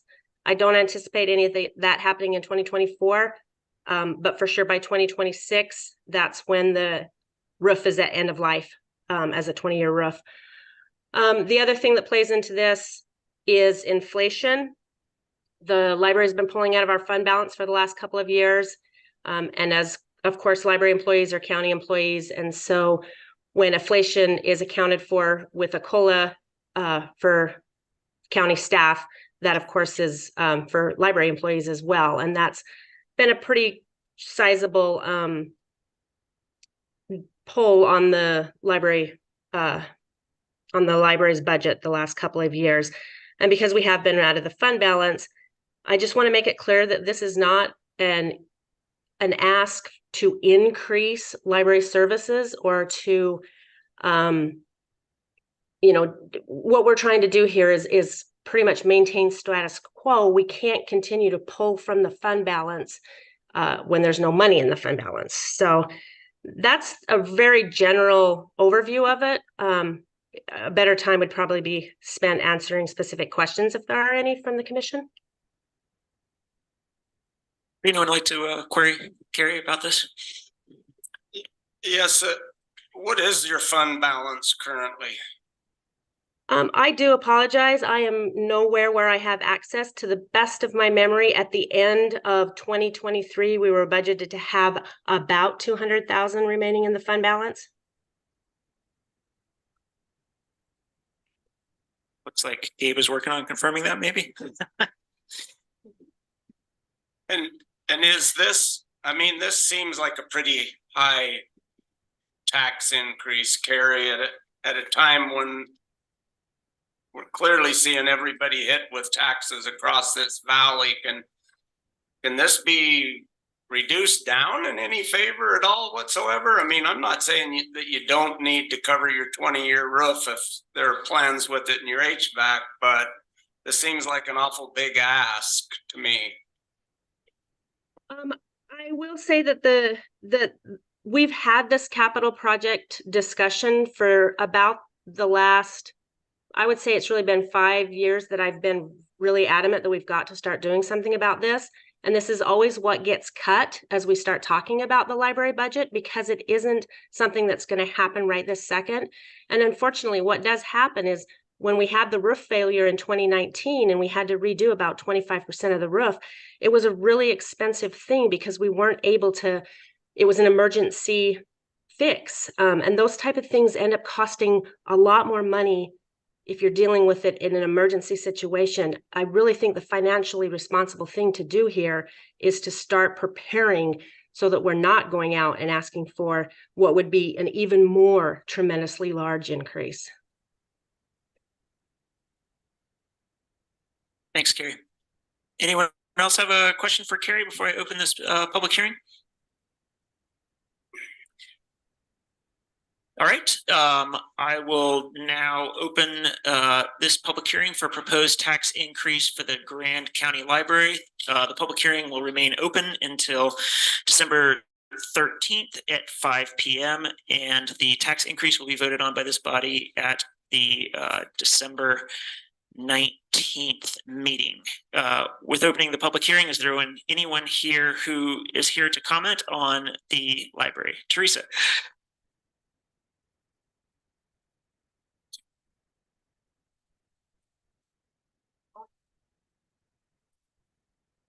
I don't have a problem with the library increasing their budget, but I would like them actually to consider opening the library on Sundays and on holidays when we have all these kids out of school. You look at we're out of school for this big Christmas break, both the teen center and the library is closed. I know it's expensive to run these things, but I think that's the purpose of this facility.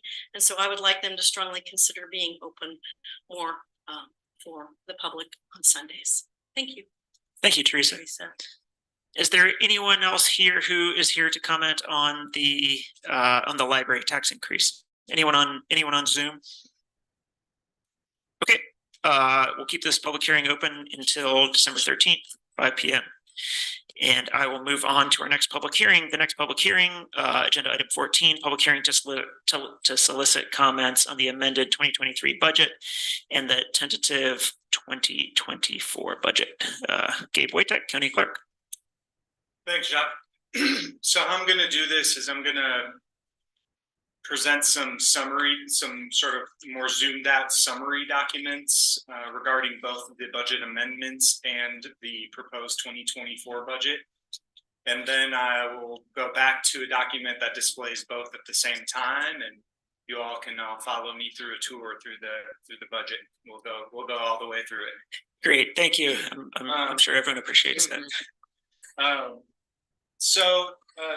This here displays the proposed 2023 budget amendments, and the number displayed here in each row refers to the total expense amount as well as the total revenue amount, right? Because the purpose of these amendments largely is to make sure that these funds remain in balance as is statutorily required. So 100% of expenses equal 100% of revenues. I didn't include both because it just seemed redundant and kind of muddy up this current document, but so this number is offset by an equal amount of revenue.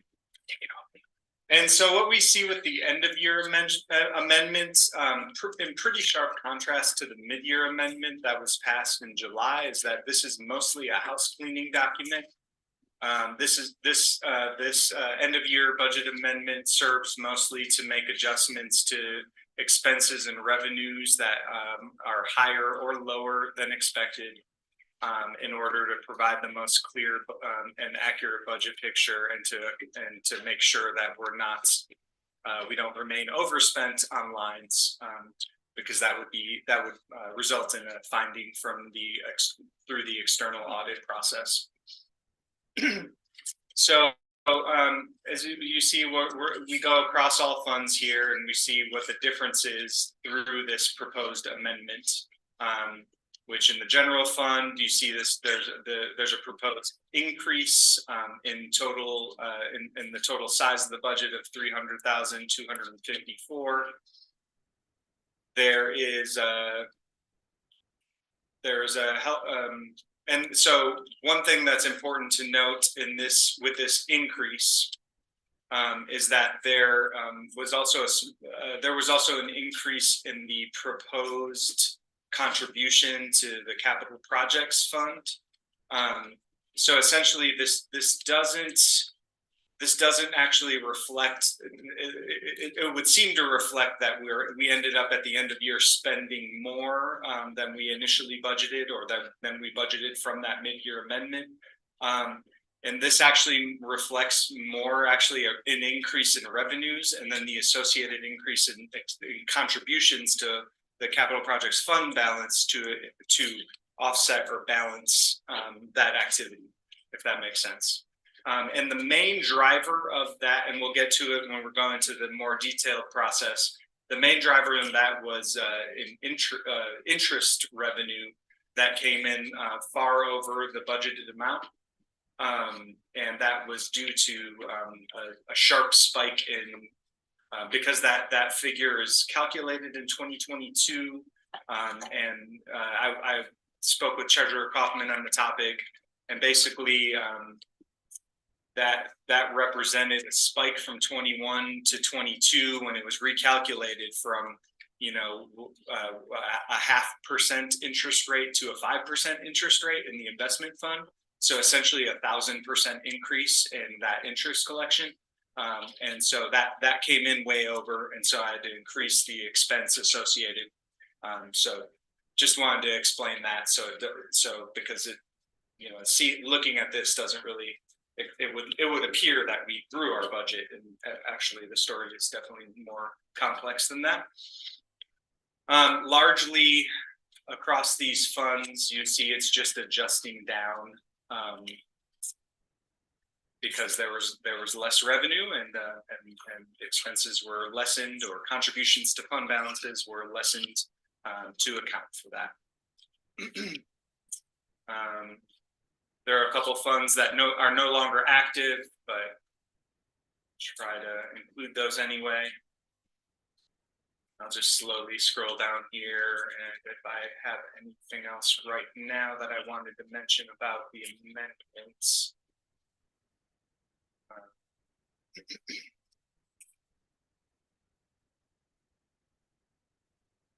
One thing that's important to note, and we touched on this at the budget workshop, but there might be folks watching or watching back that haven't had the luxury of referring back to that. But we see that these there are funds like the Debt Service Building Authority, Fund 32, Fund 34, Capital Projects General Fund, Fund 35, Road Capital Projects Fund.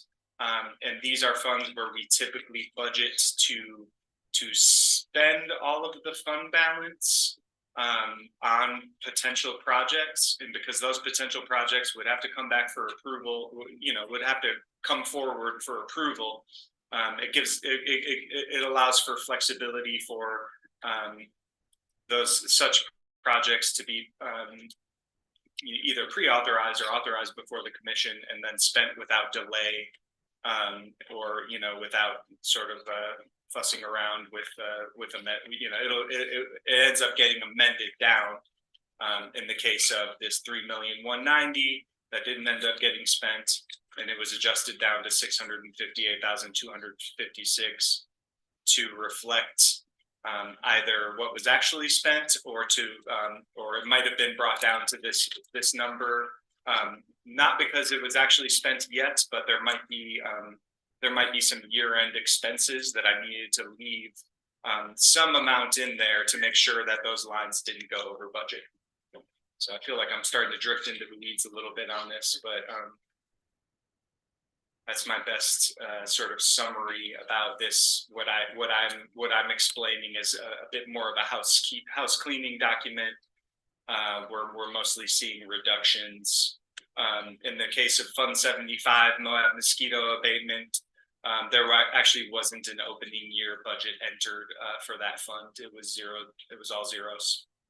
So this is our time at the end of the year to enter that budget. We definitely won't be doing that for 2024, but that is what it is at this point. And let's see. That's my summary right now for the amendment. Any questions or comments at this stage? There will be plenty about more opportunities, and we'll keep talking about this particular topic more in detail as we scroll through the. Maybe I'll just make a quick comment about the mosquito abatement. The new director is excellent. He's working super hard. I know there's been some turbulence in that department or with that special service district in the past, and I think that's, that is not going to be the case anymore. So it's looking really good. The board, who, a couple of those board members who've been around for forever, are just really happy with Steve and how the direction that special service district is moving. So thank you. Thanks. All right, so next up, I wanted to jump to a document that displays the proposed 2023 amended budget before you, and just a way of comparing it to the proposed budget. So if you all decide to pass that proposed amended budget, what does that look like compared to what's being proposed for 2024? So we can sort of best compare apples to apples in a way. So the general fund, it's our largest fund, and one thing that I wanted to make light of in this with this budget, because I just wanted to explain the main driver for this $6 million decrease in that budget. That is mainly driven by $5.7 million that we received this year in LATCF funding, and so essentially that 5.7 and some more some other crooked numbers are not going to be available in 2024, and so when you take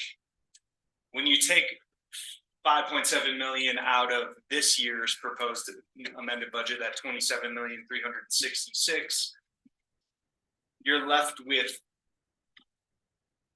21,568,412. Just because it's easier to see. And so anyway, I wanted to point that out to illustrate how the 2024 proposed budget compares to sort of an adjusted version of this year's budget, to give us an idea of what's happening in the general fund. And what we're seeing is that we are showing a $432,587 reduction in the overall scale of the budget for 2024 as currently proposed. So it's shrinking, as we all know. There's revenue softening, and so the budget is being adjusted accordingly. Across all the other funds, we can see how there are adjustments. The Fund 16 budget shows so high in particular because there was a significant draw from the fund balance in order to use funds that were still available for economic diversification purposes. So that ended up pumping that number up a good bit. And it explains that why that fund budget appears to have shrunk so much. It helps to explain at least.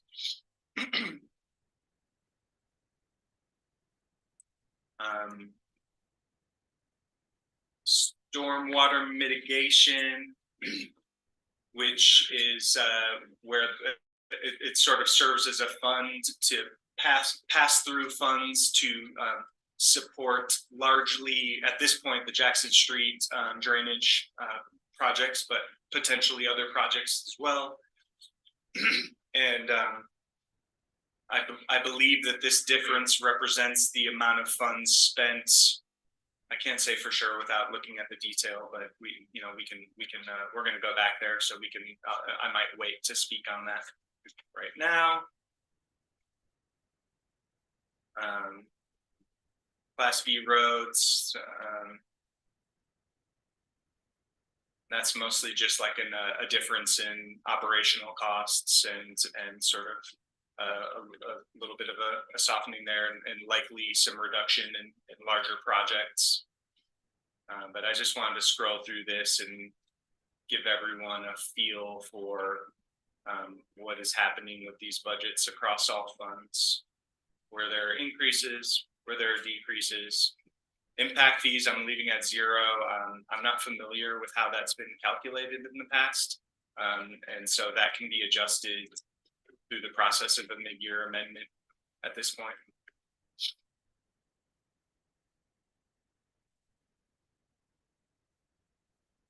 And again, like this debt service building authority, for example, and this is actually, it's pretty convoluted, but stormwater mitigation, that fund, the Stormwater Capital Projects Fund, that actually has to contribute funds to the Debt Service Building Authority Fund and actually to end up paying for Jackson Street because it's a CIB loan, and therefore it has to go through this NBA fund. The things you learn as you come through these things. But this just reflects, it shows 658, 256, and at the beginning of the year, it was somewhere closer to that. But the proposed amendment shows it shrinking back down to adjust for actuals. But in the 2024 proposed budget, we budget that back up to allow allow that expense flexibility to continue on with that project.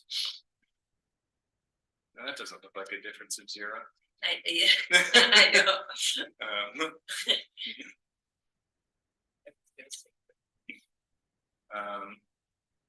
Sorry about that.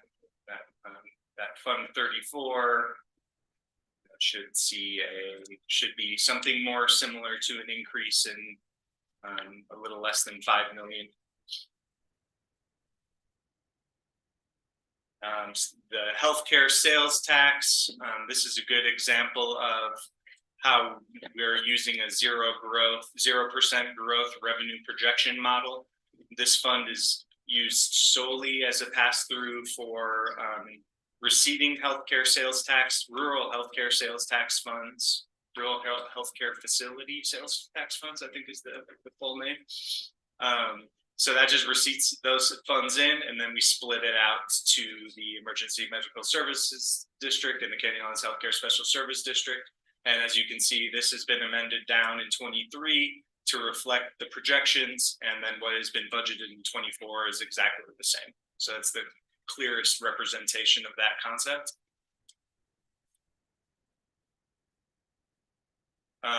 This large difference in parks, trails, and recreation is largely due to money budgeted in so this 4.4 million likely in the beginning to open 2023. It was likely in a very similar, more in a similar range, but that's where we budget to expend funds for the Spanish Valley Drive multi-use pathway, as well as that paved path maintenance that we discussed earlier at the budget workshop.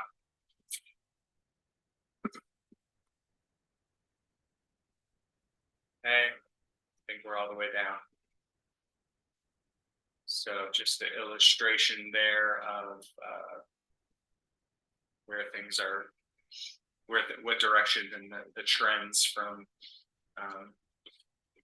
next year's proposed budget and the amended budget that y'all are in consideration of approval at the next meeting. Are y'all ready to go through the big one? Suppose so. Okay. Yeah. Make sure I don't have any notes that I wanted to touch on before we go through. Actually, I have a quick question on the library. So that's the library number is not in consideration of the raising taxes that would take effect next year. Is that right? No, because it's, you know, because it's truth in taxation, and that increase is happening within an allowable amount where it's not, you know, it's essentially kind of it's an increase that's granted within an allowable amount. Okay. So ultimately, you know, when that, but you know, that does account for increased tax revenue. It does. Okay.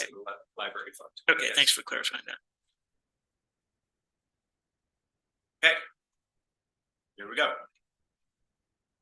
Back up to starting with the general fund. So for those following along, we have in this column here, the 2023 proposed budget amendments column. And so in that column, we can see very directly in the orange shaded cells, what has needed to be amended, either increased or decreased, in order to account for the actual picture, and so in order to sort of tighten up the edges of the budget, so that when we're making transfers and contributions and budgeting for those things, it's less of fantasy and more of a reality based on what's happening on the ground now that we're 11 months through the year. Excuse me. So again, here's another representation about how the proposed budget budgeted revenue. So these first rounds of categories that we're going through in the general fund, and a way that you can see is that negative sign attached. That means that it's a revenue. And so these first few categories here in the general fund are revenues. So these property taxes, which are pretty much everything in this category here, with the exception of sales and use tax and county 0.25% sales tax. These are projections prepared by Treasurer Kaufman that are, and the increases account. I guess there are some increases and decreases, so there's some complexities to this that I can't say I quite understand.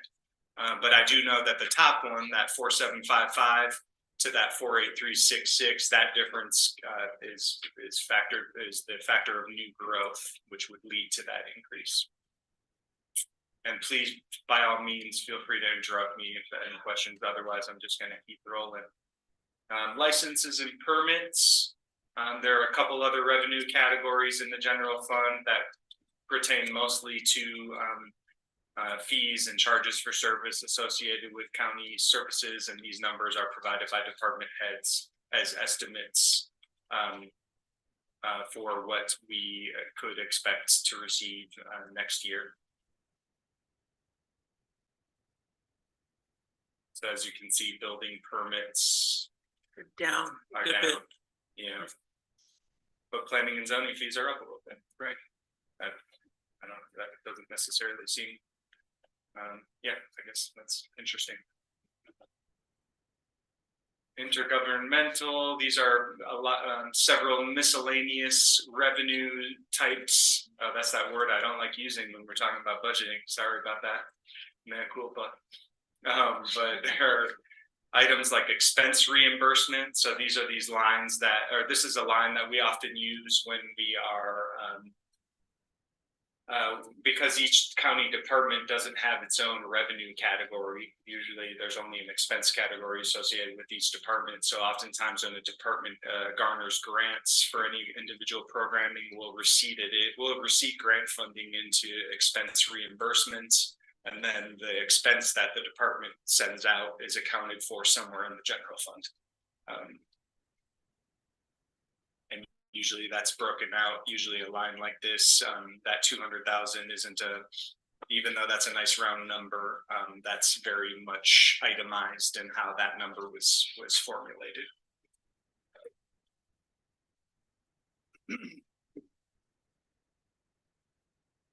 Again, here's another revenue category that's associated mainly with county departments and their estimates for what it would be to be expected in 2024, as well as a few increases and decreases based on having received more in these revenues than was expected or initially budgeted for. So we had a good year for recording fees, it looks like, because we had to amend that line up by $20,000. Go figure.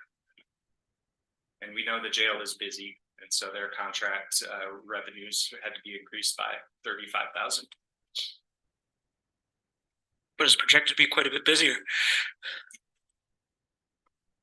And it's projected to be quite a bit busier.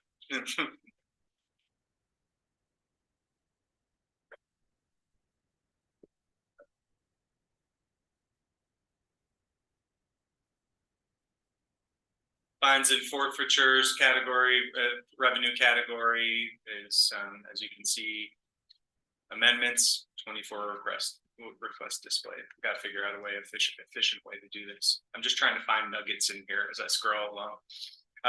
Here's the interest that we amended up to that I referenced before. So we had initially budgeted 106,000.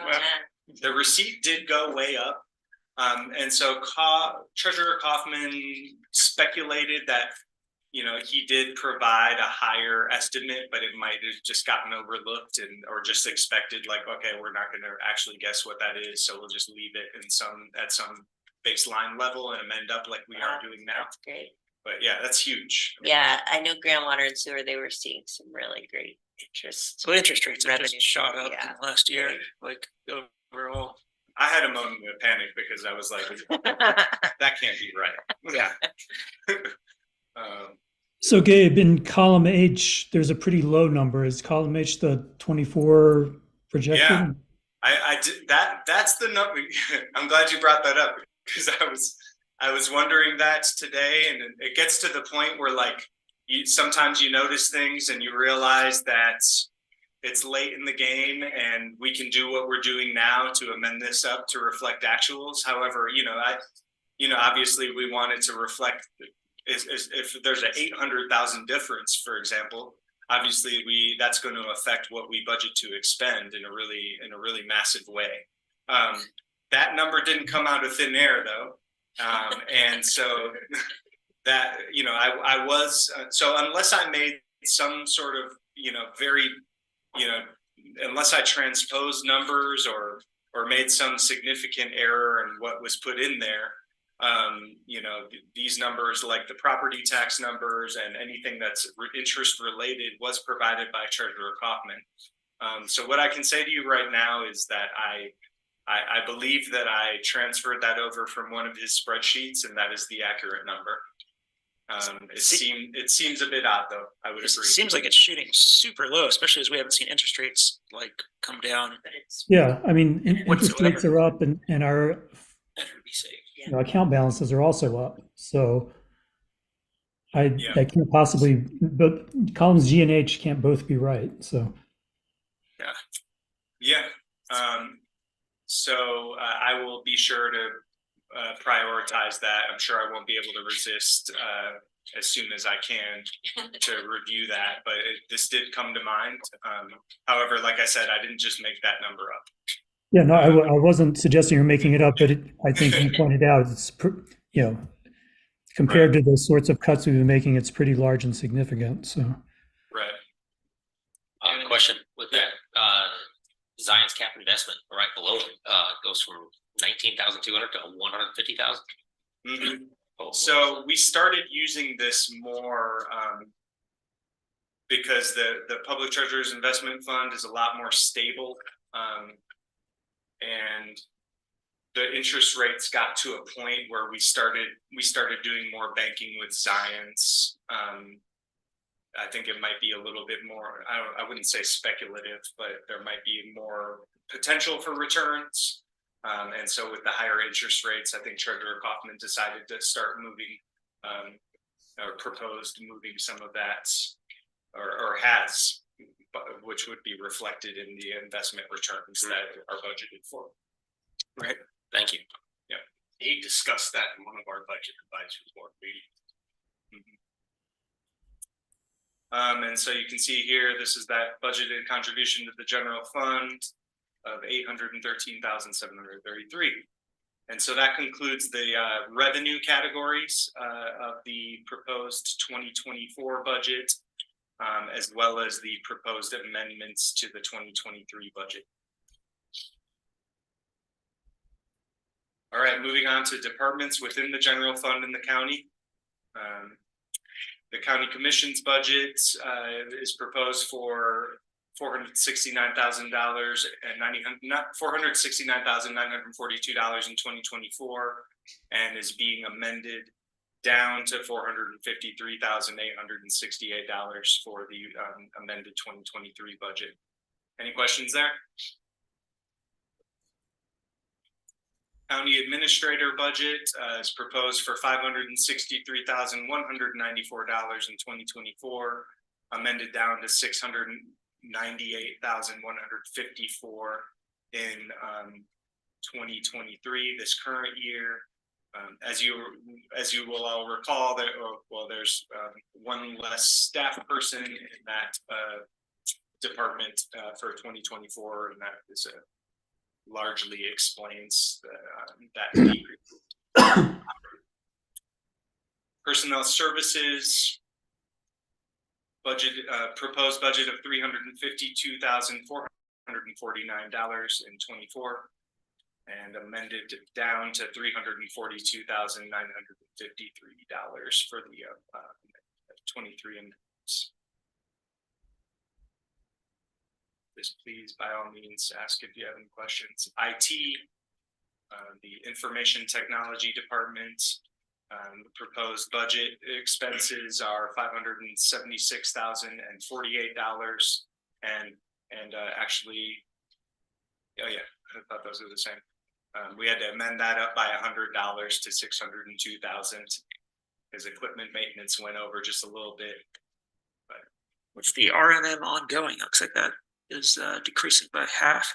Yeah, we received approval from Matt to decrease that within reason without leaving the county high and dry, but he did see some room in there to decrease the.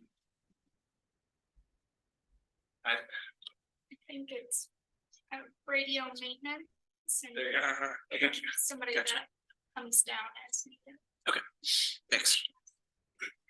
And so I think Matt said that he would expect that to need to come back up in future years. I'm not sure the rationale behind that, but I'm grateful for him being able to see there was some space in there for us to adjust things down. Certainly.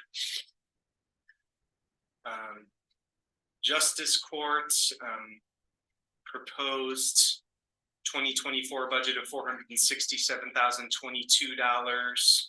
Amended in 23 proposed to $452,808. So we see there's a proposed increase in this overall budget. There was a new copy machine that they were purchasing and some increased travel, I think.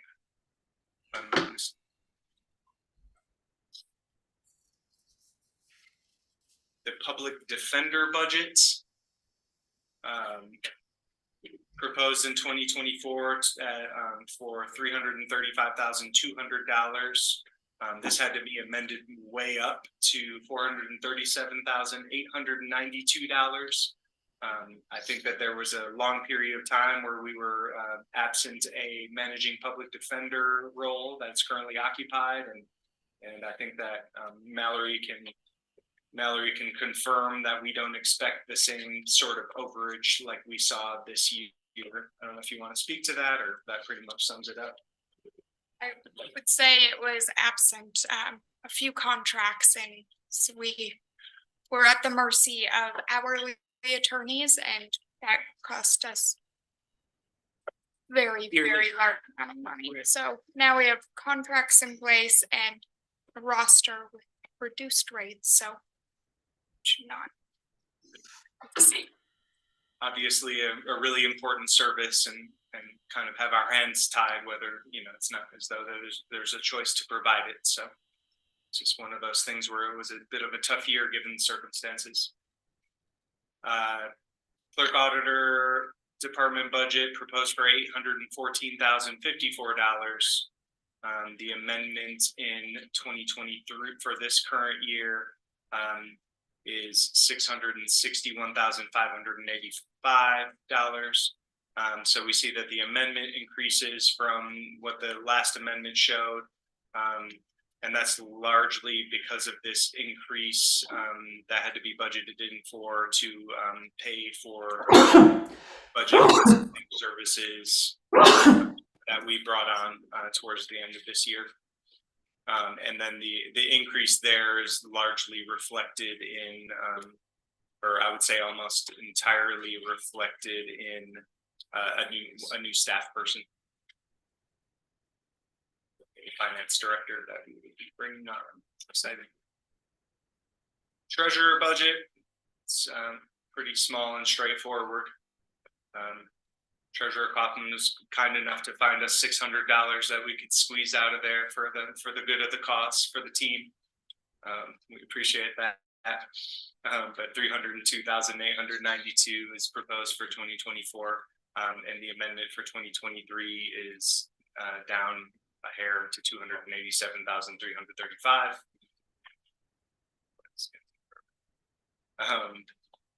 Recorder's budget, $394,933 proposed in 2024. $377,876 to be amended. And I think I'll continue on this path once we get through the general fund departments, and we'll see how we might adjust this presentation approach as we get out of the general fund. But I think it's appropriate for such a significant and important fund to kind of take the time here. The attorney department, the Grand County Attorney's Department, proposed budget in 2024 of $1,093,404. And the end of year amendment reflects a reduction to $990,893 from what was currently entered in for that budget 23. The assessor's department, that's a 2024 proposed budget is $632,469. Amendment in 2023 up to $870,769. That big discrepancy is largely accounted for, and the huge cost associated with the commercial appraisal, which was executed this year. Surveyor, Lucas informed me that he doesn't need budgeted these other items, this travel, rent, and miscellaneous supplies. He basically told me to not even bother budgeting them in, and that lined up with all of the historicals for those lines. So I followed his direction. And this does include a cost of living adjustment for a total proposed budget of $84,347. Amendment in 23 of $94,801. Non-department expenses in the general fund. There are a number of things here that's oftentimes perhaps their costs associated with things that are used by multiple departments or all departments. So there are things like utilities, and there are things like there's like a car rental expense. That's not exactly what I was looking for. There are like fleet. I thought maybe that fleet vehicle, like the general fleet vehicles, were kept in here somewhere. I'm not exactly seeing that right now, so I shouldn't speak too soon. 250,000 proposed in 2024, and 23 is being amended up to 273,648. The audit amount here, $54,000 is according to contract.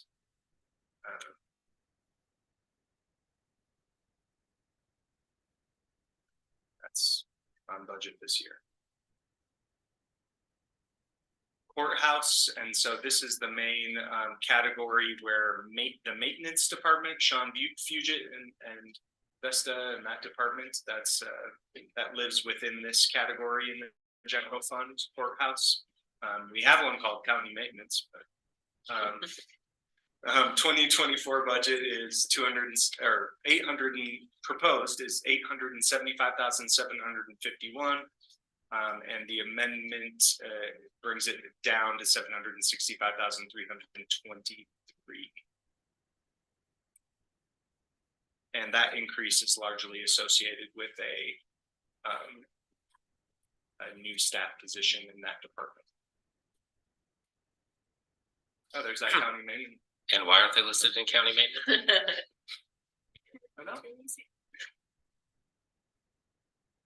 Elections, as has been discussed, we've got 3 elections to run next year.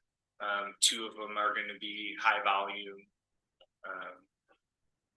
And we have some expenses that still that we're still wrapping up from the end of year. So this 39,000, you know, what it's going to end up being spent in this year is going to be a good bit lower than this number. So you might say if we're doing 3 elections and one little city election this year cost 39,800. Well, it's because it's not going to cost us 39,800, but I wanted to leave plenty of cushion in there so we don't overspend any individual funds.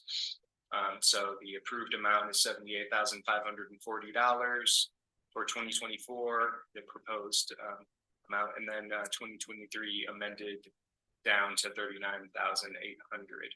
I am hoping that there will be some room in this amount, though I didn't expressly, but yeah, I'm not 100% sure at this point. I'm going to kind of see how it plays out, and if the Democratic presidential primary and the regular presidential primary, depending on how those expenses shake out, I'm hoping that we can do some custom I voted stickers for the general election next year. The city elections, do they reimburse you? Are you under contract with them? How does that work? Yeah, we are reimbursed. We have an IOA with them. And is that full cost? I mean, they reimburse you 100% of your expenses. It is. Well, I give them a rate per voter that's based on the contracts that we have in place with our printer and our software and equipment provider. And so I think it should be pretty darn close. Or there isn't an expectation that it wouldn't, you know, that the estimate isn't trying to account for all of the cost. Yeah, thank you. And I think that, I don't know, I get the sense it'll be interesting to see what happens in this legislative session or the one following even, but I don't know how long this type of murmuring has gone along, but I know that there is some murmuring about mandating or sort of requiring that counties are the ones that run elections and that actually no municipalities would be able to run their own election. I think that there are challenges to that, obviously, because it would cost Castle Valley, you know, many more thousands of dollars for us to run their election than for them to do it. So I think that there needs to be exceptions in place for very small, especially very small rural communities that would take on a huge burden by forcing counties to do it. So interesting topic that I'm interested in. I tend to advocate for these little guys who can't who don't have the money to spend on elections like that, and maybe have a few hundred voters and can do it in-house capably. Planning and zoning category, 2024 proposed budget of $844,631, and 2023 has been amended down to $650,628. You can see there were some planning projects that weren't gotten to, as well as I believe is the code enforcement. We just hired someone in there, but I think that was, as you can see, this salary line here, there was a higher baseline. We amended down because that position was unfilled for most of the year, and it's back up. And so that, along with the unspent planning project money, would go largely to explain that kind of increase. Yeah, that discrepancy. The sheriff's budgets. There is a new position in that department, in that office, I should say. It's a pretty big budget. Right now, 2024 proposed is 4,943,783, and this does encapsulate search and rescue as well. It's kind of encapsulated within this this budget, this department category. And then the amendment for 2023 is being raised to 4,720,806.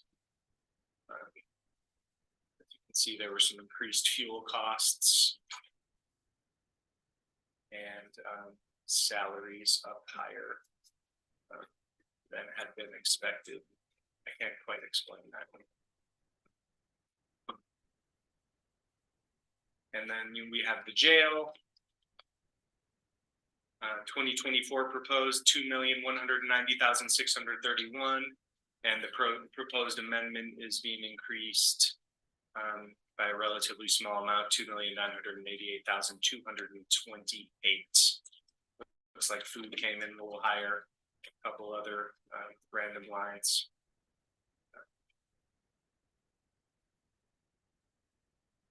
Dispatch is a new expense category in the general fund. That was previously encapsulated in the jail budget. So as you can see up here,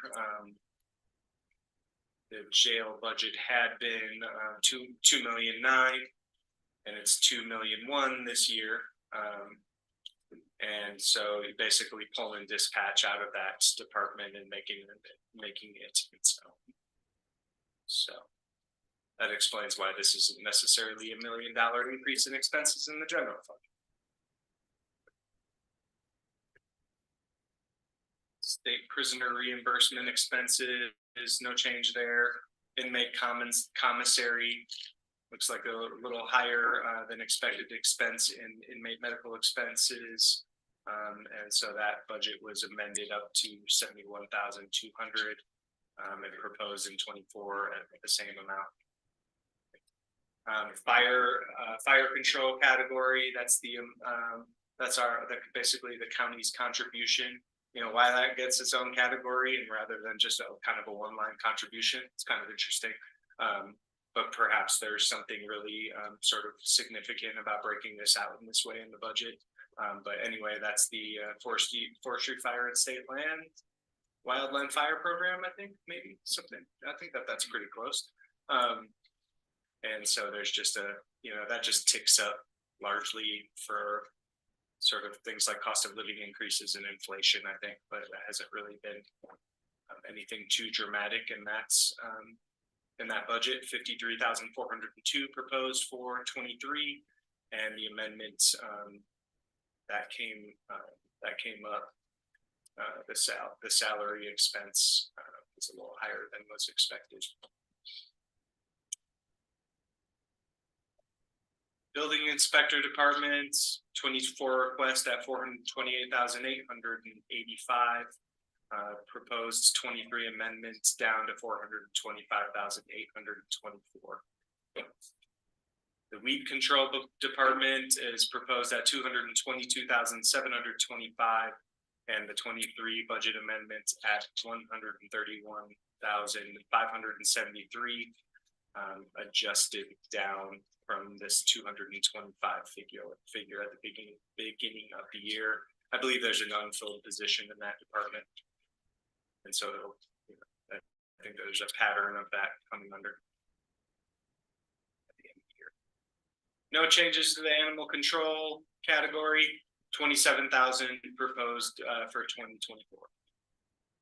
Emergency Management Department, that proposed 24 budget is expenses in the amount of 174,463, and the proposed 23 budget amendment is up by a little less than $15,000 to $158,063.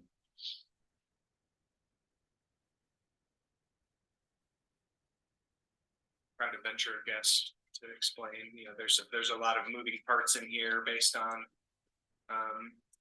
you know, it looks like this position being fully funded out of this category. I can't quite tell how new this category is, but I'm noticing, you know, some things are being accounted for differently in 2024, and I'm not sure how that serves to explain the differences across the board here, but it's there.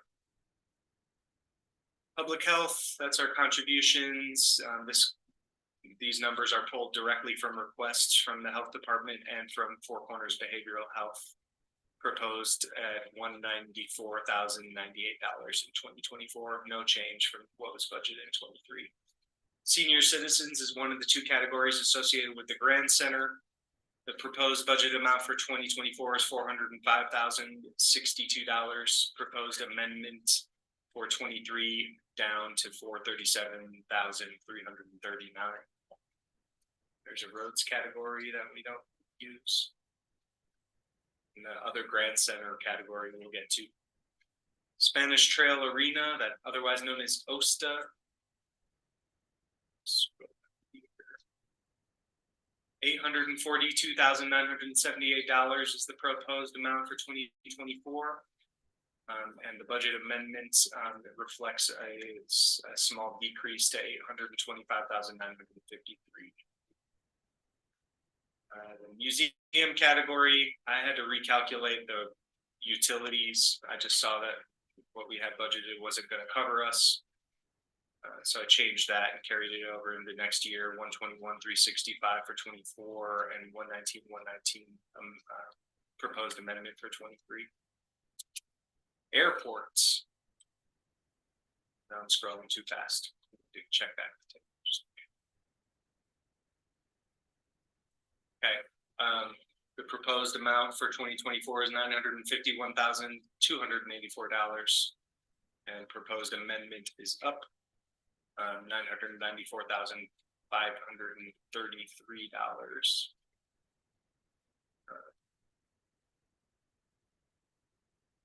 One fun thing that we're sort of saving money on this year, there's this 12,000 amount in water and sewer system that we're able to budget down to $4,700. It's because Chief Deputy Clerk Auditor Dana Van Horn is a certified water system operator, and so she can take a day once a year to go out there and certify their system and save us a bunch of money from having to contract that out.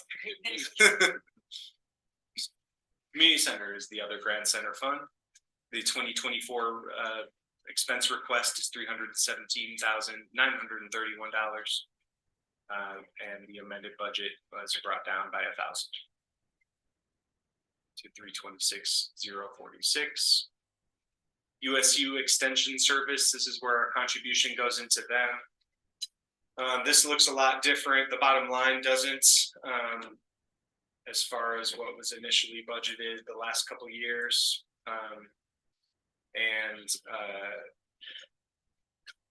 Corey, who's the new director of USU Extension here in Moab, he asked if the category or the line titles that we use more closely reflect the budget that he actually operates with USU. And I tend to think that will lead to fewer miscodes and less confusion for him and ultimately less confusion for us. So I was comfortable with doing that. Transfers. And so this one is a lot less, mainly because there's that LATCF revenue that's that isn't available in the future now. It's just a one-time thing. And so That largely makes up this here contribution to the capital projects fund. And there were some increases in family support center, and a decrease to Fund 56 for the airport. But also there's a $400,000 stormwater. That's stormwater capital projects funds, and so we don't have this surplus in our budget this year or next year to support that either.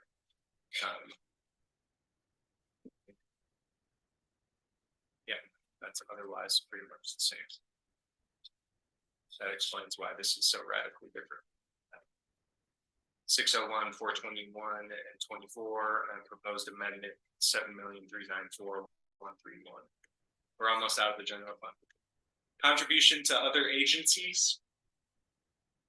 As you can see, here's the 150,000 proposed contribution to Moab Valley Fire, and some other contributions we make to partnering entities such as the Utah Association of Counties, Sea Haven, Southeastern Utah Association of Local Governments, Moab City,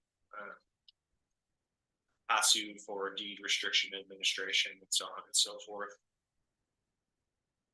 The proposed request for 2024 is 332,621.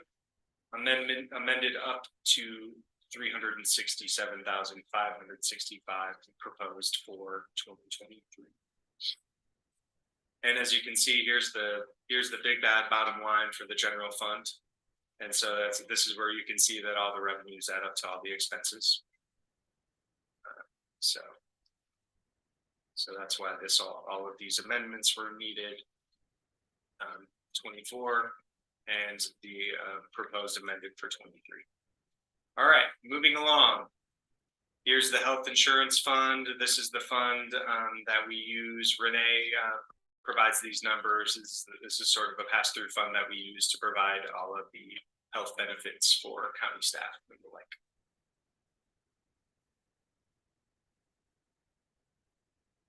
This is Fund 16, Economic Development. You can see tourism promotion revenues and recreation, film, and convention revenues aligned with the proposed amended end-of-year projection for 2023. There's also a good amount of interest in there. That would stand to reason if there's that much interest going in there. That well, maybe that does. Anyway, never mind. The contributions is mainly associated with there's non-TRT expense category, and then there's contributions, and that's mainly where we deal with funding and expenses that aren't TRT related. And economic diversification, there is a small amount included in there in 2024 as advised by the Economic Development Department, as is needed to conclude disbursements related to the STAR grant. But otherwise, that is defunct. Recreation, film, convention budgets category in Economic Development Fund.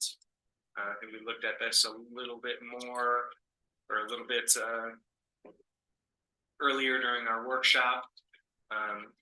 But there are increases there, both with respect to contribution to Fund 47, Responsible Recreation, as well as a beefing up of the budget associated with the film with the Moab to Monument Valley Film Commission.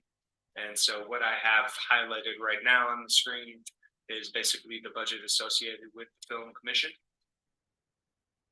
And everything under it is other miscellany that's used and supported by the Rec, Film, and Convention side of TRT, which is 1/5 of 1/3 of our TRT revenues.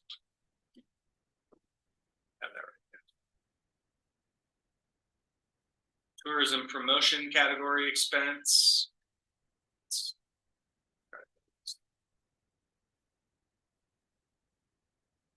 There's also, this is where the contribution from tourism promotion to responsible recreation, advertising, and promotion activity is included, and that's currently proposed for 2024 to be 199,376.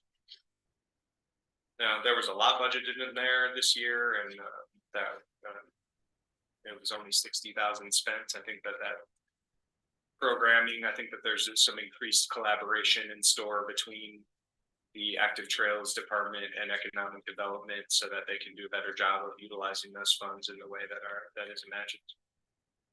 And there was a little bit of talk on that when Maddie and Ben were here and presented before us. And these are the numbers that were proposed by Economic Development for tourism promotion spending. Total 2,262,849 requests in that expense category in 24. And the amendment was down to reflect underspending for 23, 2,120,285. There is again those non-TRT expenses that I referred to in the contributions revenue category. Fund 17, 911 emergency funds. This is associated with grants. I think this is associated with taxes and grants that go to support dispatch. I don't really have a whole lot else to offer about that.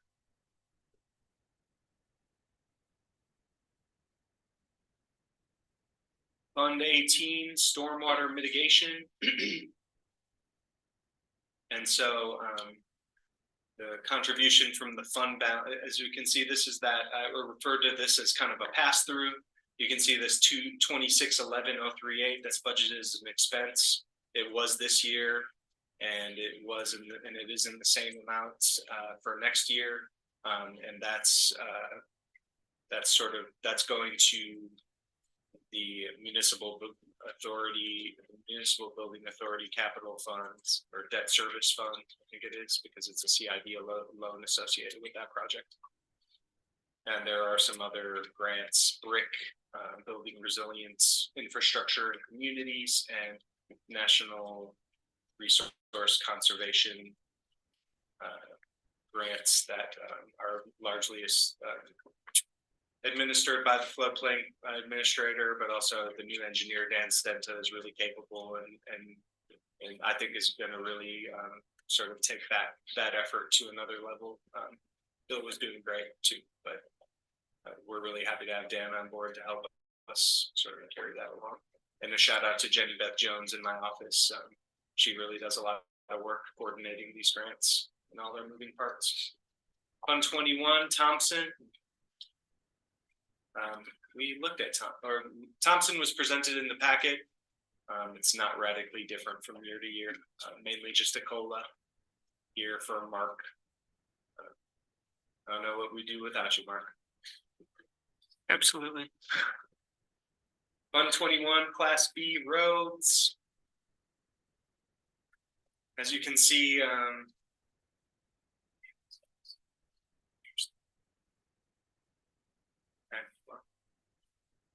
that might be something that ends up getting amended down, or I'm not sure what we'll do with that. This is one of these sales taxes that really should be aligned, that should be equivalent.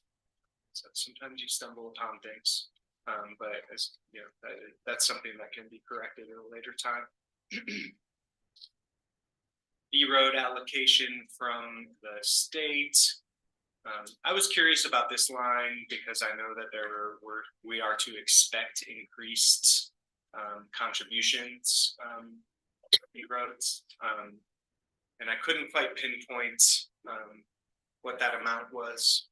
So I thought best to let it rest at the baseline and amend up at the mid-year to reflect when all had funds rolling in, and part of I think it's tied to this B road allocation is a county contribution from our general fund to support roads activity in the amount of $200,000.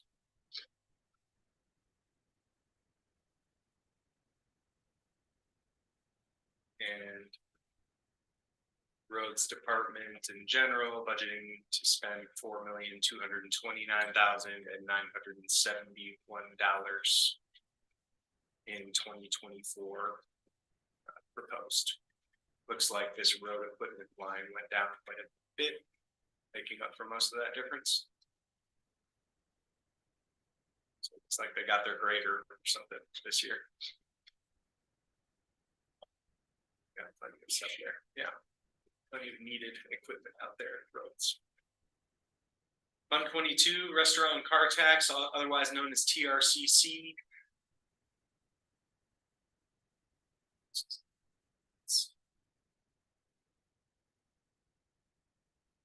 So it looks like this this should be aligned, but it's not. It's not terribly that far off, so I don't think it's any cause for alarm. The amount of in the scale of that raw amount, that $12,000, I think easily correct when the time comes. Contributions to other agencies. So this is these TRCC funds go to support OSTA, July 4th fireworks, airport debt service, and Grand Center operations, and the debt on the Grand Center building. Fund 23, that's no longer used. It's been replaced by Fund 16, Economic Development, but this was formerly used, called the Travel Council Fund. It's basically this exists as the same purpose. No substantive change to that. Miscellaneous grants. The activity in this fund is largely associated with the emergency management department activity, and we department grants. Pretty much not a whole lot else in that fund. As you can see as I spoke through. WMD, it's emergency management department, and the weeds department.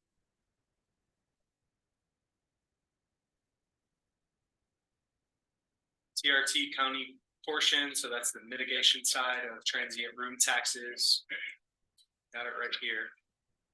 So projected to receive this much by the end of the year, and proposed to receive that same amount next year. And then we're bringing in some interest there as well.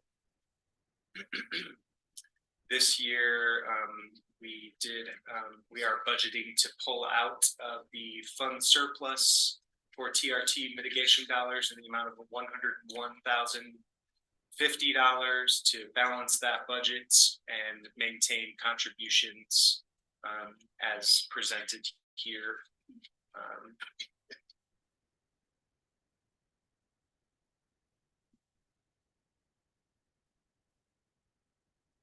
Fund 27 designated funds. It's another one where it catches a lot of smaller items, but Association of Governments support of the Grand Center. This is where we're bringing in the opioid settlement funds. And some amendments here to reflect SAR donation actuals and donations to OSTA. There's that 24,000 from Red Rock 4-wheelers. You know, and these are kinds of funds too that oftentimes are just as easy to leave zero and amend back in to reflect what actually comes, because it can be really hard to predict something like SAR donations. And there's not much at stake for under budgeting that revenue at this point. Those donations are sitting in a pot and just ready to use when SAR is ready to usually make larger purchases. At least not a whole lot of activity going on. My way along. Well, looks like we're getting there. We're at least 2/3 of the way through. Fund 27, Fund 28, impact fees.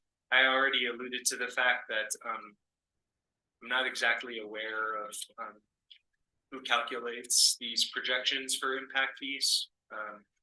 Some more education is needed for this this particular fund, but because it is encapsulated and it is all obviously all very restricted in how each of these different revenues for impact fees can be used in my understanding.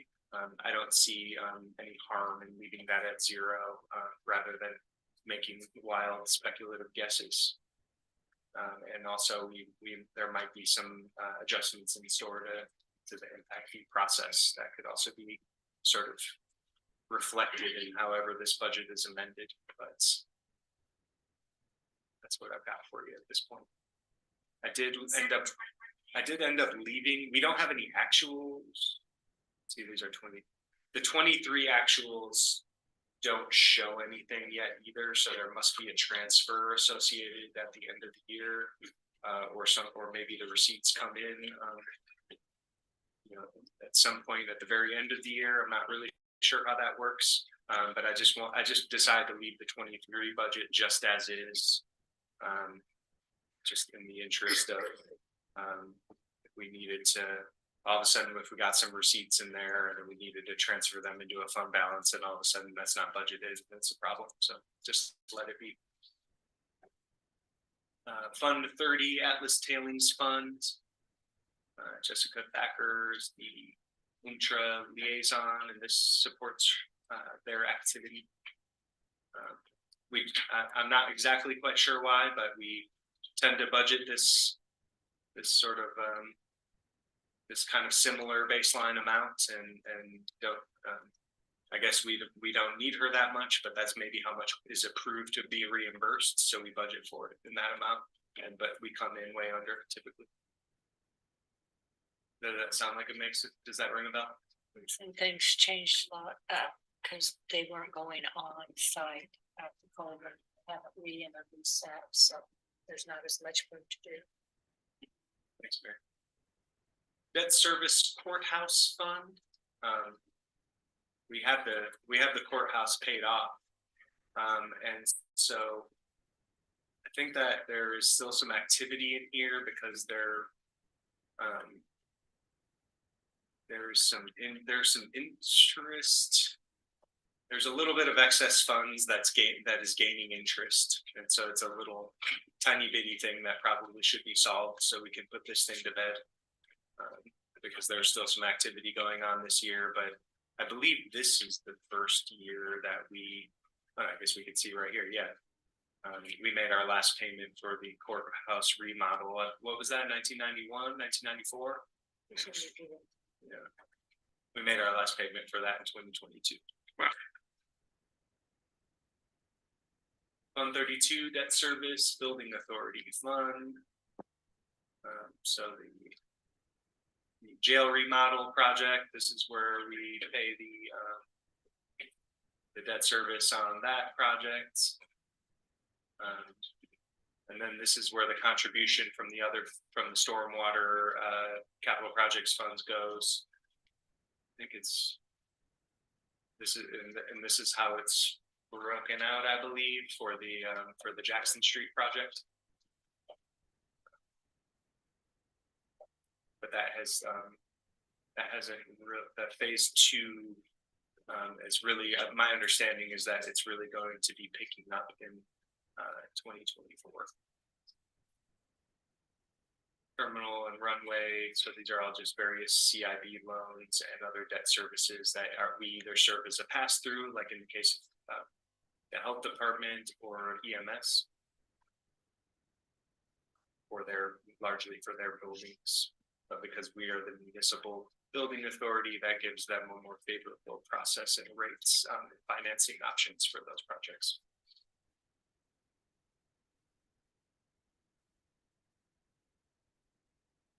Do a little bit more detail on what the principal and interest on some of these debt payments are. The EMS facility. In the past few years, there have been some other project costs on top of the debt payment because there's still a balance left over in the CIB financing that they received for that building. I do believe that this $128,709 reflects the end of that balance. So I think we expect moving forward, just to serve as a pass through for that 118.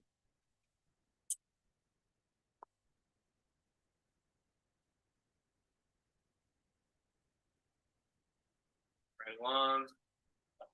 There's the library debt service library fund.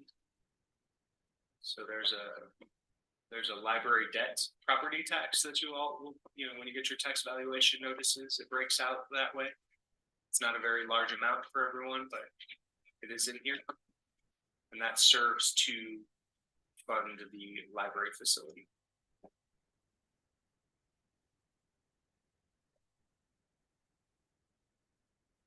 Fund 34, capital projects, general fund. We talked about this before. The amendments kind of brought everything back down because we budgeted at the beginning to spend it all on a new number of various projects.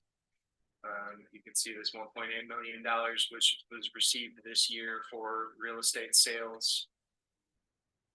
And there's a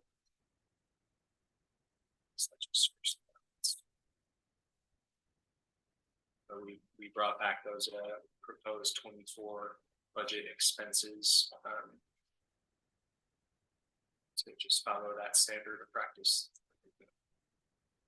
Get those projects ready as much as we can. Road capital projects fund, kind of the same story.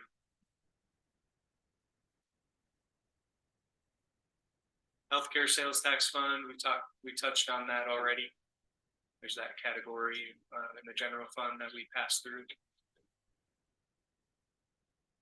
EMS, Canyons Healthcare Special Service District, that's a 57-43 split, 57 to the Healthcare Special Service District, 43% to the Emergency Medical Services District.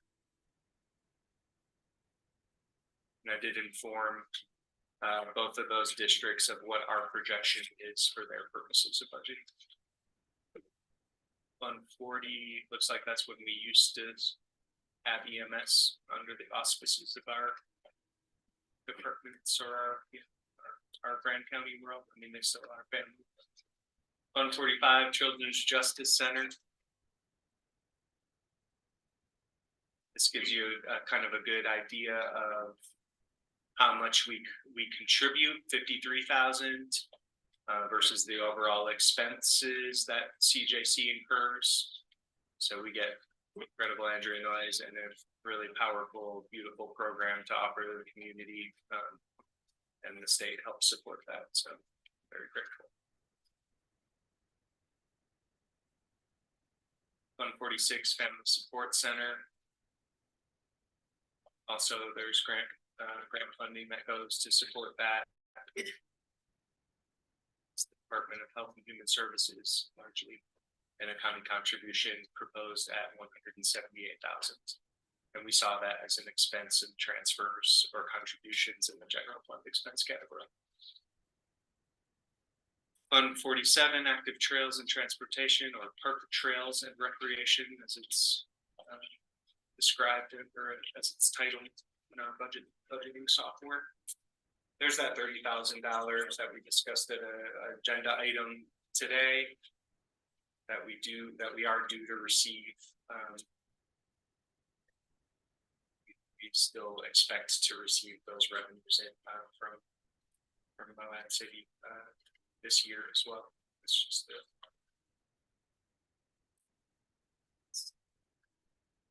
the TRT contribution is up.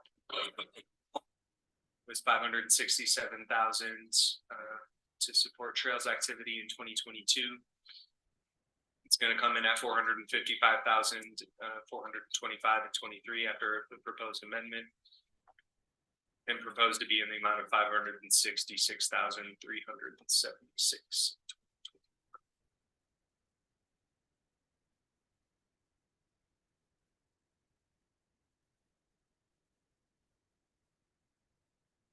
As stated before here too, there's this 3165 610 and this 407 here. That's a transfer from the Fund 21 B roads optional sales tax allocation that's handed off to trails, as well as the contribution to, for the hotspots, Spanish Valley Drive trail, I guess we're calling it in this line, multi-use path. I like that a little bit better. Sorry, I'm getting a little punchy. Fund 56, Candylands Airport. This fund, we have an airport category in the general fund. And this fund is used largely to administer the airport improvement projects, otherwise known as AIP. Currently, we don't have a whole lot entered in there other than the, I believe this 175 is for the fence projects.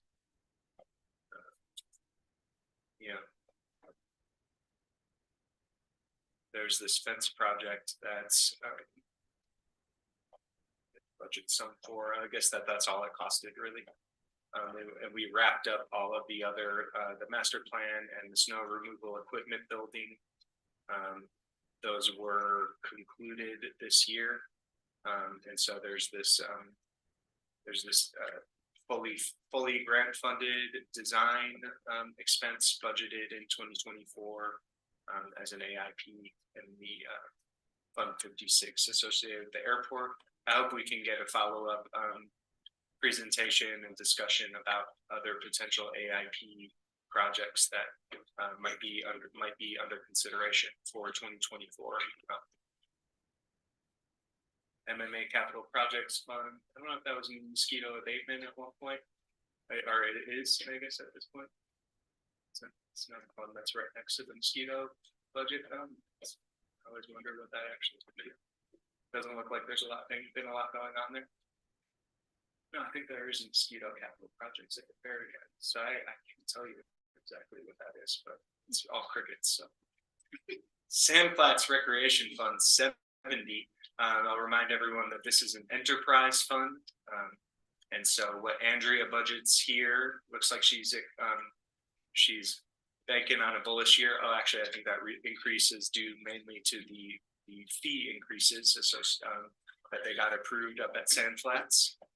So she's gotten some more revenue to work with and improving and making even more wonderful the Sandflats recreation area. But they are all self-funded. They don't get contributions from the general fund or any other sources of sort of, I guess, tax revenue, you might say. It's all just use fees.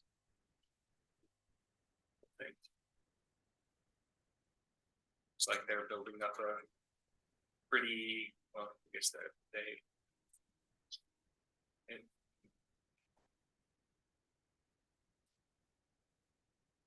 there's a contribution from the fund surplus shown as revenue for Sandflats in order to balance this fund of $320,998.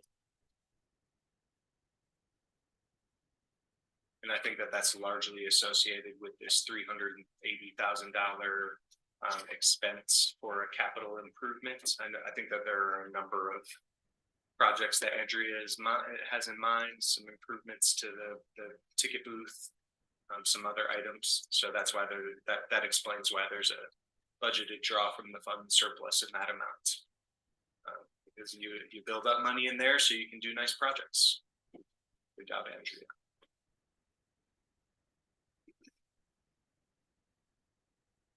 And Fund 72 library, we just looked at that with Carrie Valdez, the director. This property tax revenue here reflects the tax increase garnered through the truth in taxation process that the library is in the midst of.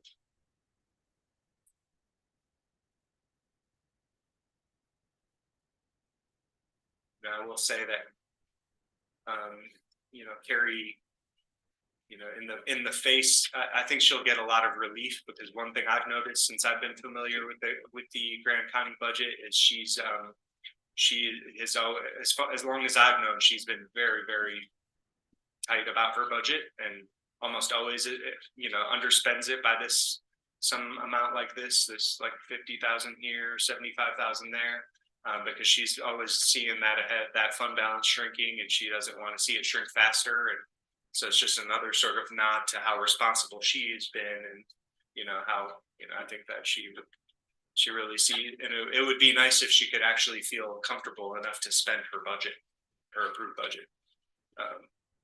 But yes, it's definitely these are serious issues in terms of consideration of any increase.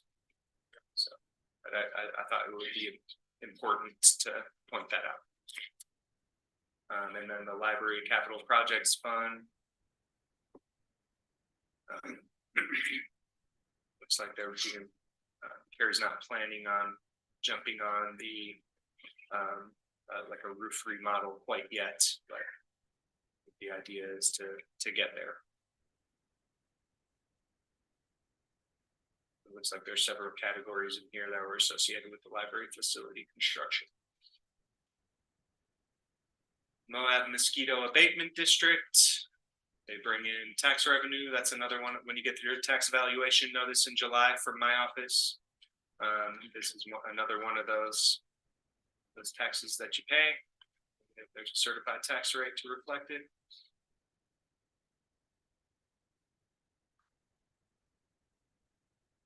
Oh yeah, okay.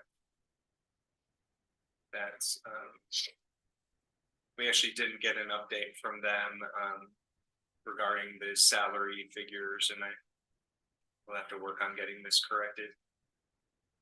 And there are some limitations to my ability to adjust salary over time and compensation figures in the budgeting software. So that would explain why these are zero, and they certainly shouldn't be.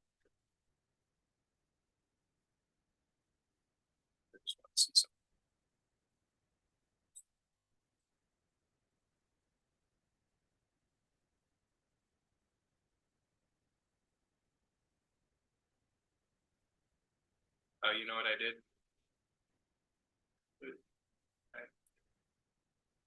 This debt payment figure, because I couldn't change these numbers. Sorry, my apologies, but I put a placeholder in this line right here, just so this bottom line number reflected what the mosquito budget actually is going to be. So that can at least be amended, and it's something there that won't create the need for a big increase there. But sorry, my bad. Fund 76, we're almost there. This is the cemetery fund. I believe Treasurer Kaufman helped Mr. Buckingham prepare this budget. They also received tax revenues.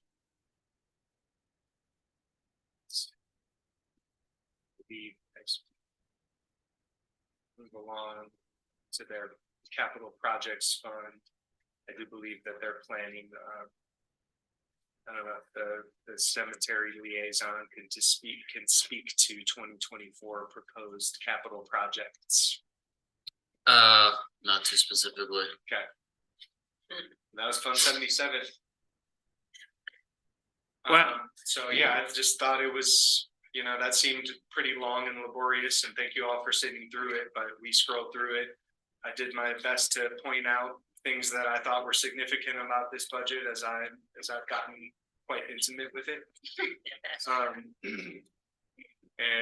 Yeah, I'm happy to, I guess, we'll bring it back up, obviously for approval at the next meeting. So there will be ample opportunity for discussion, conversation at that point. But obviously, this is a public hearing, so we want to give a chance for the public to speak at this point if there's anyone still out there.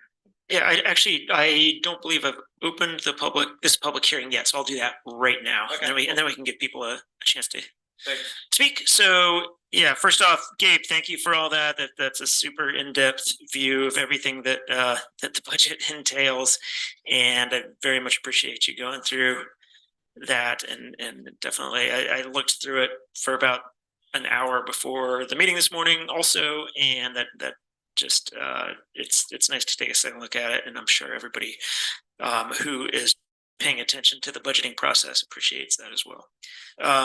So at this time, I will open this public hearing to solicit comments on the amended 2023 budget and the tentative 2024 budget for Grand County.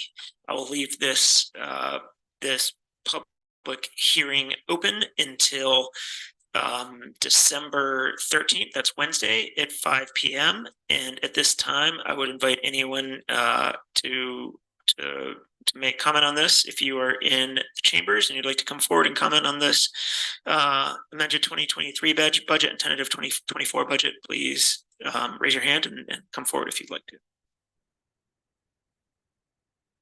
Is there anybody on Zoom who is here who would like to comment on this? No one on Zoom? Okay. Excuse me. Okay. Thank you. Okay, we'll leave the public hearing open until next Wednesday. You can please submit comments to commission@grandcountyutah.net, and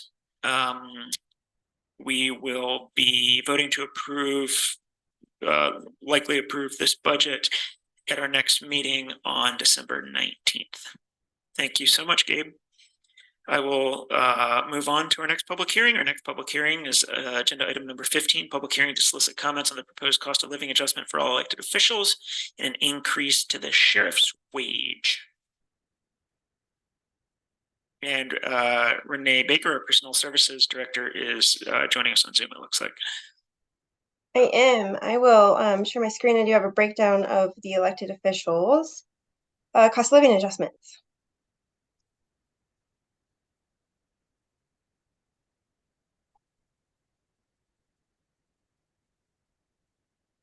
So we did go ahead and include the elected officials' cost of living adjustments into the budget. All elected officials are in the general fund. Additionally, there was the Renee, could you magnify that for us? Yeah, absolutely. Great, thank you. Yeah. Much better? Yeah, it is much better. Thank you. Okay. So also additionally, there was a wage correction on the sheriff's wage. That is the $20,627. That includes the COLA amount of $4,406. Attorney Stocks has made it known in the last meeting that he would like to give up his COLA, which is noted there in the yellow on the attorney line. And I know there was some additional discussion about the commission's COLA, so that total for all commissioners would be $8,639, though that wasn't a final decision quite yet. And so as of right now, these are all included in the budget, but that can be updated from there. Great, thank you very much for breaking that out, Renee. I appreciate it. Sure. I will add one more thing, Jacques. I just wanted to note that this is the only increase that our elected officials do see. They have no other way of increasing their salary year to year. So to stay competitive within the market, we do try to provide the COLA year to year. Great, I appreciate it. And also, I thank Attorney Stocks for putting his COLA forward and yeah, contributing in that way. Thanks, Stephen.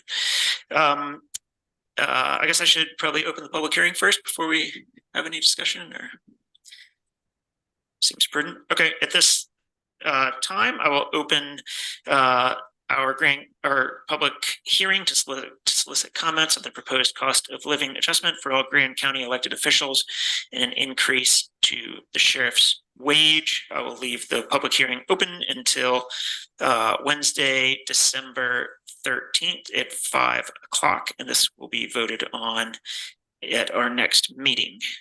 Is there anyone here who would like to come forward and make comment about the elected officials' COLA or the sheriff's increase in wage?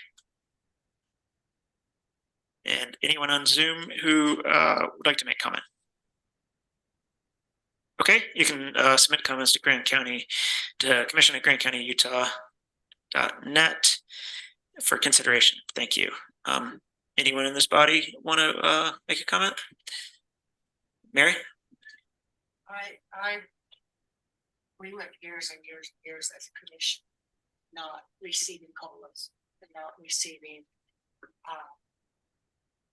any type of increase. And I can't remember exactly how many years ago, it was really painful when we had a salary survey. So it wasn't just arbitrarily that they decided how much a commissioner should get paid. It was done through an outside organization that came in and looked at every single department and, suggested whether or not there needs to be a pay increase or a pay decrease, or some departments were overstaffed, understaffed, and where the commission was. And the commission, this was what they recommended, is what that they felt we did as commissioners earned. And this was if you did your job, not that all commissioners do, but if you did your job, this is what you earned. And I know I work incredibly hard.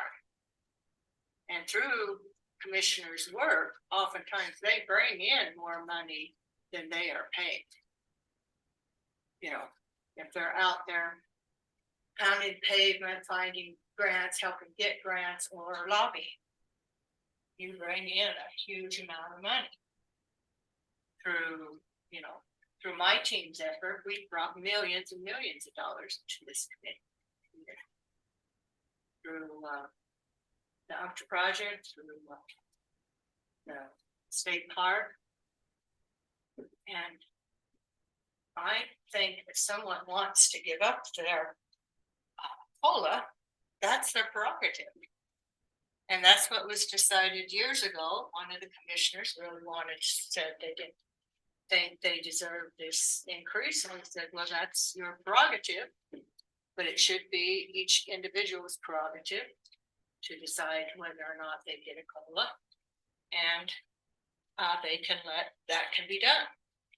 But I'm not comfortable saying that the commission itself does not deserve a COLA, and I am definitely not at all comfortable saying elected officials don't. Our elected officials work really, really hard. Our treasurer, our court, they all do. And they have the option, as every employee in this community in this county has the option of saying, like Attorney Stock, say, I don't want my COLA. But I don't think, I personally do not support not giving elected officials COLAs. I think they deserve it just as much as every salaried employee or non-salaried employee that is hired rather than elected. So that's my feelings on having elected officials, especially non-commissioners, giving up their COLA. Just and we're not giving the COLA that a lot of people are. There are districts in this community that are giving 3.7, 3.5. We're giving just what is expected, that the federal government suggests. Right. Deserve it. And all elected officials, everyone in the county deserves to have the same spending power 2024 as they had in 2023. Thanks, Mary. Stephen? My decision to waive the COLA is not, I'm not encouraging anybody to do that. Everybody's different. I'm my own person, selfishly. I've asked Gabe to include this. I've stated that, when you guys look at the county attorney's budget and the reductions, just to note the fact that I'm waiving the COLA. My department doesn't have a lot of fat to carve out. So I want to point that out, but I'm not saying that any other elected should or shouldn't. It's not my place to make that decision for anybody else. So I really want to make that clear. I've talked with Renee about this. I understand that it's relatively straightforward to be able to carve my COLA out. And so I just want to make it clear that this is not to say that any other elected should do this. This is not to say that any other person doesn't deserve it. It's just for a personal decision that I'm making. So I just want to point that out. Great. Thank you. Thank you, Stephen. I understand and appreciate it. Anyone else want to comment on this? And again, we can, we'll be voting on it at the next meeting. I'll comment on it. I'm in no way insinuating that any other elected official should give up their COLA, and yes, I do want to give up mine. I will say that as a commission body, we have an effect on every business and every employee in this county, and a lot of times the effect and the choices that we all make up here have cut people's salary and pay across the board around town. And so I believe that it would be a good thing for the commission to give up their salaries because we are affecting people around this community. So I disagree with you, Mary. I think it would be totally benevolent on your part to consider other people around town. And yes, we bring in money. I think you're supposed to ask your job to speak, right? After I finished, you reminded me of that earlier or last week. But it's also a privilege to serve this community in this position. We aren't here for our pay. We didn't sign up because this is, well, at least I didn't sign up because it's a high-paying job. We're here because we want to make a service and do something for the community. And let's relate our wages. I don't even know what I make honestly, but I know it's over $30,000 a year. But a representative for the state of Utah is under $20,000, and a senator's not much more. So we're already benefiting at a much greater rate than other elected officials around the county. And I just think that considering the effect that we have on our community, if everybody was prospering, I'd feel a lot better about taking a COLA. I don't right now. And I think that as elected officials on this body, nobody else, that we should be willing to look at that. But myself, yes, I would like to be included on the yellow side. Go ahead, Mike. Most all of our decisions are representative of the body of the entire body of the commission. I know that we'll be putting this to the vote here soon enough, so our decisions will outline there. But again, to reiterate what Bill said, community's down. It looks poor optics. If our decisions affect the community directly, that we would continue raising our own, be it cost of living or not, be it any raises above and beyond what the community is seeing from our decisions. Thanks. Yeah, Trish. I agree. I'm not in this to make money. It has, I mean, inevitably though, to do this job, I can't, specifically for me, I'm single, I can't have another full-time job. So when I left the school district, for example, I lost my health insurance. So, you know, it is, I wish I was independently wealthy and I could just do this, you know, and not have to worry about the pay. But I can't. I do have to worry about, you know, buying fuel and buying groceries and just like everybody else in this community. But I'm more than happy not to take a COLA. I brought that up today. I am used to being a school teacher, and so we never got many pay bumps anyway. So I'm kind of just used to that. You know, you just don't. But I'm more than happy. I agree. I think our community this is definitely a down year. And it's not just, I want to make this clear that it's not just this community. You know, my partner, and he doesn't work in this community, it's just a down year. Or, you know, my family that's in the logging industry and many states away, it's just a down year. It's tough all over. So I'm more than happy. You could take mine too. It's no big deal. I would weigh in that we're considering spending another chunk of change on a salary study. And I think that with the investments that we've made with that in the past, that it's important to stay the course. I would encourage the attorney and fellow commissioners to stay on that trajectory so that we don't have to do these costly adjustments in big chunks. I think that especially when we're in a position that isn't created for us. If the commission members fall out of sync, that would mean that different seats were making different amounts. And I think that it's important for all commissioners to be at the same level. I also think that with the attorney's office, it's challenging to attract a lot of people to run for that. So I think that it's important to have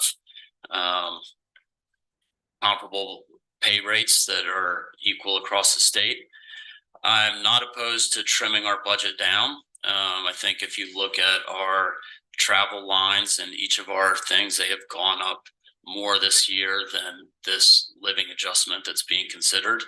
So if people really feel adamant about taking cuts, I think that there's other places to trim the commission budget. But I think that in order to stay the track on salaries and how they weigh out across similar areas, that it's important for all elected officials who don't have the opportunity for pay for performance or anniversaries or anything like that, that we stick with the county policy and apply it across the board equally to all positions. So that's where I'm at with it. Thanks, Evan. And first I want to say that I don't know very many people in my life who take other people's feelings into consideration more than my fellow Commissioner Mary here. So I absolutely feel that way. As far as the COLA goes, I also am not in it for the money. I don't think any of us are. I took a very hefty pay cut when I ran for commission and quit my career and my job. But that being said, I literally could not be a commissioner if there wasn't a salary attached. I'm not, like someone said, I think Trish said, I'm not independently wealthy. I'm not retired. I don't have a pension. And I don't think we want to set up a paradigm where the only people who are financially capable of being commissioners are those folks. I think that would be a terrible, a terrible example for people. I don't think we get very many young people, and we would be very non-representative of our community at large if we were to do that. I personally think me personally, $1,200 isn't going to make or break me over the course of a year. I also agree with Evan that I think all the commissioners should make the same amount of money. I think it would be very difficult if some of us gave up COLAs and some of us didn't. And I would suggest that those of you who are advocating for giving up your COLA, I think that's it. I do find it admirable. I think I appreciate the position that you're taking and the stance. And I would suggest, of course this will come to a vote, but I'd suggest donating your COLA back to a charity or the county potentially, because if we didn't take a COLA, the money would stay with the county's coffers. I think that would be great, and I would commend you for that action. But I, especially after the discussion tonight, I'd be in favor of elected officials taking COLAs, including the commission. And I think we've all had a chance to weigh in. I would ask Kevin if he is still on, if he would like to weigh in. Otherwise, of course, this will come to a vote. I spoke, yeah. Yeah, I am. I'm sorry. Yeah, go ahead, Kevin. If you care to, you don't have to. Sure. Yeah, no, I think I kind of agree with much of what Jacques said. I mean, I'm not in this for the money, but I think Jacques' point that, we don't want to make it a job that's only attractive to people who are retired or something. We want a representative cross-section of communities. So I guess kind of a pet peeve of mine is, I think COLAs are just keeping up with inflation. It's not it's a pay increase on paper, but your purchasing power stays the same. And I think after learning a lesson a few years ago when all county salaries, elected officials and otherwise, were gradually getting reduced because of insufficient COLAs, And then we had to make some big increases to catch up. And I think the feeling at the time is we didn't want that to happen again. And the way we don't get it, the way it doesn't happen again is we give COLAs, more, with very, very few exceptions. So I like Jacques' idea that, all elected officials, including the county attorney, including all commissioners, get a COLA. But if they want to donate some of that back to the county, I think that's great. And if they want to advertise the fact that they're doing that, more, that's fine. I also think that, we should do salary surveys occasionally, and it's pretty hard. We did, the current commissioner salaries were set after a salary survey. It's a little bit hard to compare because, each county has a different number of commissioners, and sometimes they're full-time and sometimes they're part-time, and sometimes they have health insurance, sometimes they don't. But it can give us a rough idea. And I think if a salary survey shows that, in order to be aligned with the rest of the state, we should cut commissioner salaries or salaries of other elected officials, then we should be willing to do it. So I'm not, so I guess to summarize, I don't believe that salaries can only go up and never go down. I think, they should be adjusted both up and down, but I think, we shouldn't use a COLA as an excuse to make some kind of random salary adjustment. I think we should periodically do salary surveys and set salaries that way. Thanks, Kevin.